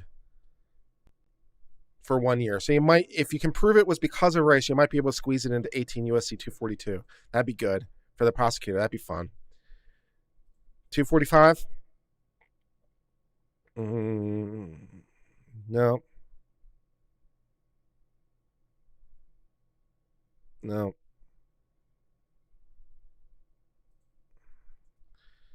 Conspiracy against rights?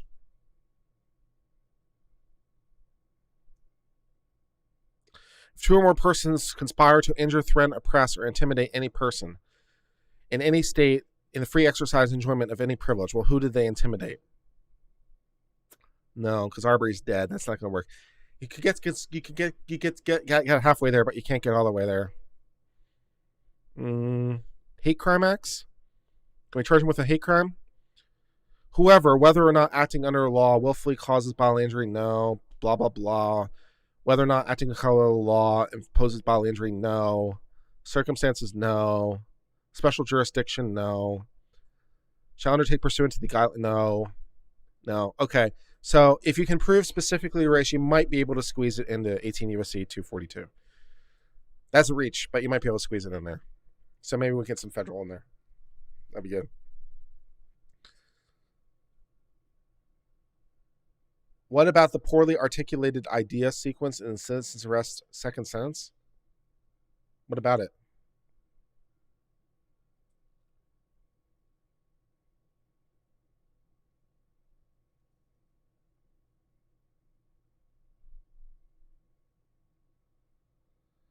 I mean, it's not the greatest constructed sentence in the history of time, but you're gonna have a bad time. Yeah. Well, thank you everyone for the super chats. I appreciate the revenue. I appreciate everything. This was way more distracting than I thought it was going to be. It took a lot more time. It took 4 hours to get through everything. That's a long video, man. My recording sessions aren't this long. Trying to answer all the questions. So, do you truly believe your escape definition is how the statute's intended to be read? It's a fair question.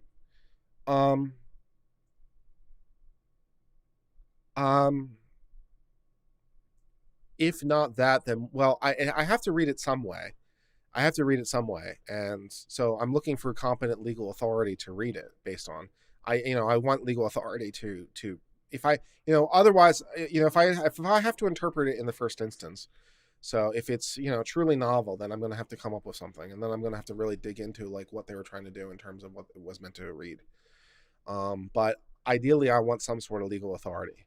And as I pointed out in the sentence, it talks about felonies and it talks about escape. So what is a felony? Well, I've already read in all the criminal law into that word felony. So I've already consulted all the criminal law to try to figure out what a felony is. So I've already imported all the criminal law into the word felony. And in the exact same sentence, I also have this word escape. Well, the criminal law also provides me a definition of escape. So having already read all the criminal law into the word felony, I can reasonably, in the exact same sentence and in the same context, read in the definition of escape. It's a reasonable thing to do. And I don't have anything better. I've looked at the relevant case law. I've looked at the Georgia Code annotated. I can't find anything different. And it's a definition that provides a definition of escape. I mean, it defines what a felony is. So if it defines what a felony is, why shouldn't it define what escape is? And if I'm not using the criminal law to define felony, what am I using? So yeah, having defined felony by resort to the criminal law, defining escape by resort to the criminal law seems pretty reasonable. Also, probable cause is also a criminal law concept. So I'm reading in the criminal law concept. So I'm doing the same thing in the same context. Right? I'm reading in criminal law sentence context. I've already done it twice. I've done it for the word felony. I've done it for the word probable cause. I read in the criminal law. So I'm doing it for the word escape. Seems like a wholly reasonable thing to do. And I don't have anything better. I've read various statutes and case law, and it doesn't seem to be anything more than that. So for want of anything else to do, yeah, I think it's the most legally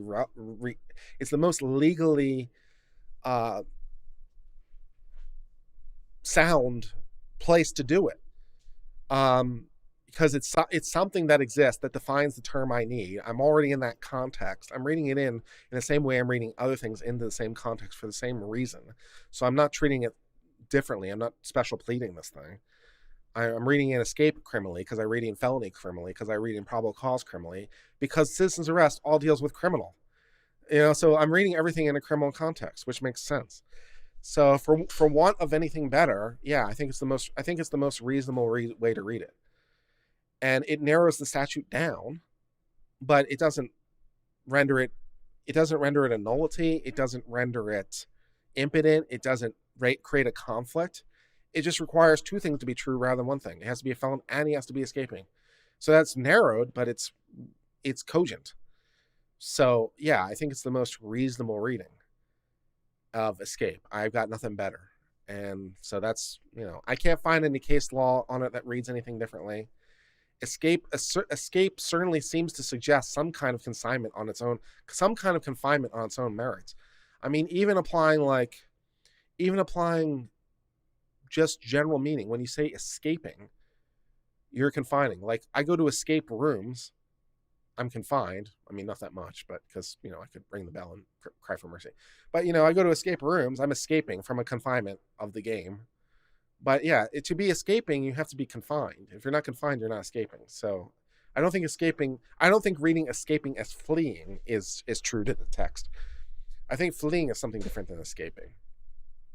I think escaping requires something a little bit more. So criminal procedure law might be better. Does the criminal procedure law provide a different definition of escape than what I've been quoting? So otherwise,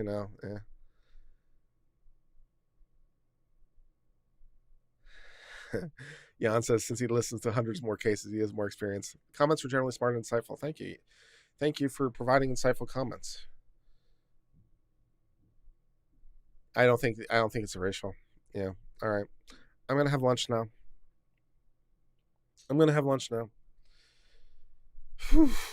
If you like this stream and you've not already done so, if you'd be so kind as to give it a like, it would be super appreciated. If you'd be so kind as to subscribe, it would be super appreciated. And I hope you enjoyed this, because it was way, way, way more detailed than I thought we were going into. But at least we've tried to explore this to its full. And I'm looking with trepidation towards the comments to this video, because no one is going to watch 4.5 hours of this thing. And I'm looking forward to the comments who again argue, no, you got it completely wrong. This is the way it should be read. This is what escape means. Just provide a statute. Provide a legally cogent reasoning, please. Statute, case law, that'd be great. That reads something differently. We did have that one. I was like, oh, okay, that's an idea. I don't think it works, but we did cover it. But it was something. You can also become a member of the channel, by the way, by clicking the little join button. There should theoretically be a join button somewhere on your screen next to the subscribe button. And if you click the little join button, you get to be a member of the channel for the low price of 99 cents. Yes, you too can become a member of the Uncivil Law Militia for 99 cents. For 99 cents, you too can become a member. So if you click the little join button and enter your credit card data or whatever, you too can become an Uncivil Law member and get a little green icon. And you can become a cool kid, and I will love you more. Until later, my friends, I hope you're well. Till later, cheers. Goodbye.